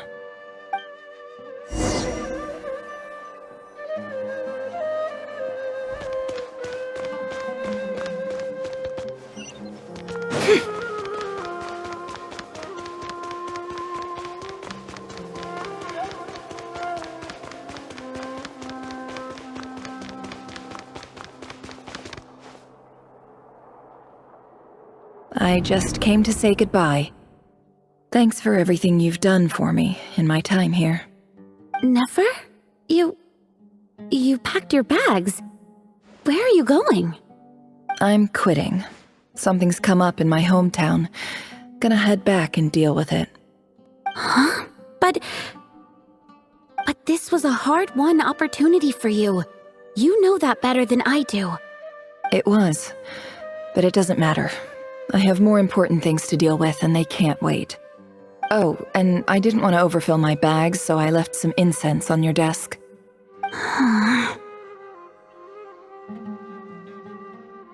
What's wrong? I thought you liked incense. Although, I did read somewhere in the House of Dana that it has hallucinogenic effects. Don't use it all at once, alright? Isn't this the stuff you brought from your hometown? You're just letting me have it? But you said it's a rare and valuable commodity. Yeah, about that. I lied. It's not rare at all. There's this bunch of ruins near my hometown that are practically overgrown with this plant. It's not worth much. Keep it, it's fine. But Nefer... Alright, that's all from me. You take care.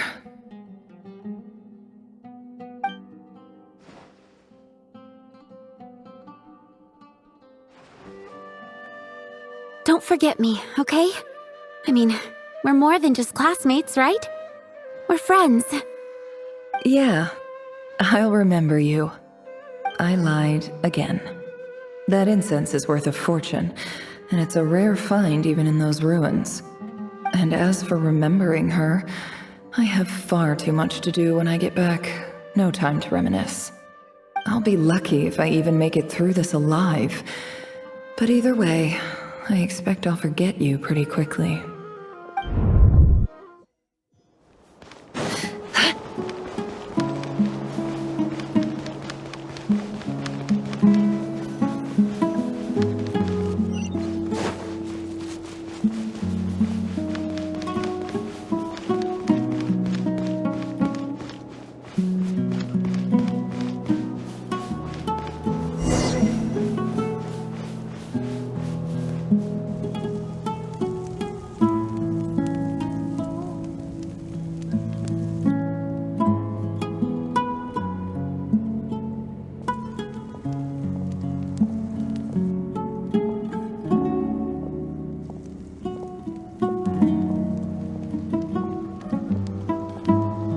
It's a pleasure to meet you, Mr. Arif.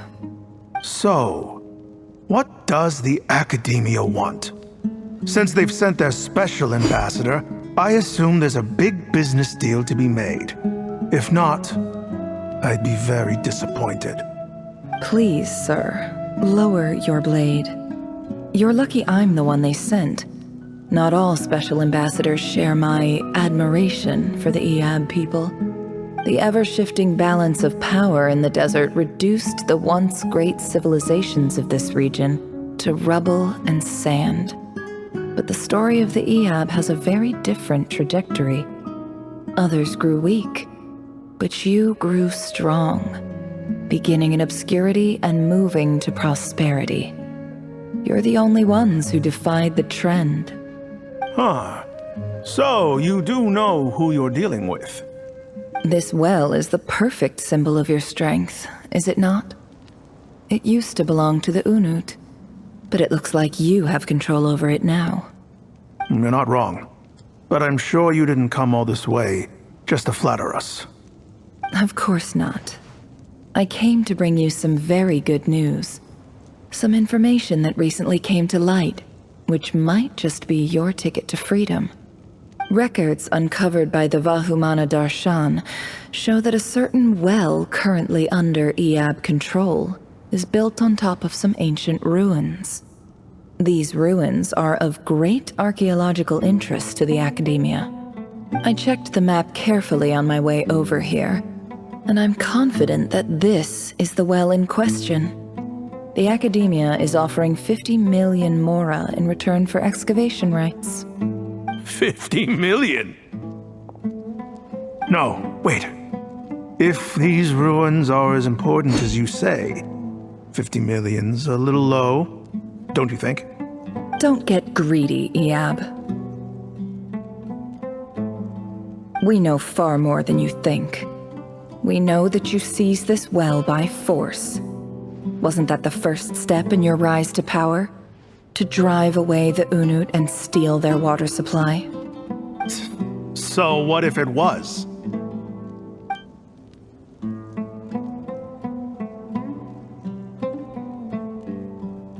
Don't worry. As unscrupulous as it was, it's something we're willing to overlook. The Academia is only interested in dealing with the de facto power holders in the region. I hope I am making myself clear. And I hope your words are the truth. If I find out the Academia is trying to play me, I'll hunt down every one of your people and make you watch as I cut their heads off one by one. I assure you, Chief, that would not be in your long-term interests. You don't want to make an enemy of the Academia. You see how I'm dressed, don't you? I appreciate that you've never been to the rainforest, but surely even you recognize an ambassador's attire when you see it. And what does a barbarian like you have to lose anyway? You really think the Sumeru Academia would bother to come all this way just to lie to you? We have more important things to worry about. All right, I take your point. The Academia is the highest authority in the land. I'm sure you're trustworthy people. In that case, we have a deal. We will sell you the excavation rights. I'd like to thank you, Ambassador. This is good news indeed. Excellent news. In fact, it calls for a celebration. Would you do us the honor of staying a while and enjoying some Eab hospitality? Gladly. I am partial to wine myself, and I trust you are as well. So let's indulge in a few drinks together, in celebration of this momentous occasion.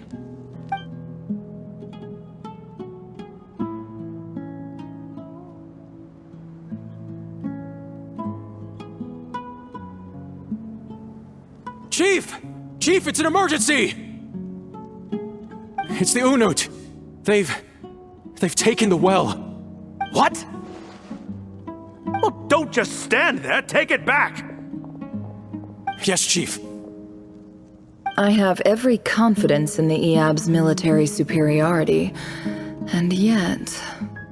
Well, what is it? The Unut's response was alarmingly fast. The day after we reach a deal, they seize the well. This can't be a coincidence. Perhaps there is a traitor in your midst. I don't think so. I am obliged to remind you, Chief, that the Academia will only deal with the de facto power holders. If you cannot regain control over the well, I'm afraid you won't see a single mora of that 50 million. No! Please, Ambassador, just give me some time. I swear the Unut will not get away with this. That well is ours, and so is the mora. Glad to hear it. I will wait here for an update. If there is a traitor, I will find them. In the meantime, make yourself at home. I'll report back as soon as I have an update. Much obliged. Wow. All it took was a few words and I've got him wrapped around my finger. What an amazing feeling. So, in summary, Ambassador, the Academia would rather negotiate with our tribe instead of the Eab, yes? The Eab are ruthless murderers who don't listen to reason. And now they have the gall to interfere in our research projects in the desert region. So let me ask you, Chief, if you were the Academia, what would you do? Kill them all, of course. Precisely. The Academia does not tolerate those who stand in our way. The Eab have held back our academic pursuits for too long, and our patience is wearing thin. At the same time, there is simply no way that the Academia can be seen to be intervening in desert affairs. I'm sure you understand where I'm coming from. We have our own rules out here. If the rainforest dwellers raised arms against a desert tribe, it'd start a bloody war. Right. We can't confront them ourselves, but we can support their enemies. The Unut have always had strained relations with the Eab, which makes you our natural allies. Natural allies. Weren't the Eab your allies once?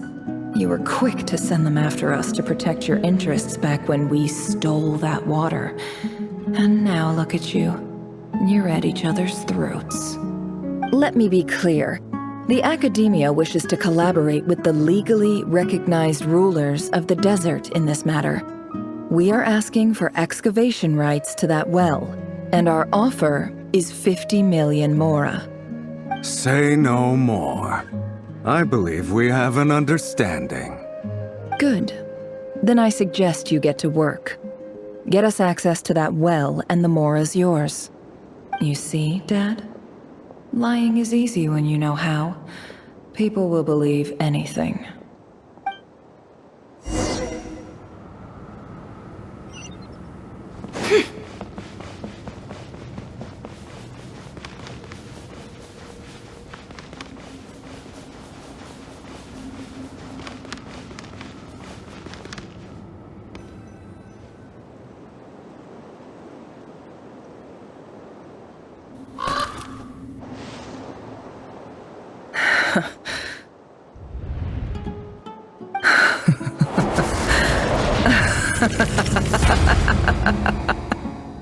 Look at yourselves. You may be vile, savage monsters, but your butchered bodies bleed like any others. You're no different. You're nothing special at all. The monsters who destroyed my home, they're just ordinary, petty human beings. What a joke. I think we're even now. Maybe I've even done the desert a favor. It's a better place without all these people around. Oh, Sinuhe, my gullible fool of a father. Perhaps if you'd been as ruthless as I was today, our tribespeople would still be alive. In this dog-eat-dog world, a chief needs to be tough to survive. but you couldn't do what had to be done. So I did it for you. Nefer, it's okay. All of this is in the past now. I believe I remember you promising to remain silent. Yeah, but even so... Yehoda, is there anything you can do to ease the tension? Alright, time for a sharp turn onto a completely different topic. So, anyway, that's enough of that. When are we getting out of this place? Feels like we've been walking forever. I'm getting pretty tired. Oh, Alma, you tired? Yes. If we can find somewhere to sit down, I could certainly do with a rest. It's not far now. There should be a temple just up ahead.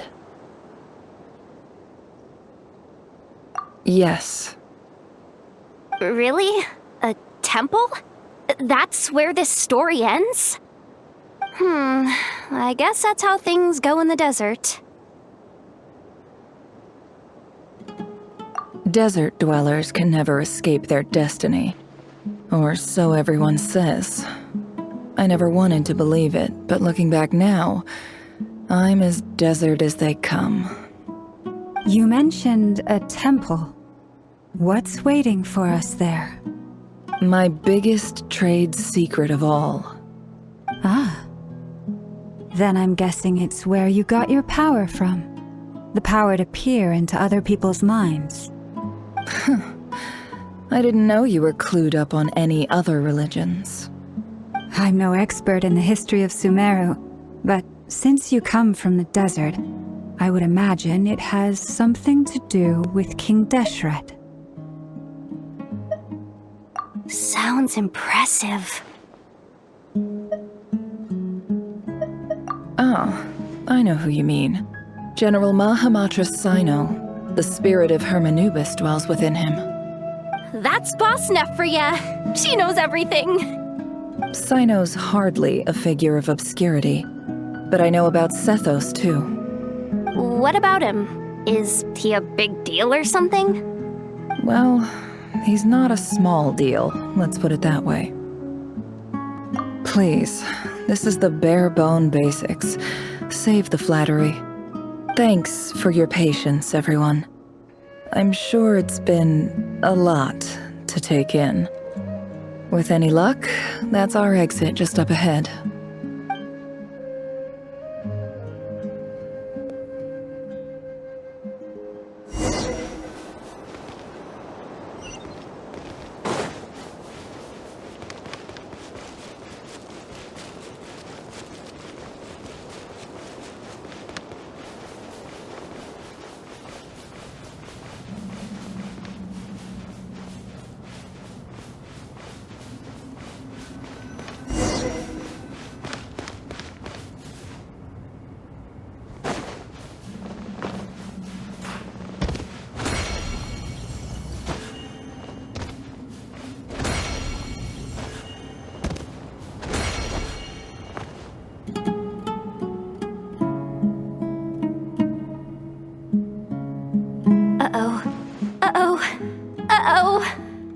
I'm totally out of my depth here.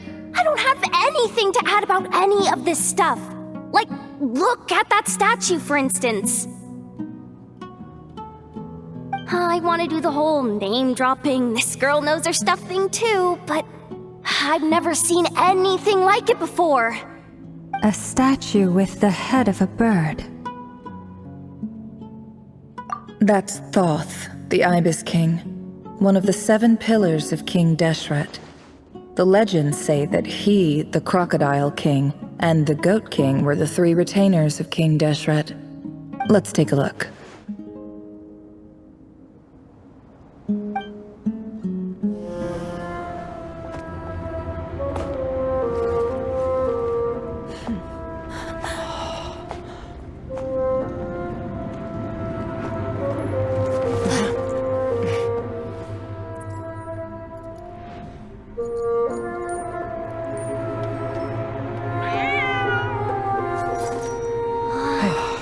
It's It's just Ashru. So, all is well?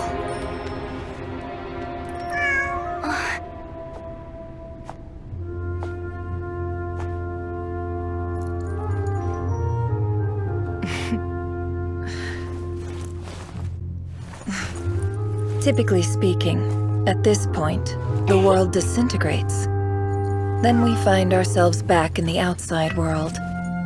Besides, these are my memories. There's nothing to fear. You're sure? Of course. It's almost over.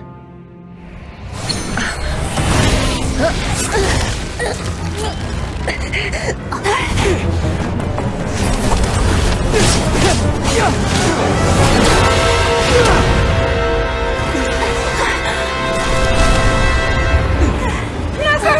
Hold on!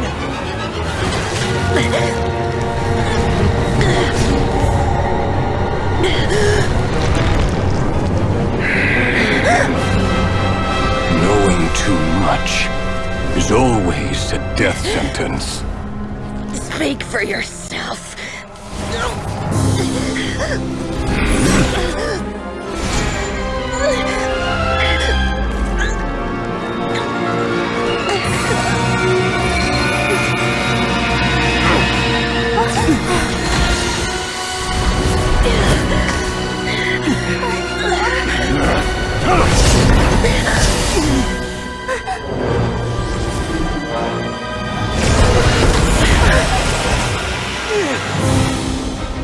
How repulsive.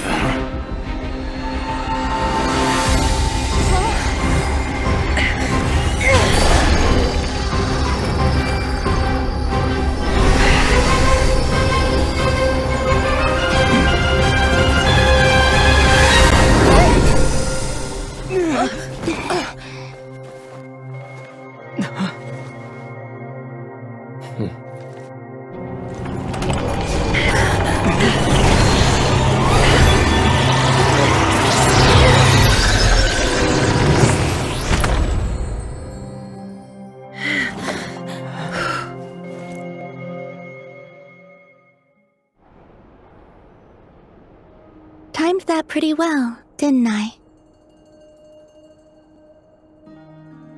It's okay. I'm just glad no one was hurt. Paimon noticed you doing something too, Dainsleif. Were you helping get them out? Of course. When I asked Nefer to conduct this investigation, I was not naive to the dangers involved. I had a duty to ensure your safety. Good to know your sense of justice is still intact after all these years. I take that to mean that you saw the truth. That comes as a great relief. I certainly did. And thanks to your help, I also managed to trap Rerir inside the chess set. Whoa, really?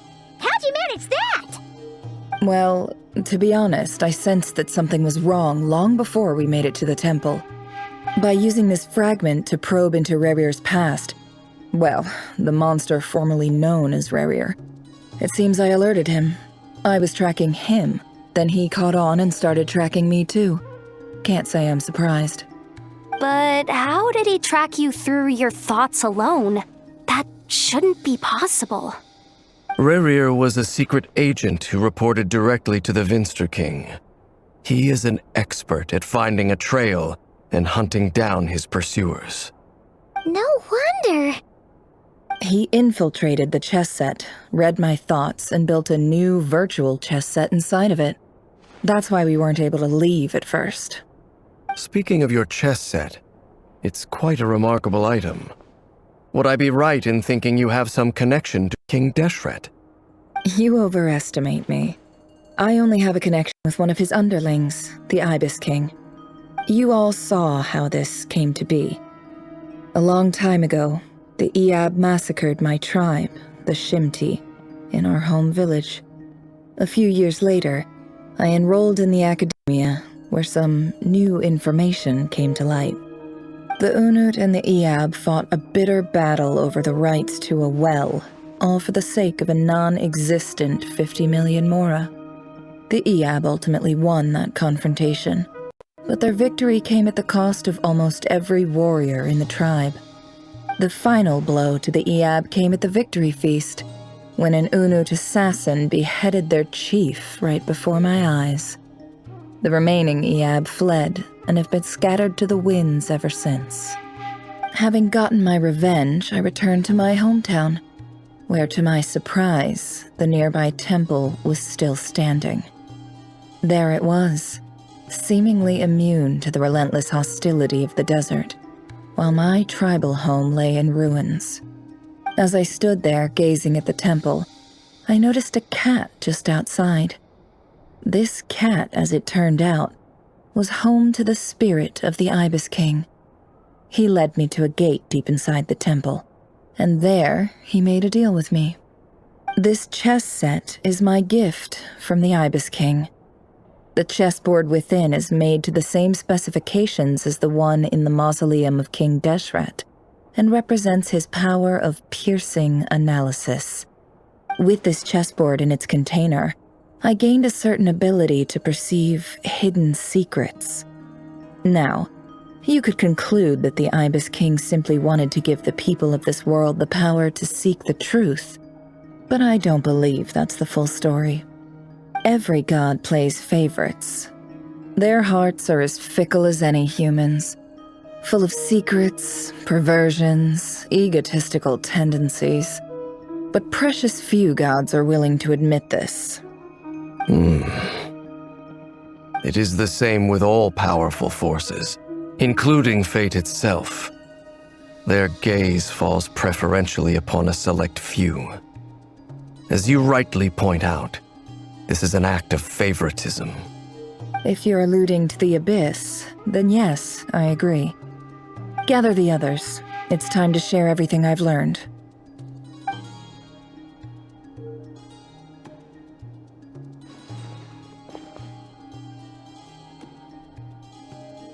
Thank you all for being here.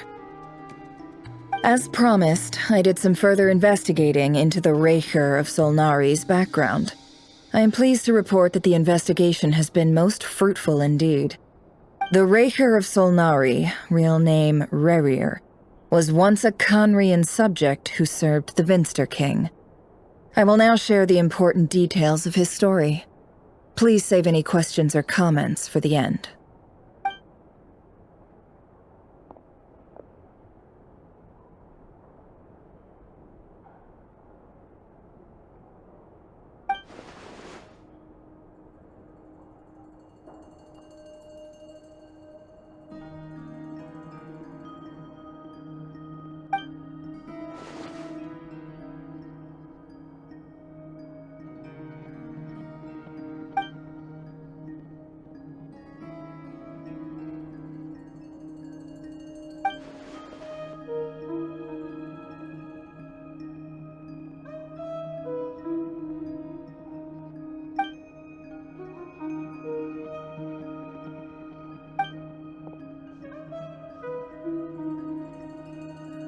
So that's why he's so obsessed with the moon.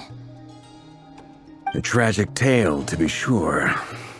But it does not excuse his many transgressions. No matter how much Rerir suffered in the past, the fact remains that he is what we know today as the Wild Hunt, wreaking havoc upon innocent lives in Nod-Krai. He becomes more dangerous with each passing day. If left unchecked, it is simply a matter of time before all of Tevat suffers the consequences. This is a threat that the Knights of Favonius cannot ignore. A question for Miss Columbina. Forgive me if this is presumptuous, but have you ever seen the spatial gateway that appeared in Rerir's memory? Never. But I have heard stories of something called the Moon Gate, and this seems to fit the description. Miss Lama, any thoughts on this? In the lore of the Frost Moon Scions, the moon is believed to hold many secrets. Some sources speak of ancient knowledge, others of a gateway to the unknown. The term Moon Gate is one I have heard before, but as is the case with all of our legends, there are no records of any first-hand witnesses. We cannot know whether it truly exists. Then back to Miss Columbina. As a moon goddess yourself, do you have some idea of where the Moon Gate leads to? Not at this stage, sorry. I do hold the power of the Frost Moon, and my strength is recovering well. I can sense that the gate would open at my command, but... But there's more to the power of the Frost Moon than that? Yes. A moon goddess has the right to open the moon gate, since it is a path to the moon. But as Nefer mentioned, holding open a spatial gateway takes a huge amount of power. And right now, I need to conserve my energy to fight the Rahier of Solnari. I'm afraid this is one mystery we may have to leave unsolved for now. I agree. Better to save your strength. But if you'll humor me for a moment, I have a bold conjecture of my own regarding the world beyond the gateway. I highly suspect that neither Tholindis nor Rarir made it through unscathed. The evidence pointing to this is the fact that the Rahier of Solnari exists in the form of countless fragments. With the abyssal power he wields, no ordinary foe can touch him, let alone tear him to shreds. And yet, the Wild Hunt proliferates wherever his scattered fragments lie, drawing hordes of monsters to many different locations across the land. So your theory is that Rarir was physically torn to shreds by some powerful force? Hence, why the Wild Hunt is a distributed phenomenon, rather than a unified one? Makes sense to me. Explains why the Wild Hunt is so pervasive, and why he's been trying to piece himself back together. He was whole to begin with, and he wants to be whole again. Without the power of the Abyss on his side, he almost certainly would have perished the moment he was torn apart. But the Abyss, much like a curse, has kept him alive. I could not agree more. The power of the Abyss is most surely a curse. It is a compelling explanation, and one that accords with my present understanding of Abyss creatures. Whether the life form in question is primitive or advanced, if a curse has extended its lifespan unnaturally, it will continue to survive in spite of everything. This raises some interesting questions. I will run some experiments and see if there is any validity to my suspicions. That being said, regardless of whether my research bears fruit, I would like to thank Miss Nefer for conducting such a thorough investigation. Already, it has greatly enriched my understanding of the entity we face. My pleasure, Mr. Albedo. I too hope that the information I have shared today proves useful as we look to formulate the next stage of our plan. Hey! What is it, Dainsleif? You look really upset! It's just... when I think of the man I once knew as Rarir, I struggle to understand why things had to turn out like this. The two of you used to be friends, didn't you? I don't know if these words will bring any comfort, but my heart goes out to you. Mine too. We can never know all the hows and whys of the way things are. The moon and stars are full of untold secrets and lies, and the skies are host to many more mysteries than these alone. Yet, none of that can begin to compare with the complexity of human life. Those are the first comforting words I've heard in a long time. Thank you, both. Well, I think this is a good place to end today's meeting. I'm sure Nefer needs some time to recover. She's been through an awful lot today. That's very thoughtful of you, Lama. Of course. Sounds good to me. Take some time to rest and digest before we reconvene to nail down a plan.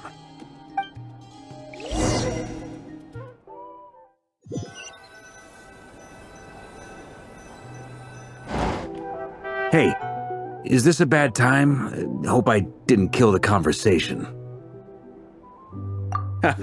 No need. Come on, let's talk outside.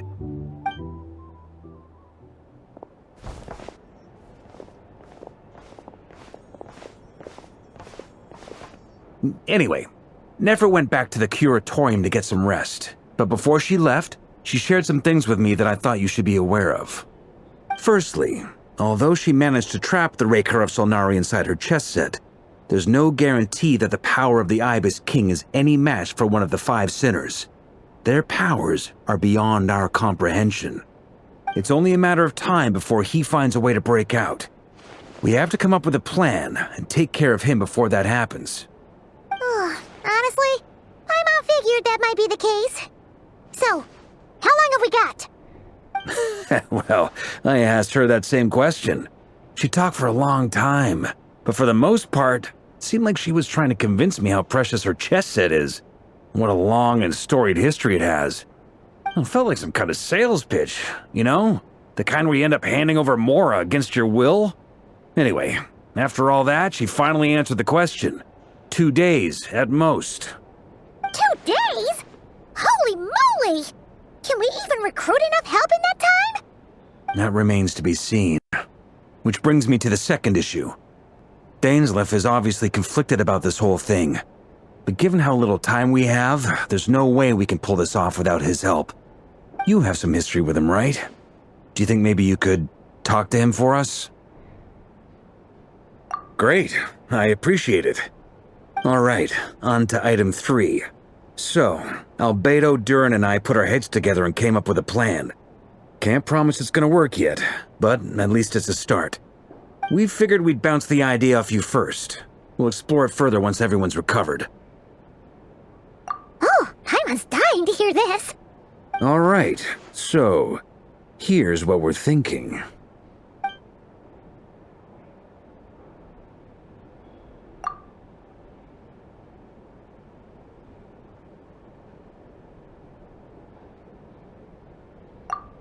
We felt a little uneasy about roping you into this. I mean, firstly, you're not locals, and secondly, none of us are your boss. You're well within your rights to refuse if you so choose. Roping us in? Why would you even say that? We know the stakes here. It's all of us against the Rayher of Solnari, or none of us stand a chance. I choose my words very intentionally, I'll have you know. I like to think there's an art to striking a down-to-earth tone even when the stakes are through the roof. Sir Varka, I have a few thoughts about this plan. I'm all ears. I think we can be more flexible with how the roles are allocated. In my view, the most sensible lineup would be like this.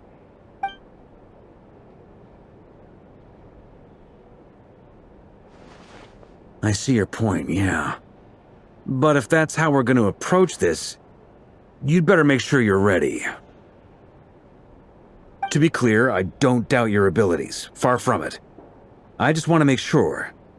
Are you really willing to take all this on? I want to do everything within my power. The Rayher of Solnari is a truly fearsome opponent, and if I do my part, it'll greatly reduce the risk for everyone else involved. Well, that tracks with what I've heard. Jean's mentioned in her letters that you're so diligent it's almost abnormal. As in, most people weigh up the risks and rewards in situations like this. But you seem to just march towards danger without a moment's hesitation. Of course, everyone appreciates a fearless pioneer. But all that aside, I'm the Grand Master of the Knights of Favonius, and you're our honorary knight. I want to make sure your courage doesn't come at the expense of your safety. Thank you, Sir Varka. I should be the one thanking you. It means a lot to have you on board. I'll give some serious thought to your suggestions.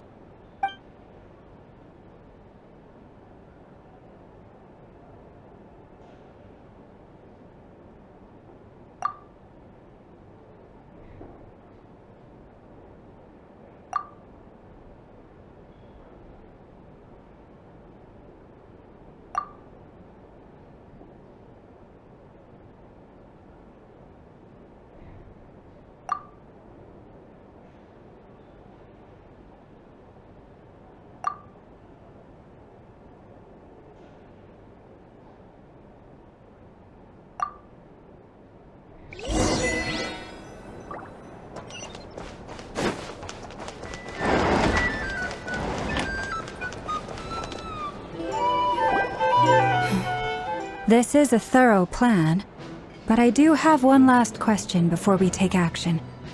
How can we be sure that our enemy won't leave the designated area? Great question. Albedo's been hard at work analyzing Rayher and the Wild Hunt's behavioral patterns. His conclusions are as follows. Firstly, from the earliest known confrontation until now, Rarer has never displayed any ability to manipulate the dimension of space. So it's unlikely he has any power in that domain. Secondly, he seems to have a particularly strong vendetta against our group. If we put him in a fight-or-flight situation, he'll choose to fight every time. Thirdly, finally, and most importantly, he is consumed by hatred, both for the moon and for his enemies.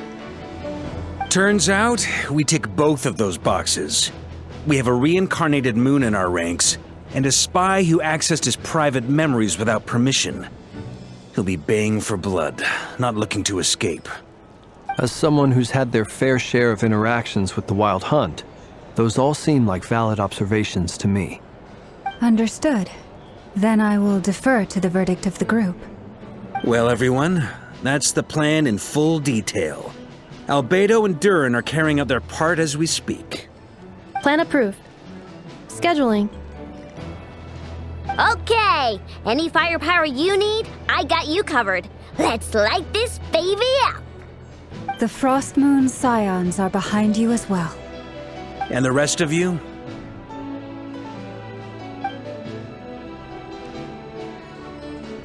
No objections? All right, then it's settled. This is the plan we're going with. Next up, an old tradition of mine. Anyone who wants to back out, now's your chance. Wait, we can still back out of this? Everyone says things they regret, right? I don't want anyone feeling trapped because their mouth said yes before their brain had time to think things through. A very people-first approach. I hear that's common practice in the Knights of Favonius. Heh. Who'd you hear it from? D-Luke? Shh. We don't use people's real names at work. This contact will be known only as Owl, please and thank you. This plan can only work if everyone does their part. Flint and I will absolutely support it. We shall indeed. You'll be glad you accepted our help. Also, you are the last person I expected to see here, Miss Dory. It's not often I get called Dory in a work context. My peers usually call me Lord Sangama Bay. So, the longer your name, the higher your net worth.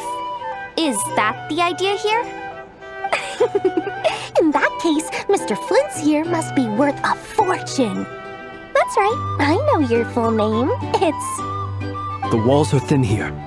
I'd appreciate you keeping that a secret. Okay, fine.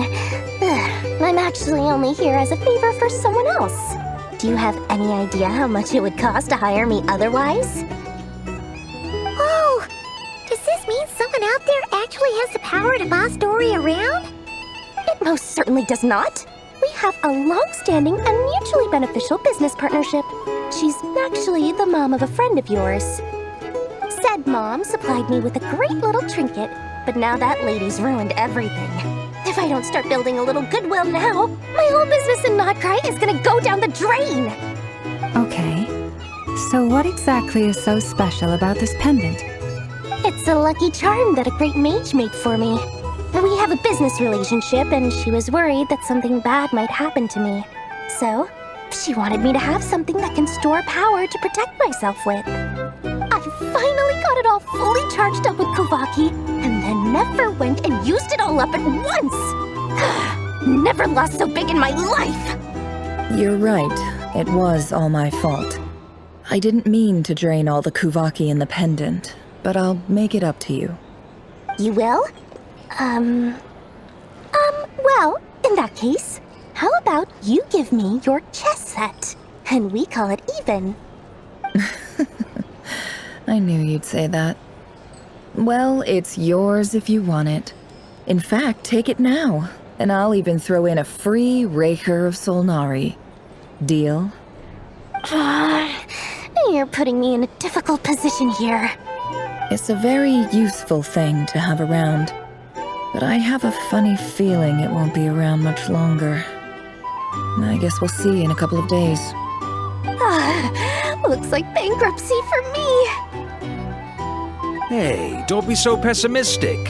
See this through and you never know. You might find a new business opportunity on the other side.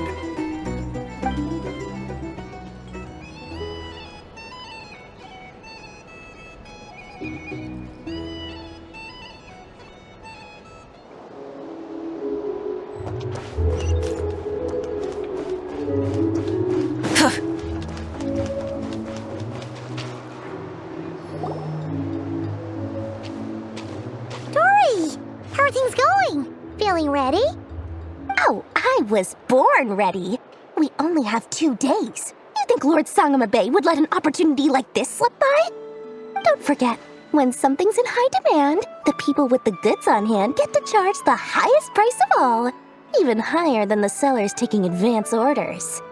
Ta-da! See? It's right here! Oh, it's so pretty! Did you make it?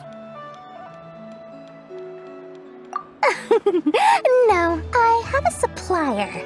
We go way back, so he made me a very attractive offer. Aha! No wonder you were talking about Lucky Charms at the meeting. You've been getting Kaveh to make them for you. That's not the full story. It actually started a while back as a project between me and the Dendro Archon. Mage Alice once warned me that this world won't stay safe forever. There may come a day when everyone faces a great crisis. I passed this on to the Dendro Archon, and she secretly brought together a research team made up of Sumeru's top scholars to invent a technology that could keep people safe. I won't go into the details because it's all very complicated, but if you want to know more, you can ask the Dendro Archon about it sometime. Anyway, point being, it was the Dendro Archon who asked Kaveh to build this little contraption. As one of the top Kasharawar talents, he was the obvious choice. Took him long enough. He stressed over it for ages. Must have gone through at least a dozen designs before producing a final product. But that's Kaveh for you. Marak delivered it to me a couple of days ago, along with a letter from Kaveh. Could I ask why I'm sending this technology to you? And what's your proposed use case? Has it been approved by the relevant authorities? So nosy.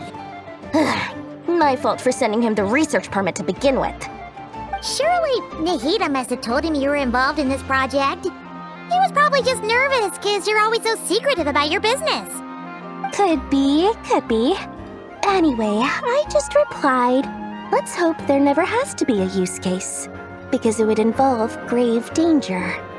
Well, fair enough. But it sounds like he was just being cautious. He probably felt responsible as the one who made it. Or maybe he was asking as a favor for his housemate. He's done that before. Not sure why, though. His housemate doesn't seem to really care that much about this kind of stuff. Either way, all's well that ends well. I'm just glad to finally have my hands on the product. I wouldn't want to be without it, given the potential dangers that lie ahead. Huh? What does that look mean? Paimon's just super surprised. This must be the first time we've ever seen you actually get serious about something. Well, a long time ago, I made a promise to myself. I promised that I was gonna live every day of my life with a big beaming smile. Obviously, Mora plays a big part in that. But there are always gonna be times in life when you have to give something back. That could mean paying back a debt, returning a favor, or showing some kindness. Alice has been a huge help to me over the years. She was the first investor I ever had.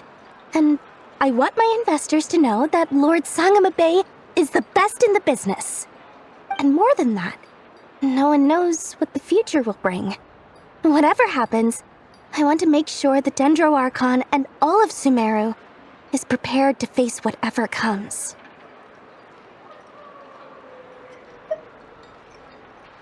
Oh, that? I was just making sure Nefer and I are square. Don't be thinking it was some sort of benevolent act. I'm no saint, so don't treat me like something I'm not. My priority is doing the business that I want to do, so long as my conscience lets me, but it usually does. That's the Lord Sangma Bay business model. All right, if you say so. I do say so, and that's the whole point. I'm a businesswoman. Don't go trying to figure out what kind of person I am. You'll exhaust yourself. Much easier for everyone involved if you just take my word for it.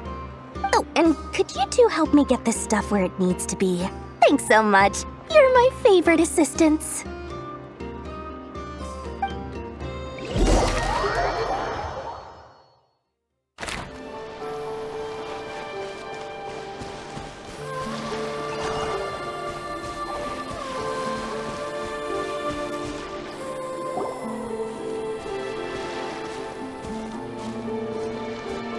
Traveler, Paimon, it's good to see you. Everything going smoothly over here? Sort of. As you're probably aware, Varka, Durin, and I captured some abyssal creatures from the Wild Hunt. Per the plan, we dissected and analyzed some samples of these creatures. The process went very smoothly. The findings, however, come with some troubling implications. What? You can actually dissect the Wild Hunt? That depends on your definition of Wild Hunt and dissection. Harmless, lifeless. These words are accurate descriptions. The Wild Hunt is an interesting phenomenon. In and of itself, it doesn't seem to possess anything akin to a human personality. But taken as a collective, the medium through which the Wild Hunt is summoned does appear to have a soul. Master griped a lot about the wise Horoptatyr, and seemed somewhat fascinated with the Faustsert Elegy. But she barely mentioned Rerir at all.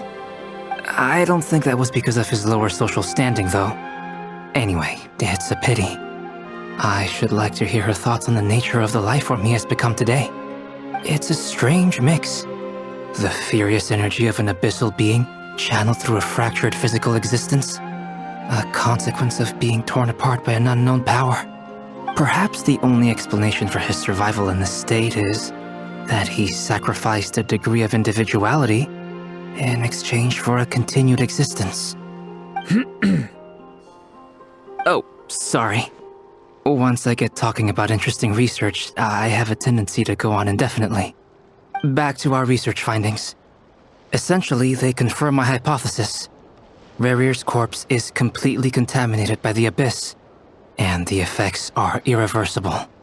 You could think of this as Rerir in mutated form. But in my view, even that would be inaccurate. In reality, his whole being has been consumed by the Abyss.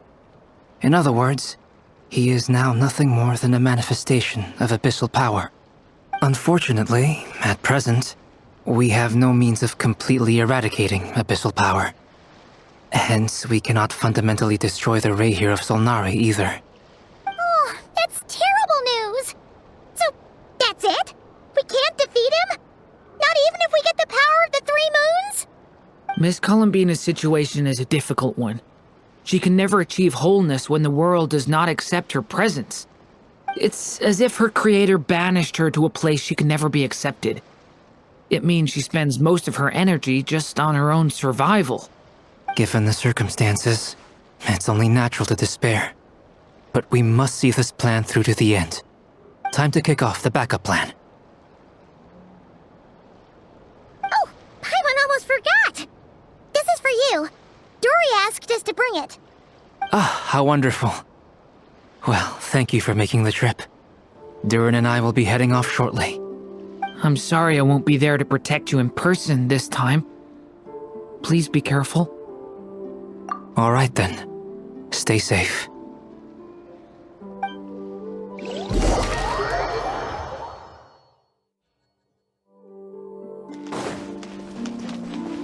Full throttle!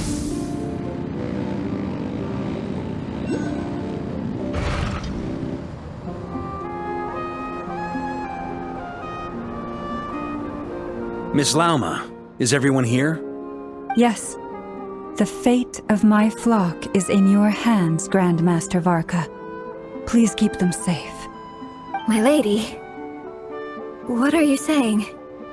Within the next 24 hours, we will face the biggest crisis the world has ever seen. This is not a burden that we deserve to bear, but I believe that we reap what we sow in this life. So I intend to act. I must do what I think is right. For me, that means fighting for the future of Nod-Krai. This gentleman is the Grand Master of the Knights of Favonius, Varka, Knight of Boreas. In my absence, please follow his lead. Hey, everyone. Guess I should introduce myself. Well, to start with, I know my way around a battlefield. Biggest strengths are honesty and hard-workingness. Anyway, point is, I don't intend to let Lauma down. I'm gonna do everything in my power to keep every last one of you safe and sound.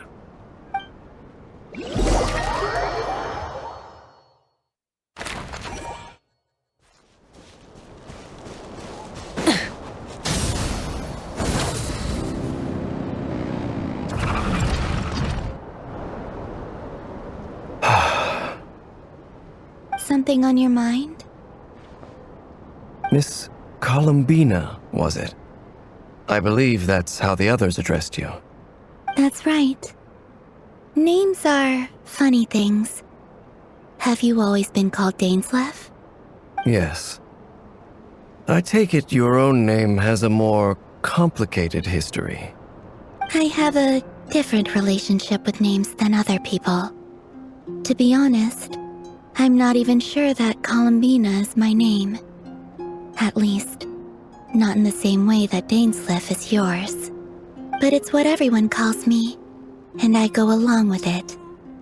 A lot of my life has been that way. I get so used to things that I forget to question why they are so.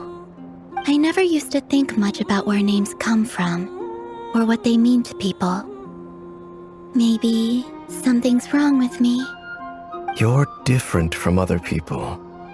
I sensed it the first time we met. You're more perceptive than most. I'm sure your long life and rich range of experience explains that. Do you ever find yourself missing Conria, Mr. Dainsleif? Difficult to answer. I have dreamed of the past many, many times. Sometimes I'm fighting tooth and nail.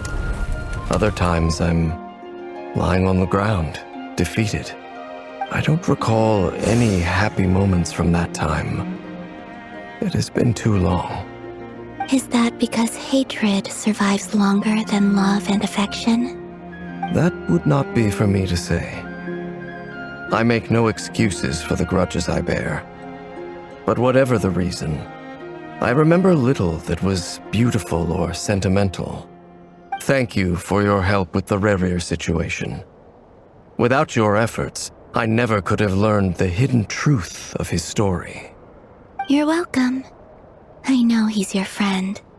Friend? He betrayed me. And I never really understood what he was going through in life. Some friendship, that is. Okay. So, do you plan to fight him with us? You see, you're torn. Now you know what really happened. You see the things he's done in a new light. I need some time. Of course. I completely understand. Anyone else in your position would feel conflicted too. Actually, I went through something similar myself recently.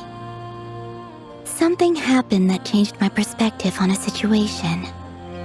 A situation I took for granted at the time, but now I feel very grateful for it.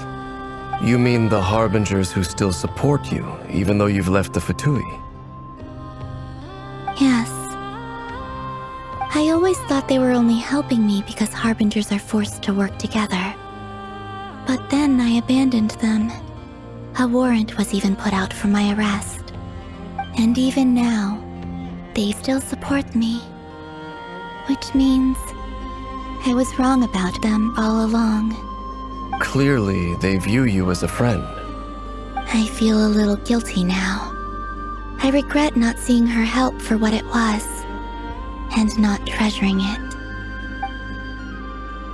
I see the guilt that you're feeling now, because I feel it too. Hopefully, talking about it will do us both some good. Have you noticed that the Traveler and Paimon are over there? I think they've been listening. Huh. Shall we say hello? Sure. Hello. Ah! It caught us!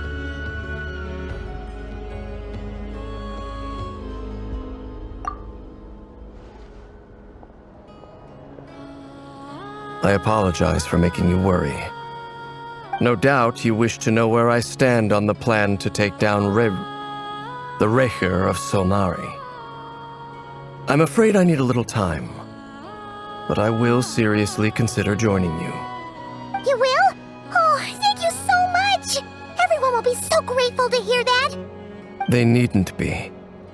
This was something that I was going to have to face up to eventually. That doesn't matter to them. They're grateful to you regardless. You can't control their gratitude, so just accept it. And then, have a think about whether you're willing to join us.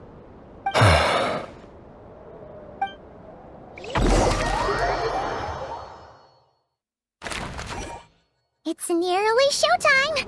Let's go rendezvous with the others. You know the place.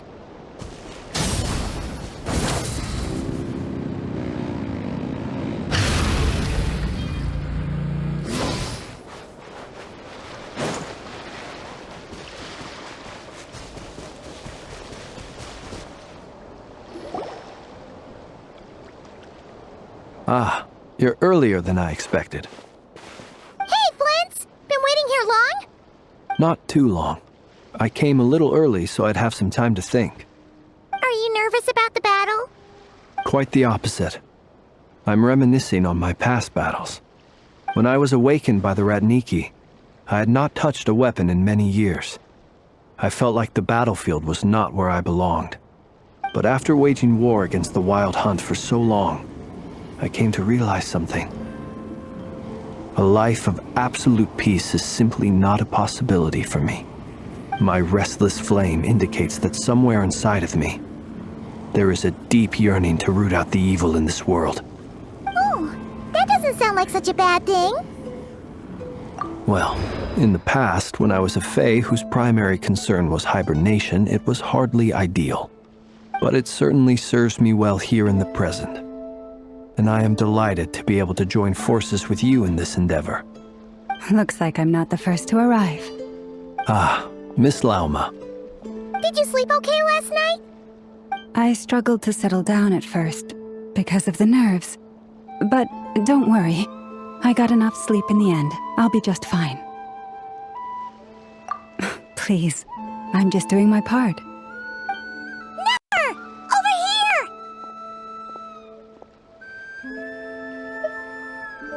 Aino asked me to relay a message. She said Anefa will be on high alert and keep a close watch over all secondary districts where defense is required, providing support as necessary. Meanwhile, Aino herself will provide range support to us directly, using her latest invention. Excellent. My thanks to all involved. The chest set's looking a little unstable. It won't hold him much longer. We should be prepared to engage at a moment's notice. No sense sitting around waiting. Let's make the first move while we still have the option. I agree. Paimon, find a safe hiding place. Got it! Be careful, Traveler! I will.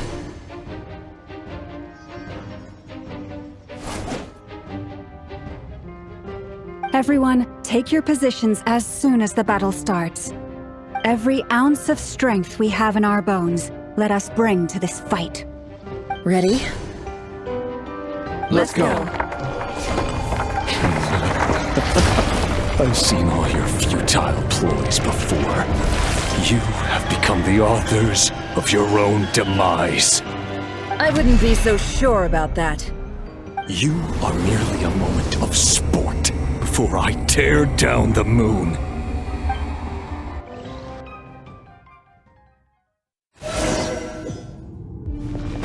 Stay on your toes. Yep, you too.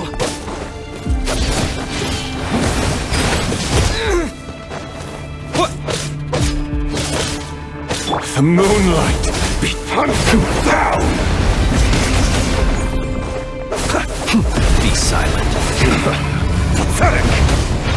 Huh? Close your eyes.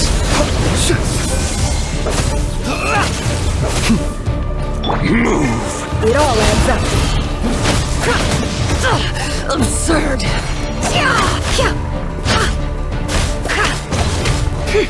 No more lies.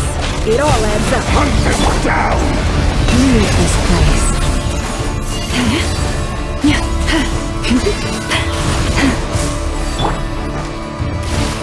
Go!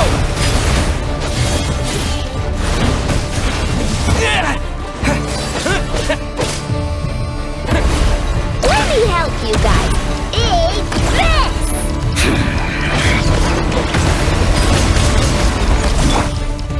No more lies. Can't hide the truth. The mystery unraveled. Be silent. The moonlight! Hear the futile! Observe. Hunt them down! With one heart, we pray. Be silent.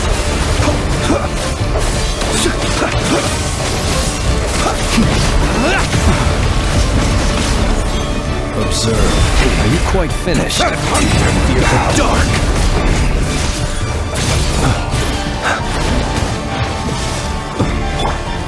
Forest, protect us.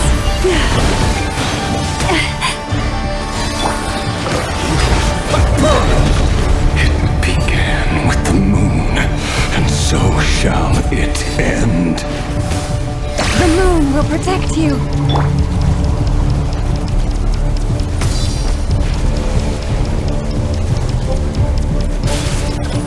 Moonlight betrays you. Steady now. Close your eyes.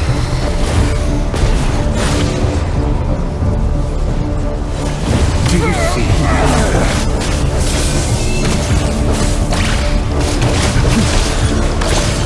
Heaven here. When will it be as you foretold? The moonlight betrays you.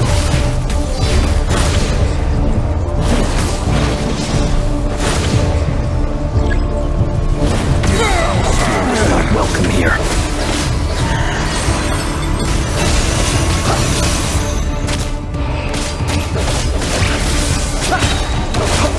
Do you fear the dark? You poor lost land, by the frost moon of old. The deception ends here. Move! It all adds up.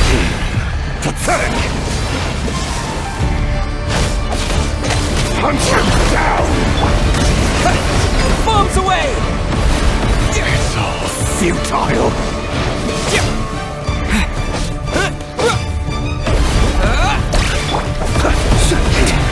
Pathetic!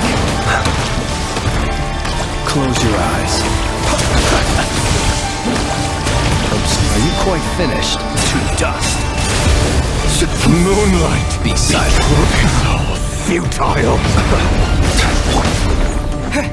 Water jet! Can't hide the truth. Pathetic! No more lies. Hunt him down! For the everlasting forest. Forest, Hunt him down! Observe. See you at the graveyard. Water jet!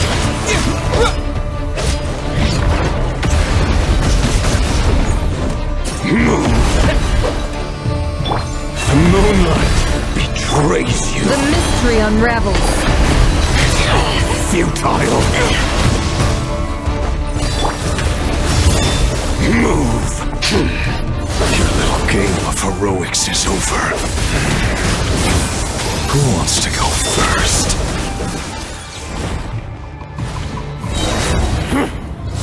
No. Get out of my sight! No! We've been separated! Will it take? You okay? Never! Where are the others? Stuck outside the barrier. I guess he really doesn't like us. I told you before, knowing too much is always a death sentence. Be careful what you wish for.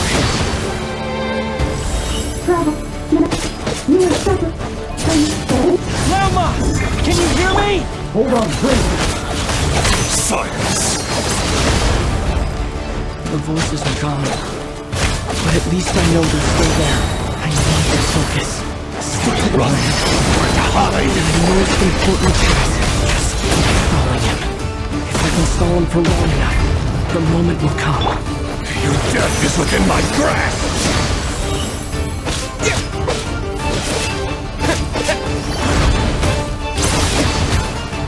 No more lies.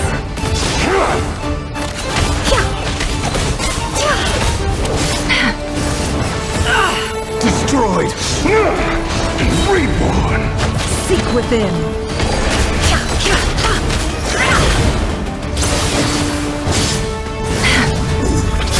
It all adds up. Nowhere to run, nowhere to hide. Bombs away! Go! Can't hide the truth. The deception ends here.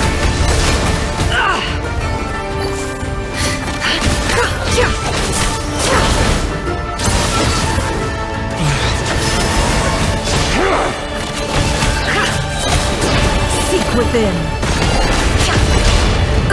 It all adds up.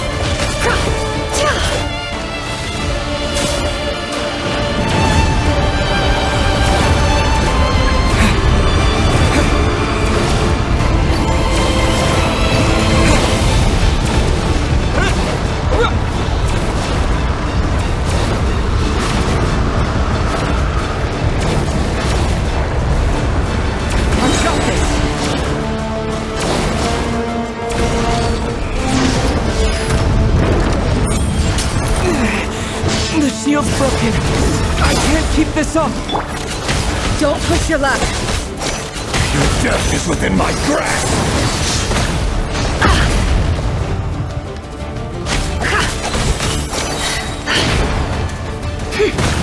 The deception ends here.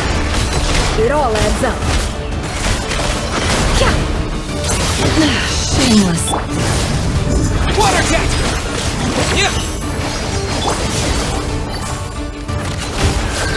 It all falls into place. Seek within.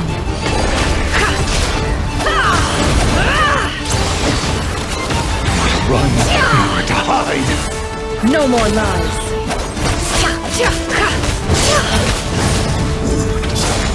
How much power will it take? The mystery unravels.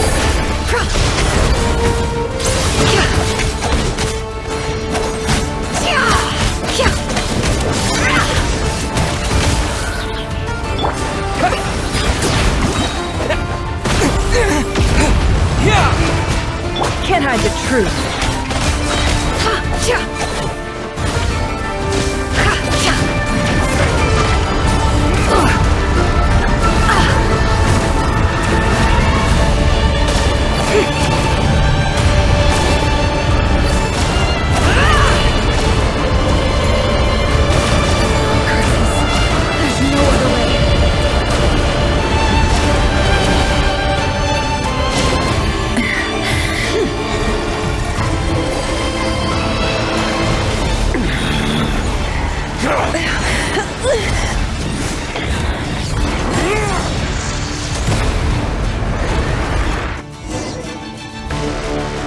The only way to defeat Rarer is to borrow his own power.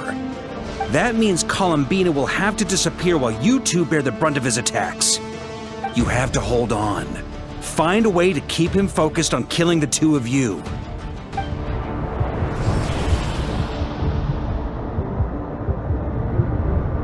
Never! Your eyes are bleeding! Soon you will be powerless to resist. And then, I will reduce you to dust. But that dust will plague your memories. Come on, keep holding on. Any other tricks up your sleeve? Let's see them. As entertaining as they are, you've backed yourself into a corner. You don't fool me. I see your fear clear as day. I have to stoke his rage. Make him unleash everything. You fear what you could never defeat. You fear the thought of never being able to save your beloved. You cannot win the fight against fate, Rarir. Is that what you think? Well, now it's your turn to feel afraid!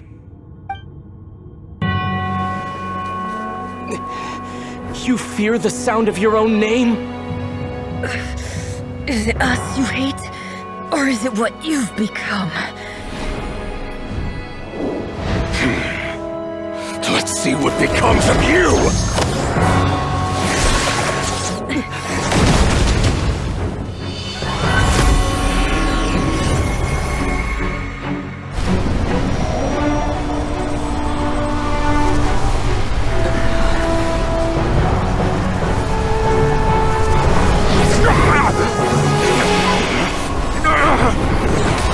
What's happening? That power. I've seen it before.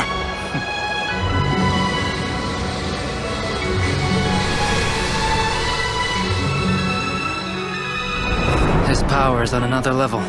We'll need to use an alchemical array to convert his power into a usable form. Then quickly channel it into Columbina, rendering her powerful enough to compete with him.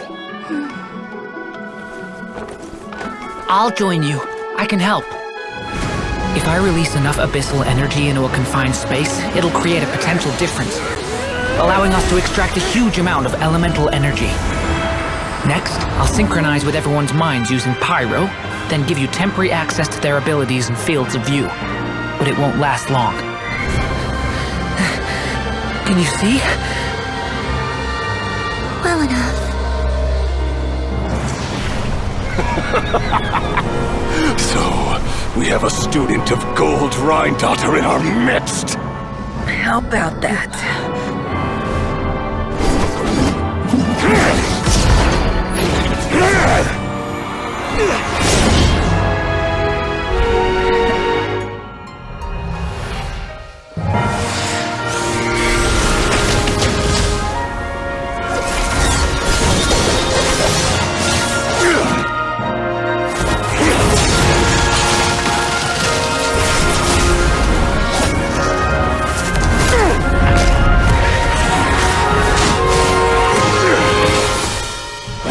You use my own power against me? Just like how you stole Kuvaki. Look familiar?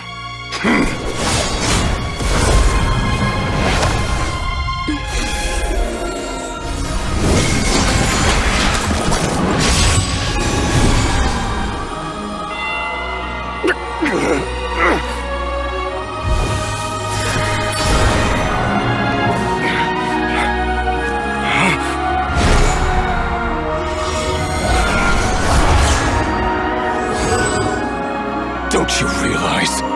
You don't have the power to hold that gate open! I don't, but someone else does.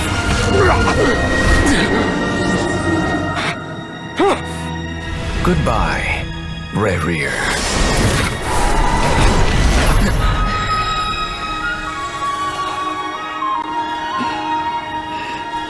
We won.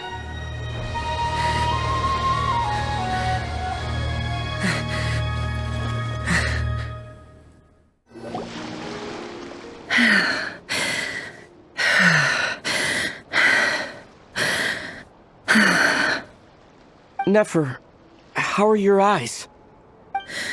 They're fine. Apart from the blindness, of course. It's not too late. Let me handle it.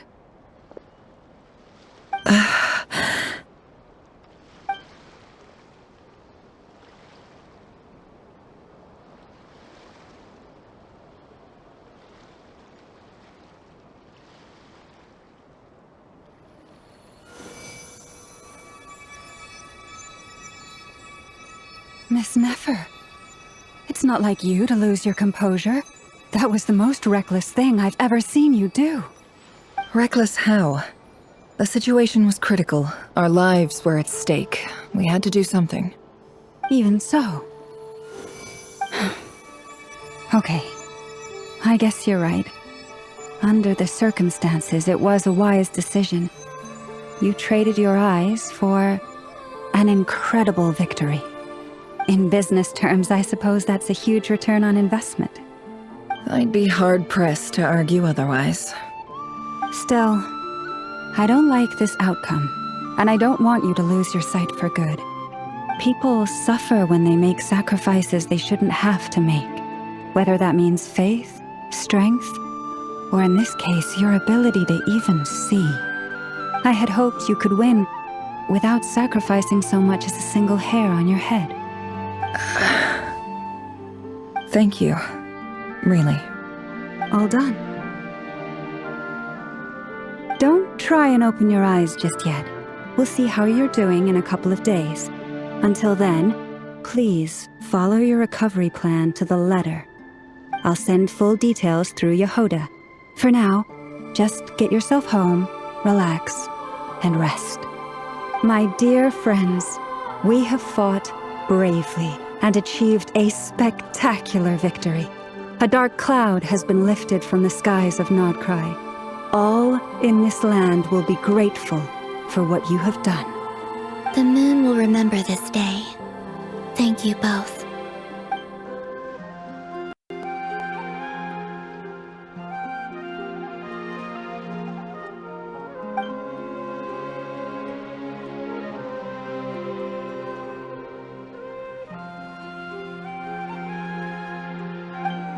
There's something I want to let you know. What is it? When Durin connected everyone's minds so I could access their powers, I also felt everything they felt. And since Nefer's eyes were injured, my eyes are hurting now too.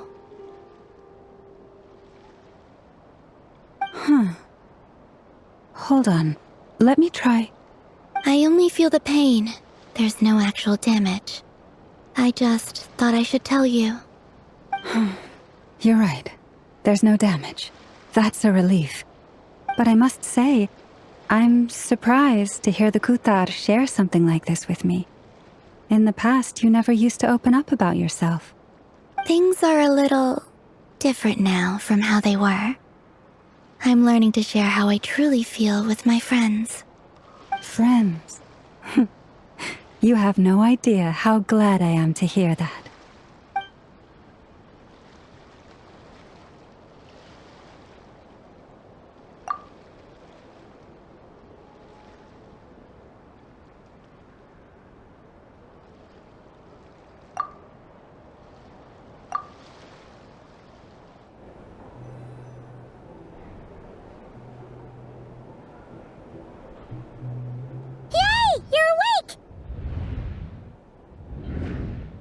How are you feeling?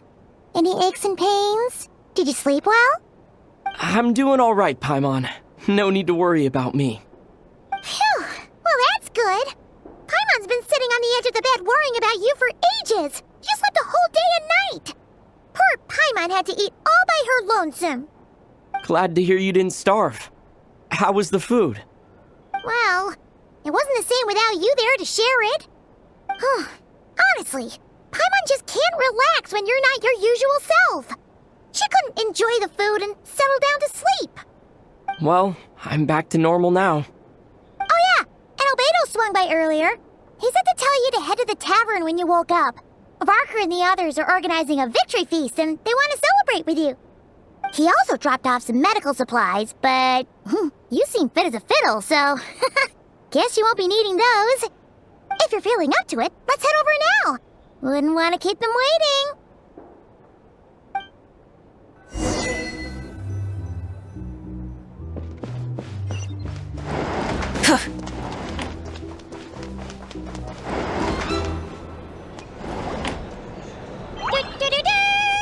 We're here! Oh, Traveler and Paimon!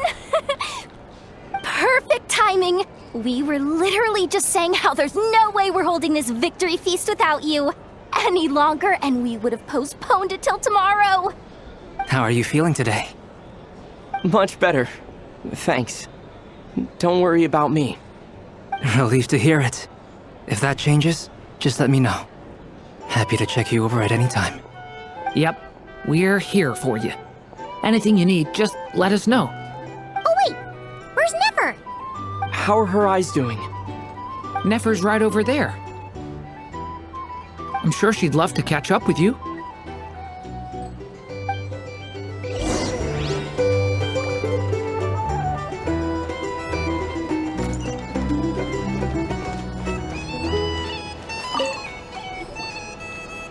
I thought of 1,000 ways to congratulate you, but now you're here, words are failing me.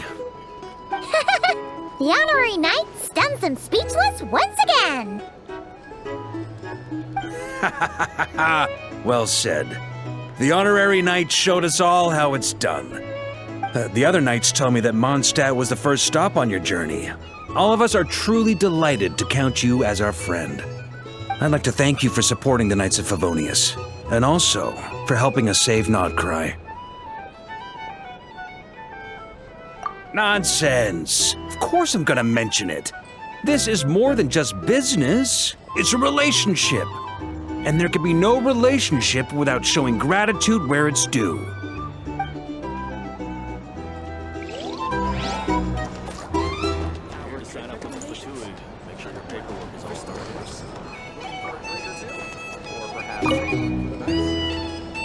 Hello, you. Recovered from the battle? Come on, what do you mean? Of course I'm gonna ask. I care about my friend's well-being. And we are friends, aren't we? Get yourself a drink, you've more than earned it. In fact, today, your drinks are on me. Lord Sangamabe's got you covered. Wow, really? What about Paimon? Has she earned it too? Has she? Please? Well, you haven't been through quite as much as the Traveler, but... what the heck, sure. Yay! Wow! Drinks on Dory! What a historic day. Hey, keep your voice down, or everyone else is gonna want in too. Have you heard anything I've been saying recently? Doing business in Nod-Krai has been an absolute nightmare. If I'm buying for everyone, I'll... Okay. Paimon will speak more quietly. Jeez. That's more like it. Don't you forget, Lord Sangamabe doesn't just go around buying drinks for anyone and everyone.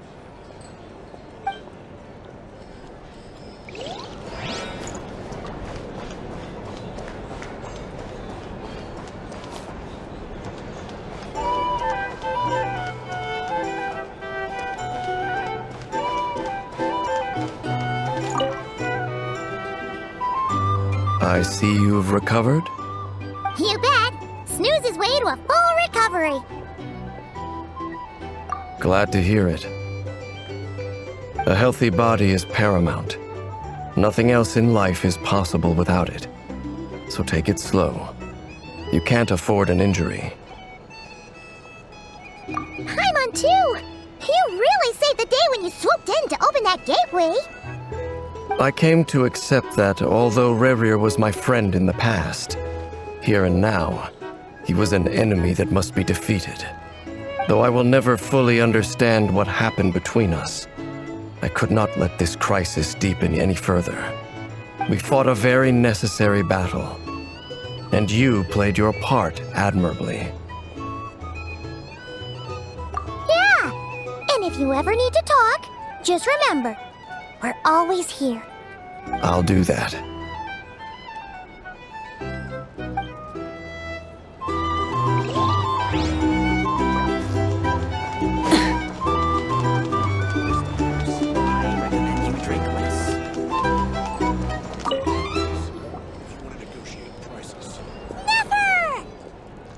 Traveler, Paimon, are you recovering well?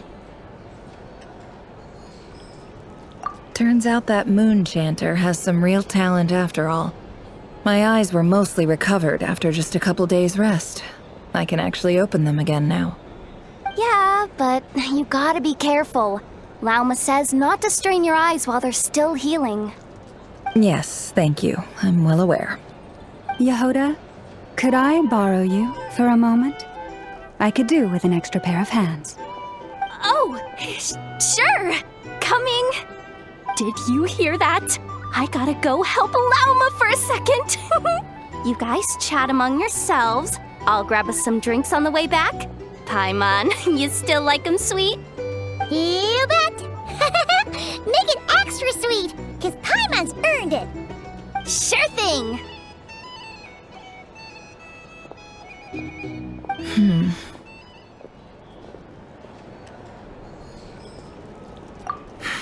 The Raker of Solnari. Kind of a snake, don't you think? No, definitely a snake. A poisonous one who spewed his venomous hatred everywhere. Anyone who seeks revenge out of hatred for other people has become a snake. That's something my dad used to say. Perhaps. I'm sure it sounds like a very wise and open-hearted perspective to your ears. But me?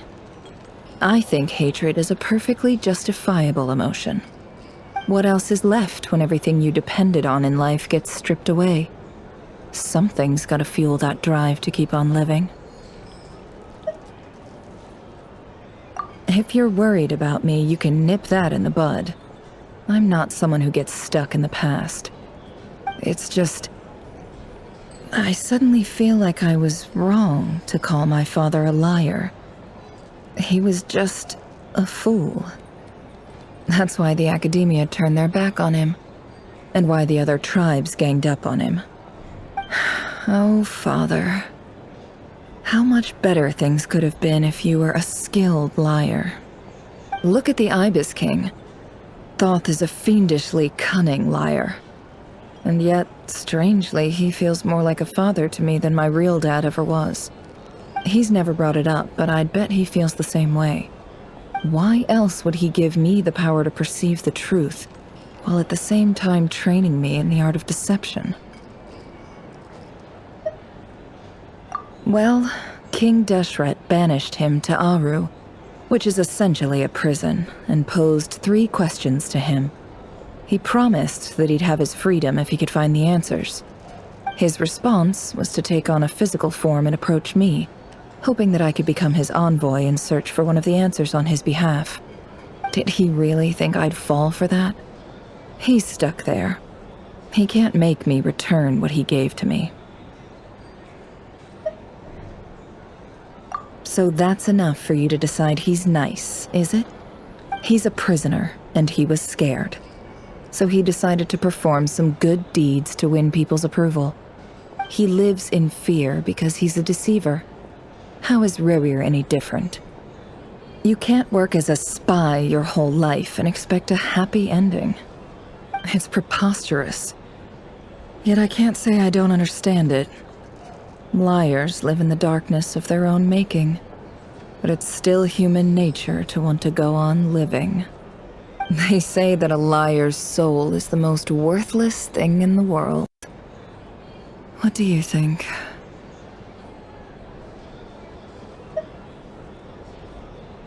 Oh, really? Well, it takes a very kind person to find compassion even for liars. If you ask me, the soul of a liar really is worth nothing, because all they care about is themselves. For example, when something good falls into my lap, I don't go sharing the news around. Stops other people trying to steal it from me.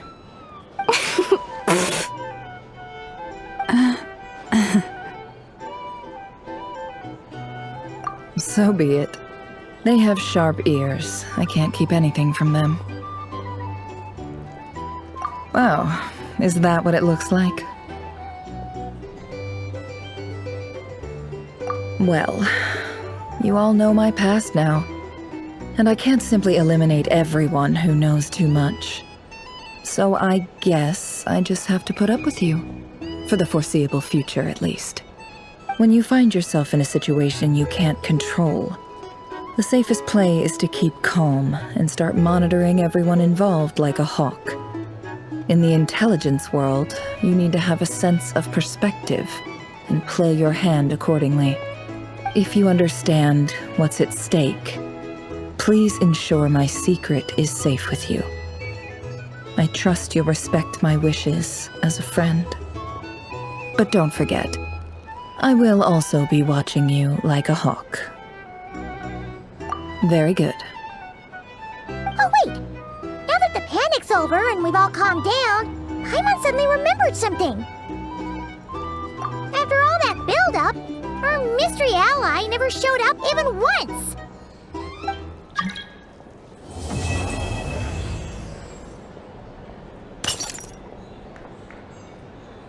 Huh? Am I imagining things?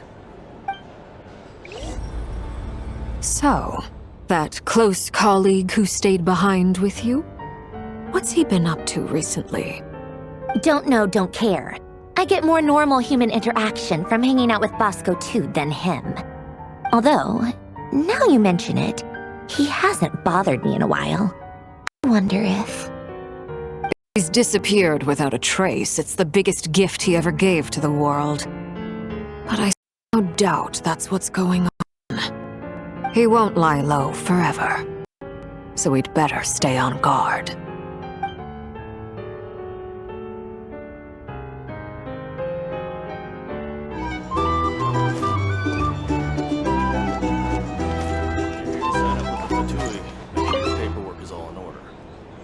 How have you been holding up? Any adverse reactions? If you start to take a turn for the worse, make sure you tell me right away. You don't need to worry about me, Grandmaster. I'm fine. I mean, I barely did anything, so... What? You're too humble, young man. You played an indispensable role in the battle for Nod-Krai. We can't thank you enough for your support. Sometimes, when people praise you, it's because you deserve it. The best thing is to accept it calmly and with grace. It's important to learn how to respond to words of admiration. Let's do a quick demonstration. Albedo, that was an incredible feat of alchemy. The pressure was on, but you worked flawlessly at lightning speed to get the job done. Thank you. I can't take all the credit, though. Durin played a big part in forming the alchemical array. See? Did you catch that? A masterclass in how to take a compliment. Okay, yeah. I did work pretty hard to help prepare for the battle. No point denying that. Hey, you guys! Hey, look who's bounced back. Looking good, Traveler. Seems like you've recovered. You won't need to take any more medication. Can I get you a drink? Huh? You know how to order at a bar now? You've sure learned a lot recently. Handling a drinks order is ridiculously simple compared to alchemy. Don't worry, I'll blend into society yet. Paimon believes it! You're clearly a fast learner, just like your brother. To be totally honest though, Paimon didn't quite follow all the details when he first explained the plan to us. Don't worry, that's completely understandable. Unless you're a student of alchemy, it's hard to grasp the principle and how the process works. To put it in the simplest terms, we saw how our enemy stole the power of Kuvaki. And that gave us the idea of stealing his power to turn it against him. When facing an enemy you have no hope of defeating, it's best not to engage them in battle. So, instead of looking for a way to overpower him, we decided to help Columbina get strong enough to at least stand up to him in a fight. For this to work, We had to analyze his modes of attack, confirm who his main target was, and make sure that he wouldn't go beyond the range of the alchemical array. For added security, we prepared a total of 4 arrays. But to mitigate the impact of the battle, we identified one location in particular as the ideal spot, which is where the confrontation took place. The alchemical array absorbed his abyssal power, then Durin processed it to render it usable by Columbina. That power enabled her to do what would otherwise have been nigh on impossible. What surprised me was that Dainsleif actually agreed to join us. Given his history with Rerir, he had every right to sit this one out, but we're extremely grateful for the decision he made. It must have been a painful choice to make. But I'm sure that making a decision was far better for him than staying in limbo. Absolutely. He was torn between 2 paths, but in the end, he made his choice and stuck to it resolutely. He doesn't strike me as the sort of person who'd stay trapped in limbo for long. Anyway, however you cut it, everyone gave a stellar performance. And now, it's time to kick back and celebrate. A drink? Or some information? Either way, I'd be happy to oblige. Or perhaps a room for the night?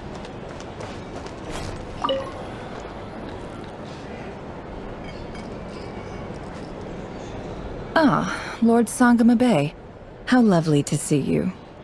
I must thank you for the device you provided. It was an enormous help. Would I be right in thinking that it was developed by the Academia? Why come and ask me when you clearly know already? I mostly came to thank you. That's more like it. A little gratitude goes a long way with Lord Sangama Bay. Play your cards right, and you might even stand a chance of becoming my long-term supplier. The chance to work with such a kind and charitable investor as yourself would be a great honor for the Curatorium. Huh? Charitable? Who said anything about charity? First time hearing about it. Let's see. The first plot of land you purchased in Nod-Krai, your desert interests, and... Stop! What do you think you're doing? Exposing my investment history!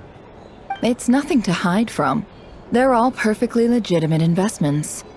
And some of the land you purchased was with the intent of building a sanctuary? Yes, I heard about that too. How did you... You're a curious case, Lord Sangama Bay. You don't like people finding out about your good deeds, do you? But I'm afraid no matter how hard you try to keep things under wraps, where there's a will, there's a way. You did it for Sumeru, didn't you? It was empty land that was gonna go to waste otherwise. I figured if I built something there, it might at least get some use in an emergency. Disasters are capricious things. They strike without any warning. I've lost family to a disaster before, and I don't want to lose any friends or business partners if I can help it. My elder sister used to dream of finding a sanctuary. Somewhere with plenty of food, water, and medicine. Where everyone could live happy lives. It was something I looked into, but after discussing things with the Dendro Archon, I decided on a more effective strategy. The tech people handled the tech, and Moneybags provided the Mora. It just made the most sense. It's a pity that so few people know the truth about you. Everyone says that you view everything in terms of Mora, and all you care about is growing your own wealth. So, what's the problem with that? Everyone wants to be rich. It's human nature. So yes, I love Mora, and it's nothing to be ashamed of. But surely you have dreams of your own beyond just making Mora. You don't get it, do you? My dream is to invest in other people's dreams. And, you know, make a nice little slice for myself along the way. Just thinking about it makes me happy. That sweet, sweet sound of Mora. Thank you. For the device? And the pendant. Oh, that. I was just returning a favor. Don't worry about it. Seems like we've both been away from home for a very long time. Yeah, so long that I barely remember what my family even looked like. That would be your mother, father, and sister? Yeah, though it's been years since my sister passed away. It's not like I want to forget them, obviously, but memory can be even more ruthless than the most calculating business person. Beyond a certain point, if something isn't helping you, it just gets rid of it. My sister can't help me now. Slowly but surely, her face is fading from my mind's eye. It's become a vague impression. Not everything will fade. When loved ones pass away, the beautiful memories are the ones that last the longest. Yeah, that's true. If you ask me, that's the one silver lining in all of it.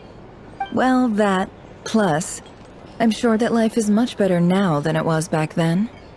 Oh, absolutely. I have tons of Mora, a big beautiful house, business is booming, and I'm as happy as can be. You've got a lot going for you too. Boss of the Curatorium of Secrets? I'm sure there's plenty of Mora to be made in that line of work. I appreciate the vote of confidence.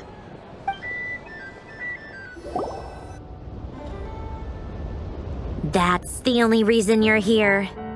Yes. I've thought a lot about it. And I've realized that you, me, and Arlecchino should be friends. I think this is very important. So I felt I had to come and tell you. Well, this is a new one. I'm so moved. I can't even hold my teacup. If that's all, you can leave now. Do you not want to be friends with me? Or is it that you prefer being co-workers? What is this, Columbina? Are you deliberately testing my patience threshold? Right now, my politeness module is active. But if you say another word, I swear I'll shut it down. If your politeness module was active, wouldn't you say the word please at some point? Polonia, please see Lady Columbina to the door. Will you still invite me to your next tea party? What? Yes, I think you will. Bye-bye, dear Sandrone.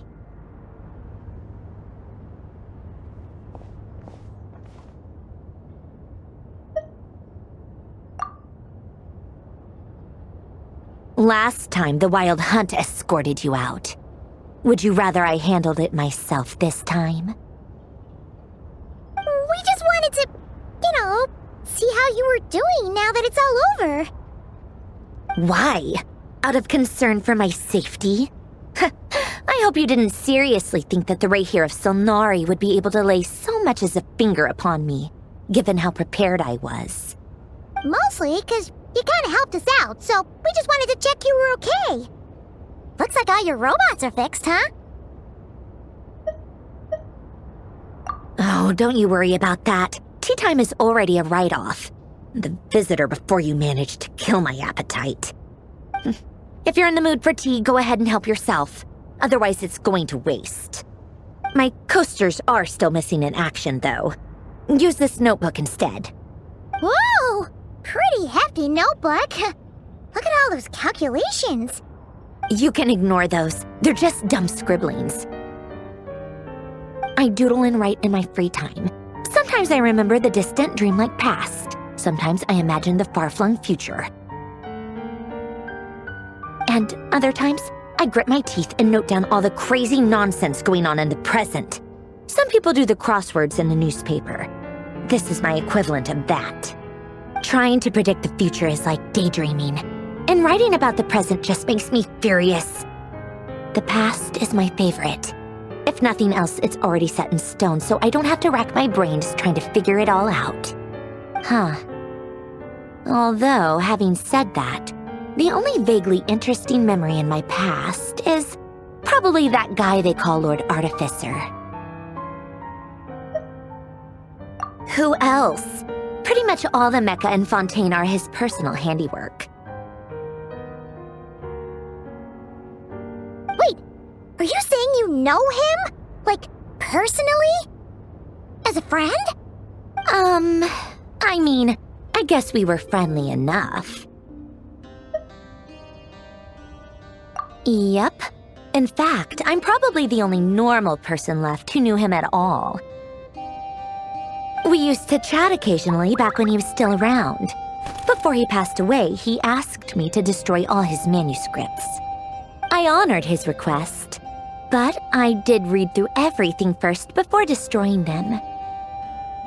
I mean, I couldn't let the genius of Lord Artificer Alain Guillotin disappear like that.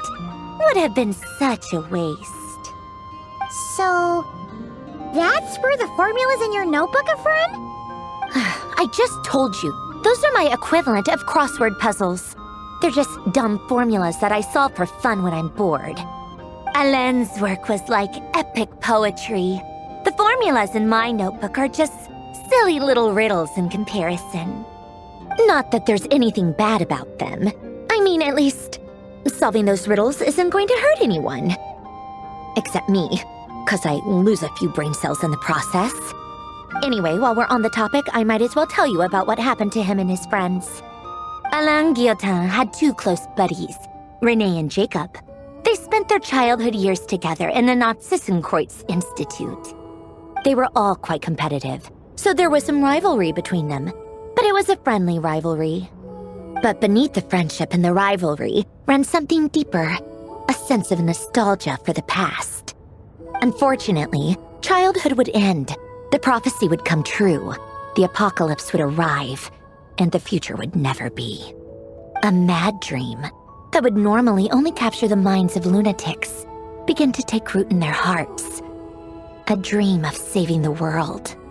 And if René and Alain had been people of lesser wits, that dream would probably have ended up as something for them to joke about in their older years. But alas, they were some of the sharpest minds around. They nurtured that dream with the full power of their intellect, and it grew into something that ate away at their souls. The first of them to fall under its spell was René. Against Alain's wishes, he persisted in experimenting on a mutual friend of theirs to try and save their life. Alain did not approve and parted ways with René. It's complicated. Alain wanted to believe that René only did what he did for the sake of their friendship. But when he told me about what happened, I could tell he still had some suspicions about René's motives. Perhaps the seed that would grow into a nightmare had already sprouted in René's mind. Even then, the next time they met, René's soul had been completely engulfed by the dream of salvation. His futile attempt to change the tide of fate only resulted in a wave that swallowed up the world, even before the apocalypse came. And although that wave died down eventually, I hear that it just recently came back with a vengeance. As I understand, René wanted to live out his dream of salvation once more. But I'm told that the attempted resurgence finally died out for good. At long last, René awoke from his deluded dream. Though of course by then it was far too late. What do you think of René? Do you admire his transcendent genius? His view that any price was worth paying to achieve the lofty goal of saving the world? Or do you despise him? Dismiss him as an evil madman who wrought havoc on the lives of everyone around him as he pursued his delusional dream? Same difference, really. Just a matter of perspective. What a cop-out. But I suspect you'd have a more incisive and insightful answer if we dug into it further. I don't like fanatics who give up their whole lives for their ideology. Nor do I like fools who let their delusions take control. Maybe I could understand if René had just been an ordinary person. But he had a sage-like intellect. And still managed to get himself lost in the labyrinth of his own desires. Anyway, that's enough about René. Now, moving on to Alain Guillotin, the Lord Artificer.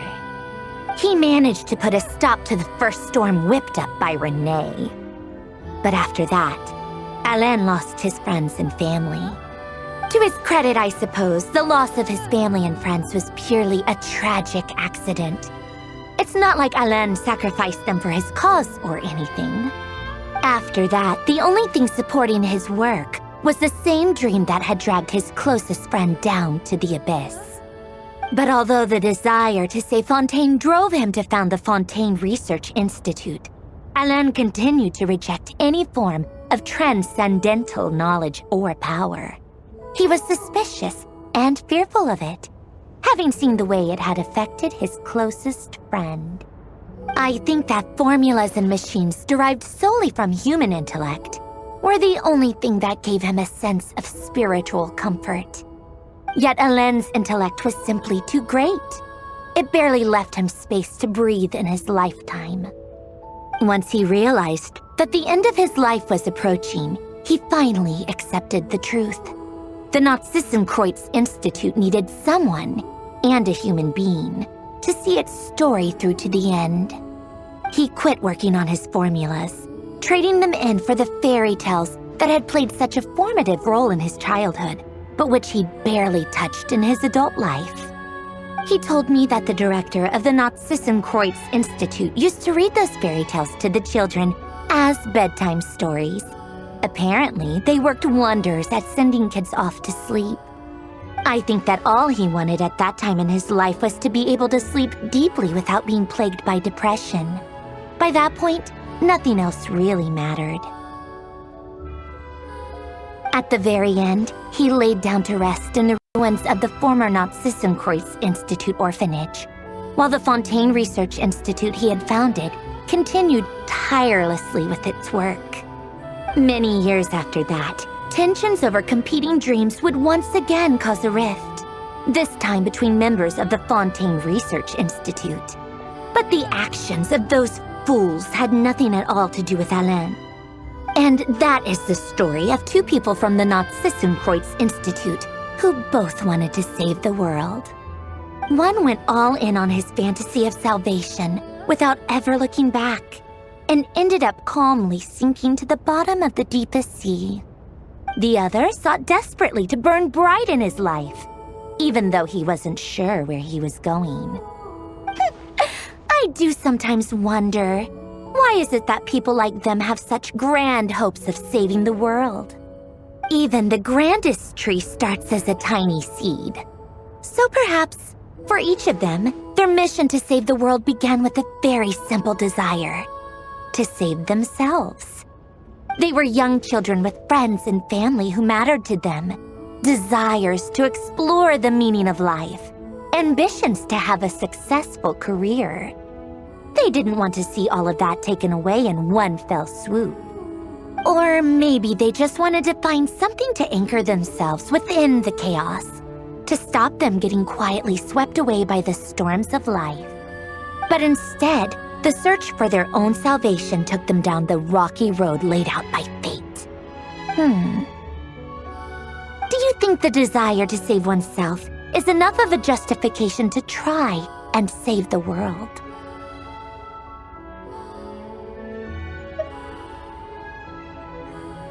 Sensible answer. Glad to know you've got your head screwed on straight. Alain would disagree, though. I asked him the same question back when he was in his prime, putting all of his energy into his work. Yes, it's enough. No elaboration, just a quick, short answer before getting right back to his work. He was always that way. All right, tea time's over. I owe Arlecchino a favor for telling me these stories. I'll have to bring a whole sack of gifts the next time I visit the House of the Hearth. I'm gonna go tinker with Polonia now. You guys can do whatever you want, as long as it doesn't involve interrupting me. Polonia, exit hibernation mode. Begin diagnostics.